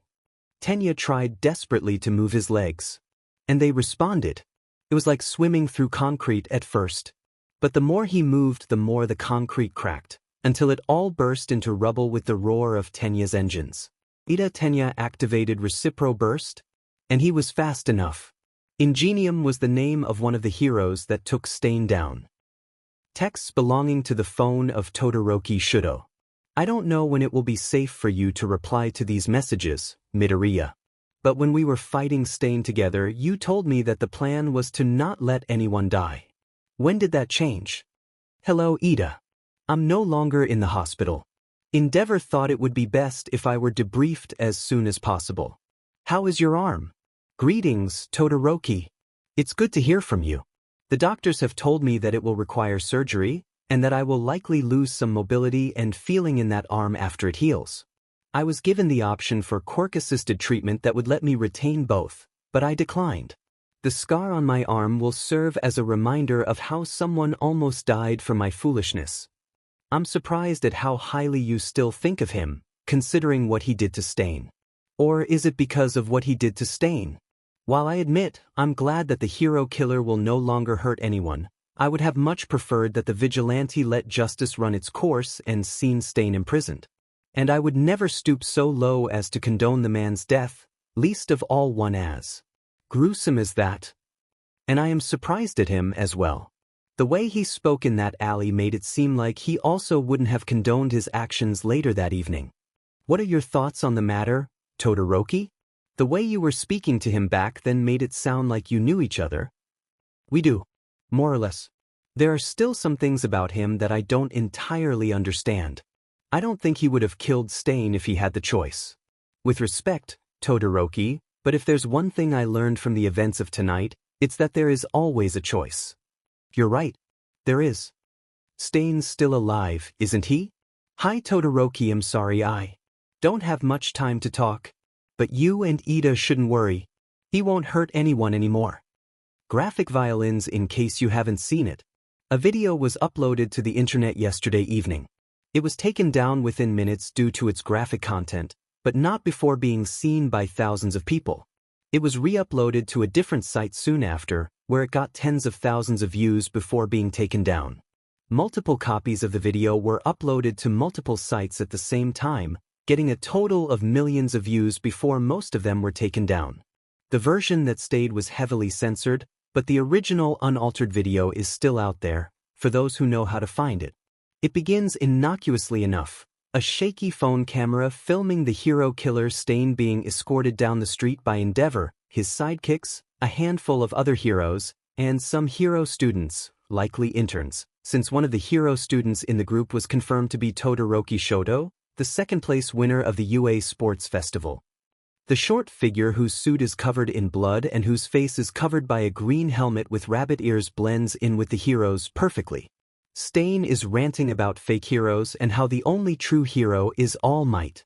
One of the heroes, the one wearing the costume that makes him look like a Native American in an old Western film, by which I mean I'm almost certain that it's racist, says, "Can somebody shut this man up?"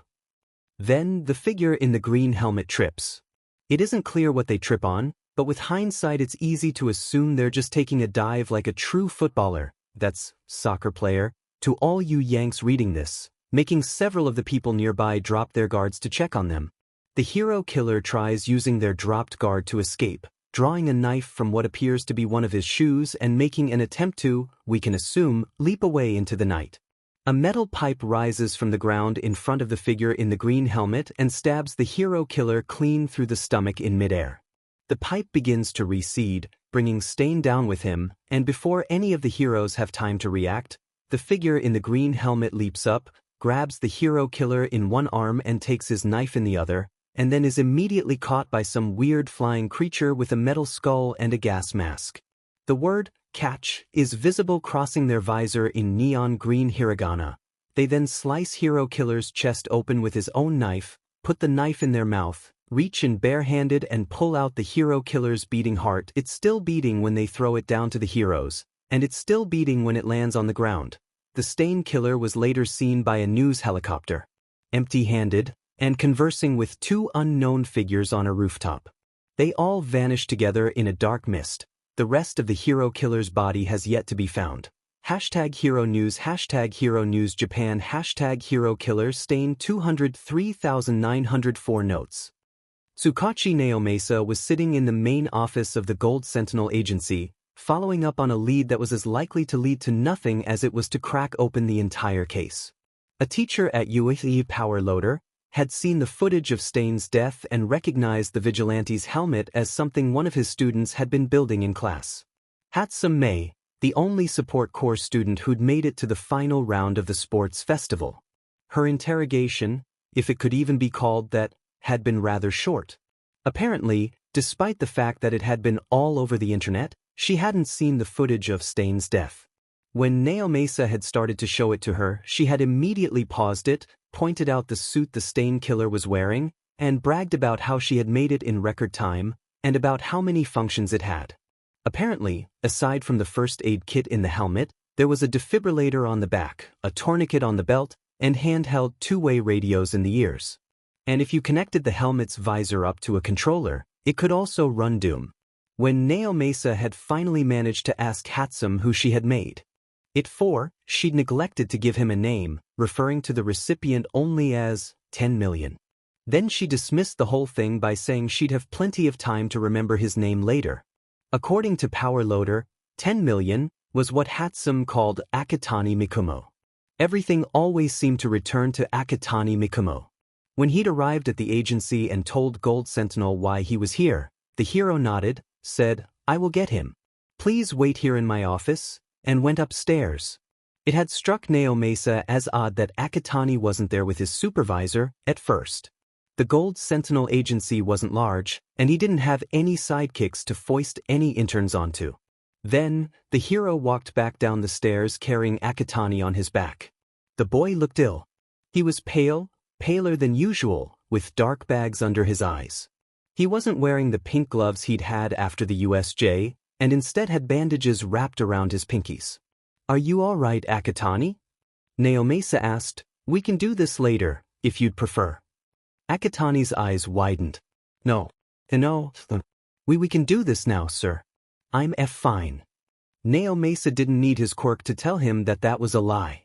Akatani tapped Gold Sentinel's shoulder and practically whispered, "Thank you, I can walk now. And it needed a moment." "Are you sure?" the hero asked. "It really is no trouble." Akatani Mikumo nodded. Gold Sentinel set him down, but kept a balancing hand on his shoulder as they walked the rest of the way downstairs. He looked so young like this. "Heroes cannot always save everyone, much as I wish we could," Gold Sentinel sighed. "Hopefully this will be a good distraction. Or at least a reprieve." Naomasa shook his head. "I'm not sure it will be, considering the reason I'm here. Please, Akatani, sit." Akatani collapsed on the couch across from Gold Sentinel's desk. "Are you sure you want to do this today?" Naomasa asked again. "Well, he came all the way to Hokkaido for me, sir," Akatani said. And Sentinel is alright, I think. That this will help." "Alright," Naomasa nodded, and took out his recording device. "Do you—" Something crashed upstairs. "Excuse me," Gold Sentinel said, "I have another guest in the apartment upstairs. A child who was kidnapped by a villain and recently escaped. May I see to him a moment?" "Of course," Tsukachi said. "You may continue without me for now, this will not take long." Tsukachi turned back to Midoriya as the Gold Sentinel went back upstairs. "Do you consent to being recorded?" "Yes," Akatani nodded. "Can you state your name for the record, please?" "Akatani Mikumo." Just like the last time they were in this situation, Naomasa marked that as a lie. "Is that your full, legal name?" "Yes." And just like the last time, Naomasa marked this as true. "Is there anything else you'd like me to call you, Akatani?" Not right now, no." "And now for the reason he was here. Are you aware that Stain was killed earlier this week by someone suspected of being a member of the League of Villains?" "Ida and Todoroki texted me about it," Akatani said. He didn't nod or shake his head, and his hands were perfectly still. Why you don't mind me asking her? Why do you think he was a member of the League of Villains?" His chosen method of escape was by using a flying Numu-like villain. A few minutes later, a news helicopter spotted him on a rooftop along with known members of the League known as Kurogiri and Shigaraki Tamura. At the moment, that's all I'm at liberty to say. It was possible that the Stain Killer was the enigmatic third member of the League. This Shigaraki Izuku that the villain known as Kurogiri had mentioned to Kirishima. "Okay," Akatani nodded. "And why did you come to see me, sir?" "The Stain Killer was seen in a helmet and a suit that was identified as being made for you." "You think I killed Stain?" "Not necessarily. But right now you're our only lead." "I didn't kill Stain," Akatani said. "I was at my internship the entire time." "I can confirm that," Gold Sentinel added. He was walking back down the staircase. "He was at his internship the entire time." How is he? Akatani looked up at Gold Sentinel, face racked with concern. He needs rest and a meal, Gold Sentinel said. And I am sure he will be happy to see you up again. Akatani looked down and fiddled with the edges of gloves that weren't there. I'm not, he mumbled to the floor. Listen to me. Gold Sentinel lifted up Akatani's chin and looked him in the eye. You are the one who got him out. You are the reason he is here. It is impossible to save everyone, you know this. But you did save him. Tears began welling in Akatani's eyes as he leaned back out of Gold Sentinel's hold. Don't. He was asking for you, Gold Sentinel said, offering Akatani a box of tissues. Akatani looked back up. What? He was asking for Deku. Or is that not you? That's... Akatani wiped his face and blew his nose. That is my hero name, yes. How recently did your new guest arrive? Naomasa asked. It is an ongoing case, Gold Sentinel said. I cannot disclose precise details, but I can tell you that it happened in the time Deku was with me. More evidence, I hope, for his innocence. Naomasa nodded. It's certainly helpful. He put his hand in one of his trenchcoat pockets and took out a printed image of the Stain Killer from early in the video, before any of the carnage began. Can you tell me about what happened to this suit after Hatsune gave it to you? Akatani shook his head. She wanted it to be my hero suit, but Power Loader made me one too. Stopped thinking about it at the beginning of the internships. I don't know where it is anymore. When was the last time you remember seeing it? The UA? I'm sorry I can't help you more. That's all right, Akatani, you've already been very helpful. Thank you. Watching Hosu burn below him wasn't as satisfying as Shigaraki Tamura thought it would be. Normally, when Tamura destroyed things, he felt satisfaction or relief or something, but destroying Hosu felt. It felt like nothing. Tamura scratched at his neck. More out of habit than anything else. He hadn't been itching as much since Player 2's temporary party had given him that skin cream. Maybe it was because he was letting the Numa do all the destruction for him, but when he thought of going down to the city and doing some destruction himself, he just didn't feel like it. Maybe because he'd heard Player 2 muttering casualty projections under his breath for the first time in years while they were preparing for the attack.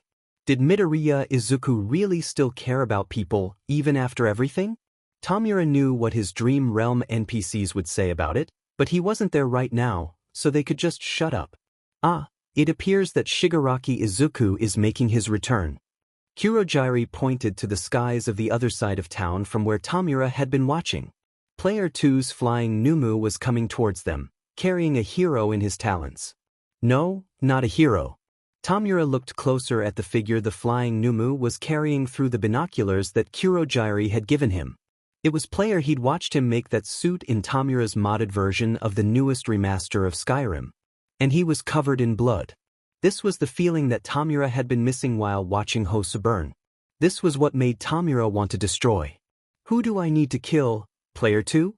Tamura asked as the flying Numu released Player 2 and they both landed on the rooftop. Stain's gone. Player 2 gave the flying Numu an apple and threw one to Tamura. I destroyed his blades and I took his quirk. Tamura caught it and kept it. He didn't feel like decaying anything right now. He felt his skin stretch and wrinkle underneath Father's hand. Stain was dead. Excellent work, Player 2. Tamura clapped him on the shoulder. Player 2 kept looking at his Numu. The flying Numu was different from the Numu that the doctor made. Other than Kurogiri, all the doctor's Numu were simple things made only for destruction. According to Player 2, they had exposed brains so that the doctor and sensei could easily debug any glitches that they found in them or whatever. This Numu was different. This Numu was one that Player 2 made. He had a titanium cap bolted to the top of his head to protect his brain. He had eyes that actually saw what was in front of him sometimes. And he had a name. Tsubasa, Player 2 said, and the flying Numu looked up from what was left of his apple. Player 2 threw him another. I'm sorry I can't help you more. It probably felt good to go outside and stretch your wings like that, right? The flying Numu just looked at him. Then, jerkily, like someone was tapping his controls, he gave a small nod. Sensei and your grandfather didn't expect you to survive this, Player 2 continued. They want you to keep destroying the city until the heroes kill you. But you don't have to do that. You don't have to follow their orders anymore. Do you remember where I told you to go? Deku. The flying Numa shuddered and shook, and then gave the same jerky nod. Then it leapt into the air and flew into the night. What are you doing, Player 2? Tamura hissed into his ear. My best, Player 2 whispered back. The doctor's sensei just going to have me in the doctor's lab for the rest of the week. It's not like they'll miss him. And what do you think they'll do to you when Kurogiri tells them you let one of their precious Numu escape? I apologize for my inattention, children. Kurogiri had been idling, staring at the fires below them, but now turned to look at Tamura and Player. Did one of you say my name? It's fine, Kurogiri, Player 2 said. What were you looking at? He leaned out to see what Kurogiri had been staring at. So did Tamura. It was more of the same. Buildings, fire, ash in the air.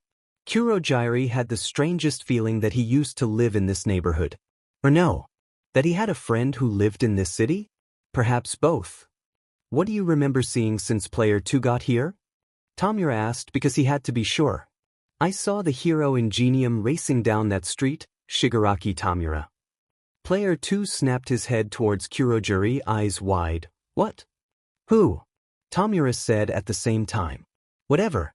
If the heroes are on our tails, we need to get out of here. Take us back, Kurogiri. What did you? It's your quirk. That's what it feels like. When you paralyze people. You cannot kill me. Only All Might can kill. All Might doesn't kill people. That's why he's such a good hero. He saves who he can and he arrests the villains and nobody dies because of him. What you said is just a fancy way of saying that nobody can kill you. But that's not true, is it? I can. I did. Then you should have tried harder, boy. Stain, you're quirkless, bladeless and paralyzed. If I wanted you dead, you would be dead. But I'm giving you a choice. I didn't have to, but I want to.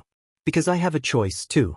Earlier tonight, I said that the plan was to not let anyone die. I might have been saving people by keeping you dead, I don't know. I hope not. I hope I won't have to kill you like I have to kill. Anyway, I know you're still fast. You're still skilled. You probably could still kill heroes, even quirkless. But while you're paralyzed, I want you to ask yourself, who would that help? Who are you saving by killing someone whose job it is to save other people? How is that making a more just world? They are only in it for the fame and the power. They do not have the true spirit of a hero. Once all the fakes are purged, only true heroes will remain, to rebuild society as it should be. And who's a true hero? Other than All Might, I mean. They will come once the fakes are purged. Society is so blinded by the fakes that they cannot see the true heroes among them, but they will. How do you know? How do you know that anyone's going to replace them at all? How do you know that the world won't become like it was before All Might, a bunch of villains having their way, with the heroes barely able to keep up? All Might will not let. All Might won't live forever. He'll die, soon if he doesn't retire. If the League of Villains doesn't kill him, he'll die saving someone else. That's what makes him the best hero, right? You know Nothi.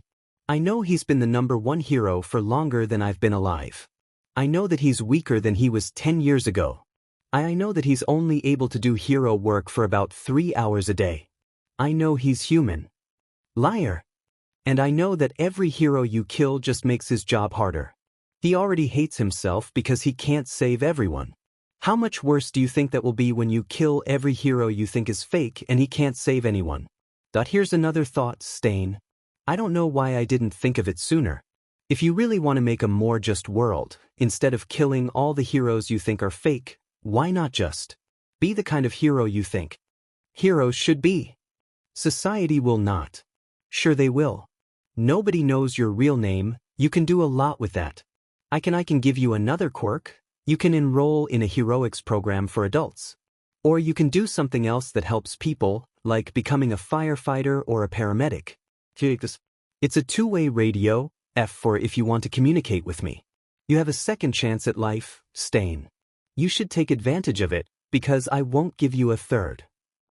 Uraraka Ochako was pumped. Her training with Gunhead had gone really well. She could practically feel herself getting stronger, and she was excited to find out how everybody else's internships went. Sue was in the middle of telling everyone about how she had helped stop a group of drag smugglers when the door opened. "Whoa, Akatani, you look rough. Did something happen at your internship?" Sue interrupted herself. Akatani just shrugged and sat down at his seat. Ruff didn't even begin to cover it. His face was pale and ashy again, there were giant bags under his eyes, and his hair looked like it hadn't been washed in days. The white roots were beginning to show under the green. "Do you need a hug, Akatani?" Uraraka asked. Bakugo slammed his hand on Akatani's table before he could respond. "All right, who do I have to kill, Deku?" Akatani let out a single humorless laugh. Immediately, he covered his mouth. "So sorry," he mumbled, just as quietly as he'd spoken at the beginning of the year. "UUS sounded exactly like Enizen just now." Bakugo roared. "I'm nothing like that two-bit good for nothing. He's why I'm here, Kaken." Akatani stared straight into his eyes. Bakugo's face paled and he sat down. "No offense, Akatani," Sue asked, "but should you be? You look ill." "I'll be BFF fine, Sue." Akatani waved Sue off. Just. Uraraka decided she didn't need to wait for a response. Akatani deserved a hug. "Thank you," he whispered into her ear. "Of course," Uraraka replied. "That's what friends are for." They were like that for a while.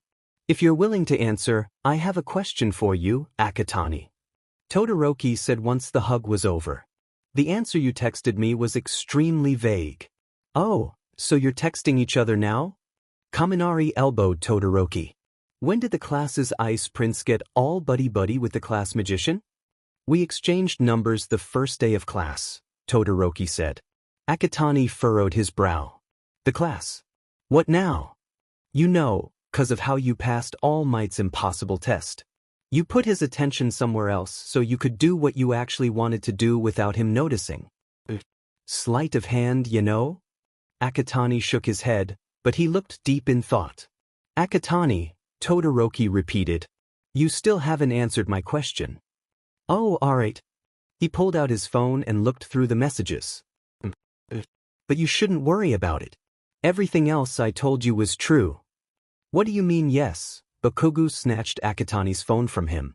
"Did the camera capture something other than what happened, Deku?" "Dude, it's not manly to read other people's messages over their shoulders. How would you like it if other people did that to you?" Kirishima tried taking Akatani's phone back from Bakugo, but Bakugo kept it out of reach. "What do you know about what happened?" Todoroki asked. "None of your business, that's what." "Now Deku's spill." To answer your question. Sort of." Akatani just stared at his hands where his phone was. It's like Kirishima said, "Alright?" Sleight of hand. Tsubasa says hi, by the way. "How do you?" With one hand holding Kirishima at bay and the other hand holding Akatani's phone in the air, it was trivial for Uraraka to jump up and grab it. She turned the screen off before she could get even a glimpse as to what his texts with Todoroki said.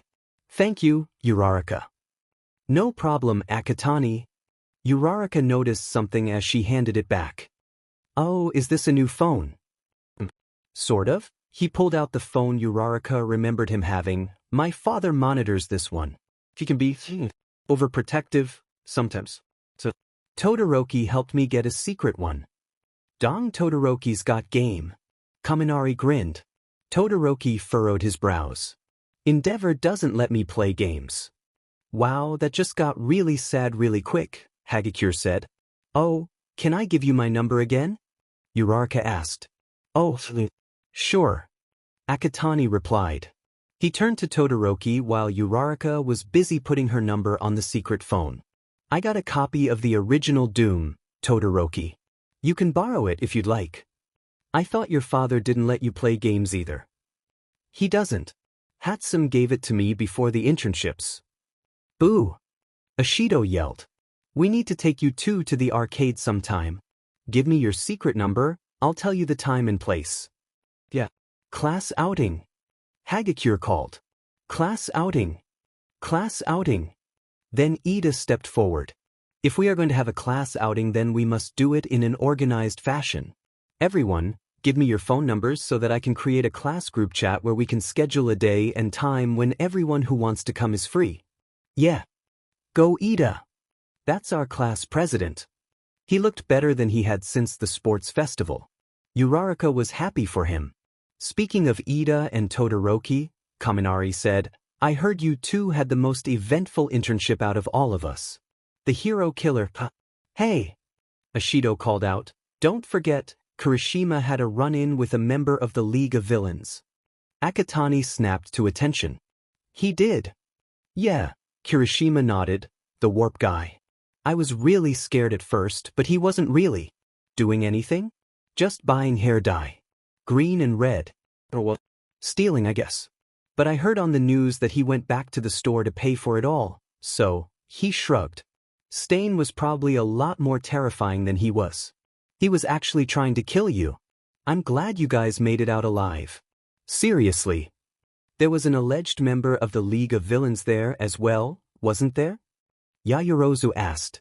Kaminari snapped his fingers. Oh yeah, Oxyclean. You two fought with him, right? What was he like? Ajiru's brows furrowed.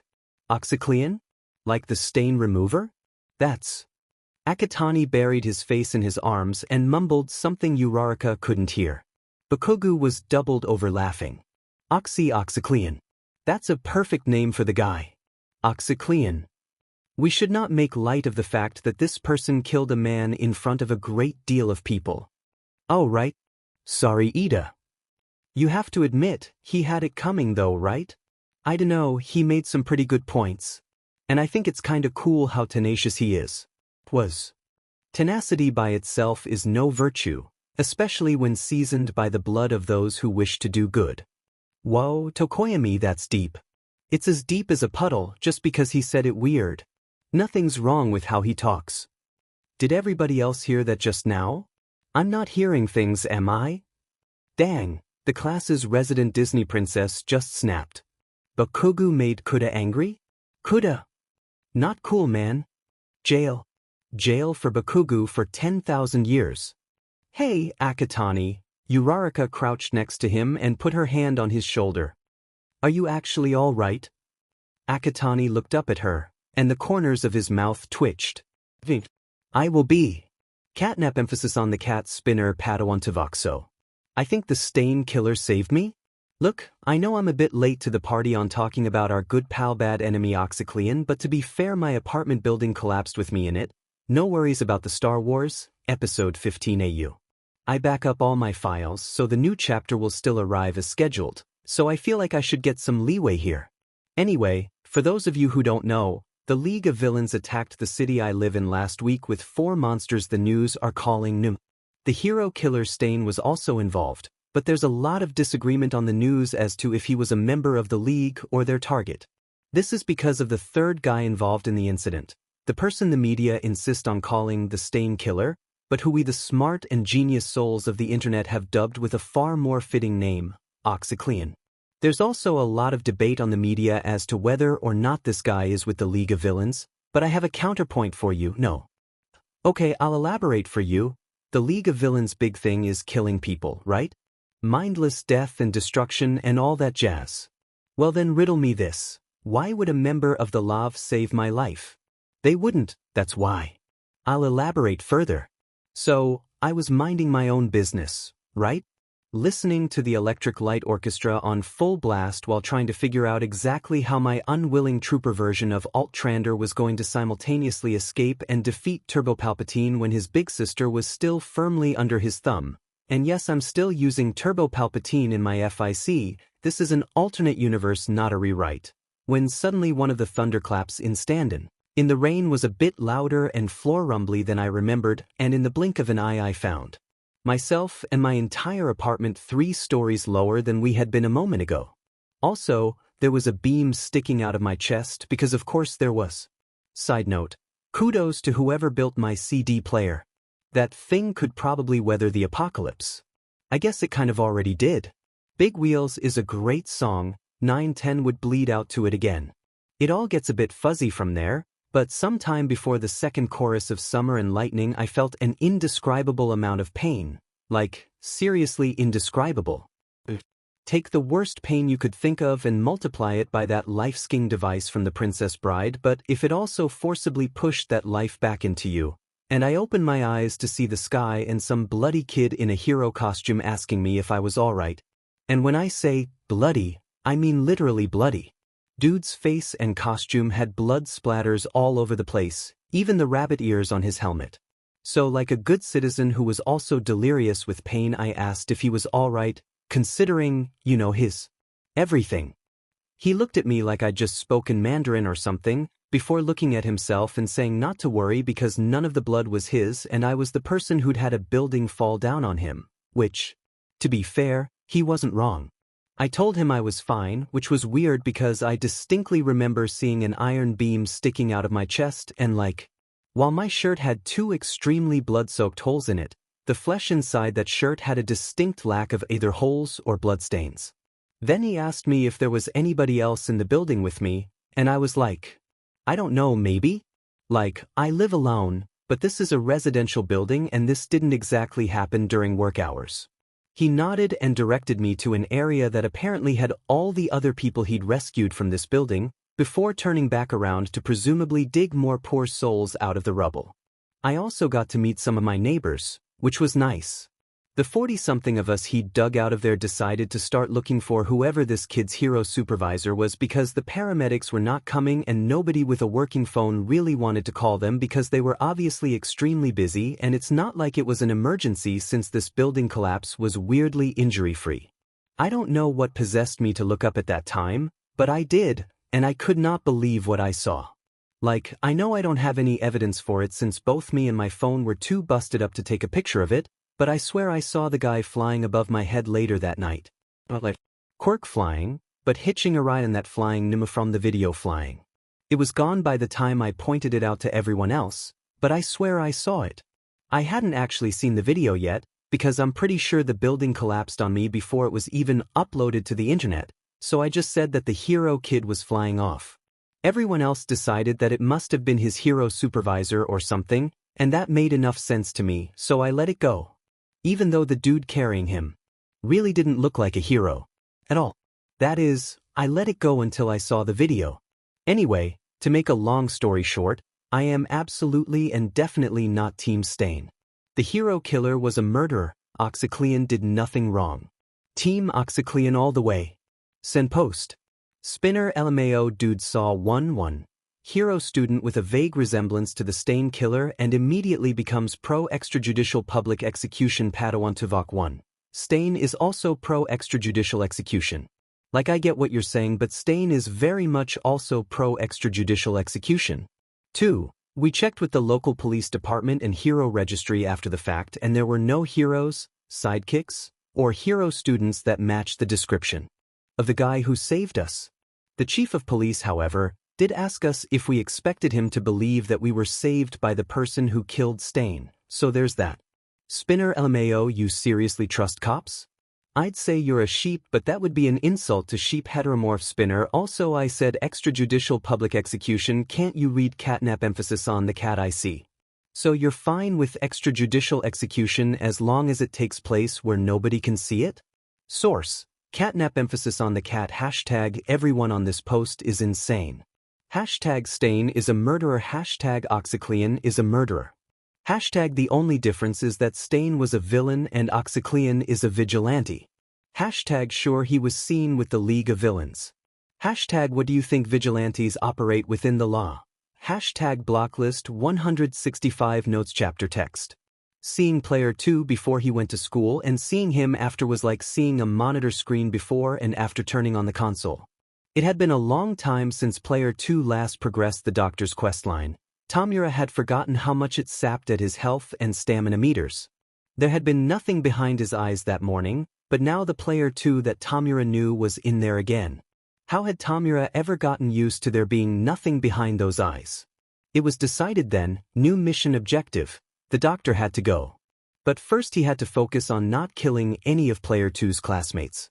Your sensei is a JRK. Todoroki Shudo told him without even bothering to say, hello, first. This was a stealth level and he was a potential future party member. Tamura could not dust his face off right now. Shut up. Tamura snapped while player 2 was hissing, Todoroki, in the kid's ear. You don't know anything about him. I know he doesn't let your brother play video games, the Todoroki kid said. He probably has training sessions with him too, right? I bet he always comes back from them looking the way he did this morning. Usually with injuries. I'm right here, Todoroki. Tamura rolled his eyes, but he clung tighter to player 2's arm. That's just grinding EXP. I don't get out of those things with maxed out HP either. Does he control your diet too? What kind of messed up home life do you think we have? Player 2's eyes widened. Todoroki, does Endeavor? You. There was an explosion, and suddenly player 2's Kaken was there and grabbing Tamura by the throat. It was tight. It was familiar. It made Tamura angry. Tamura would not kill him here. He would not. Keeping himself from dusting the kid felt like button mashing for a quick time event, and the moment he let up, it would be game over. Judging by player 2's face, he probably knew it too. KK Kaken, wait. There was hatred in this kid's eyes. The same kind of hatred that Eraserhead looked at him with in the USJ. The same kind of hatred that his father. It was the hatred Sensei always told him the heroes would look at him with, and Sensei was always right. Give me one good reason why I shouldn't blast his face off right now, Deku. Deku? It's a nickname, Neeson. Don't worry about it. That's what you said last time, player 2, Tamura gritted his teeth.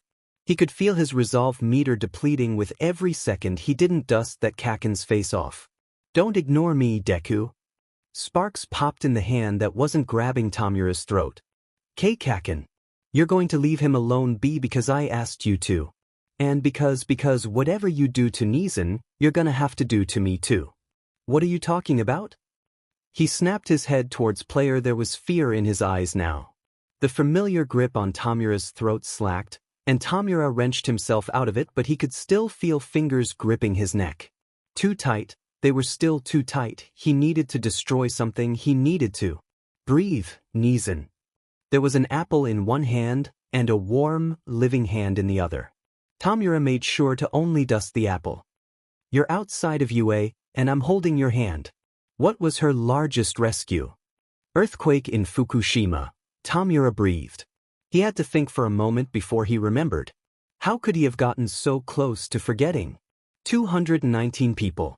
She kept a building from falling on them while they were trying to get to a shelter. Right? Player 2 said, putting another apple into his hand, and her debut? 100 people saved from human traffickers. Tamura dusted the second apple. They thought they had an auto win on stealth checks because they only took people that society wouldn't miss. She took out their airplane's engines and then did the same to them. Finally, he could breathe again. Who are you talking about? Their potential future party member asked. Tamura glared daggers at him. None of your business. She saved people before All Might was around, player 2 said. I don't know much about her, but Neeson does.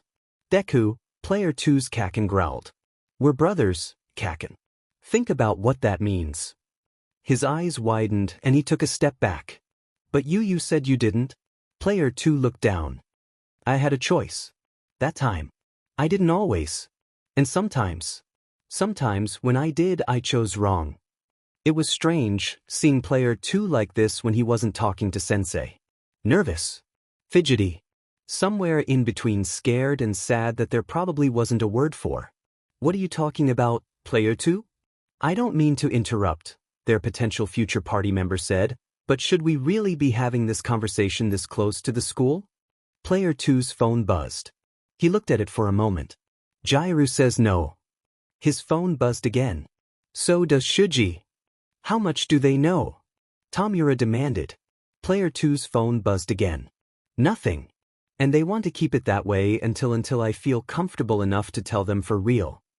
It was bizarre, knowing how much trust these kids had in player A anyway. Player 2 began pulling at Tamura's arm. We really should get going.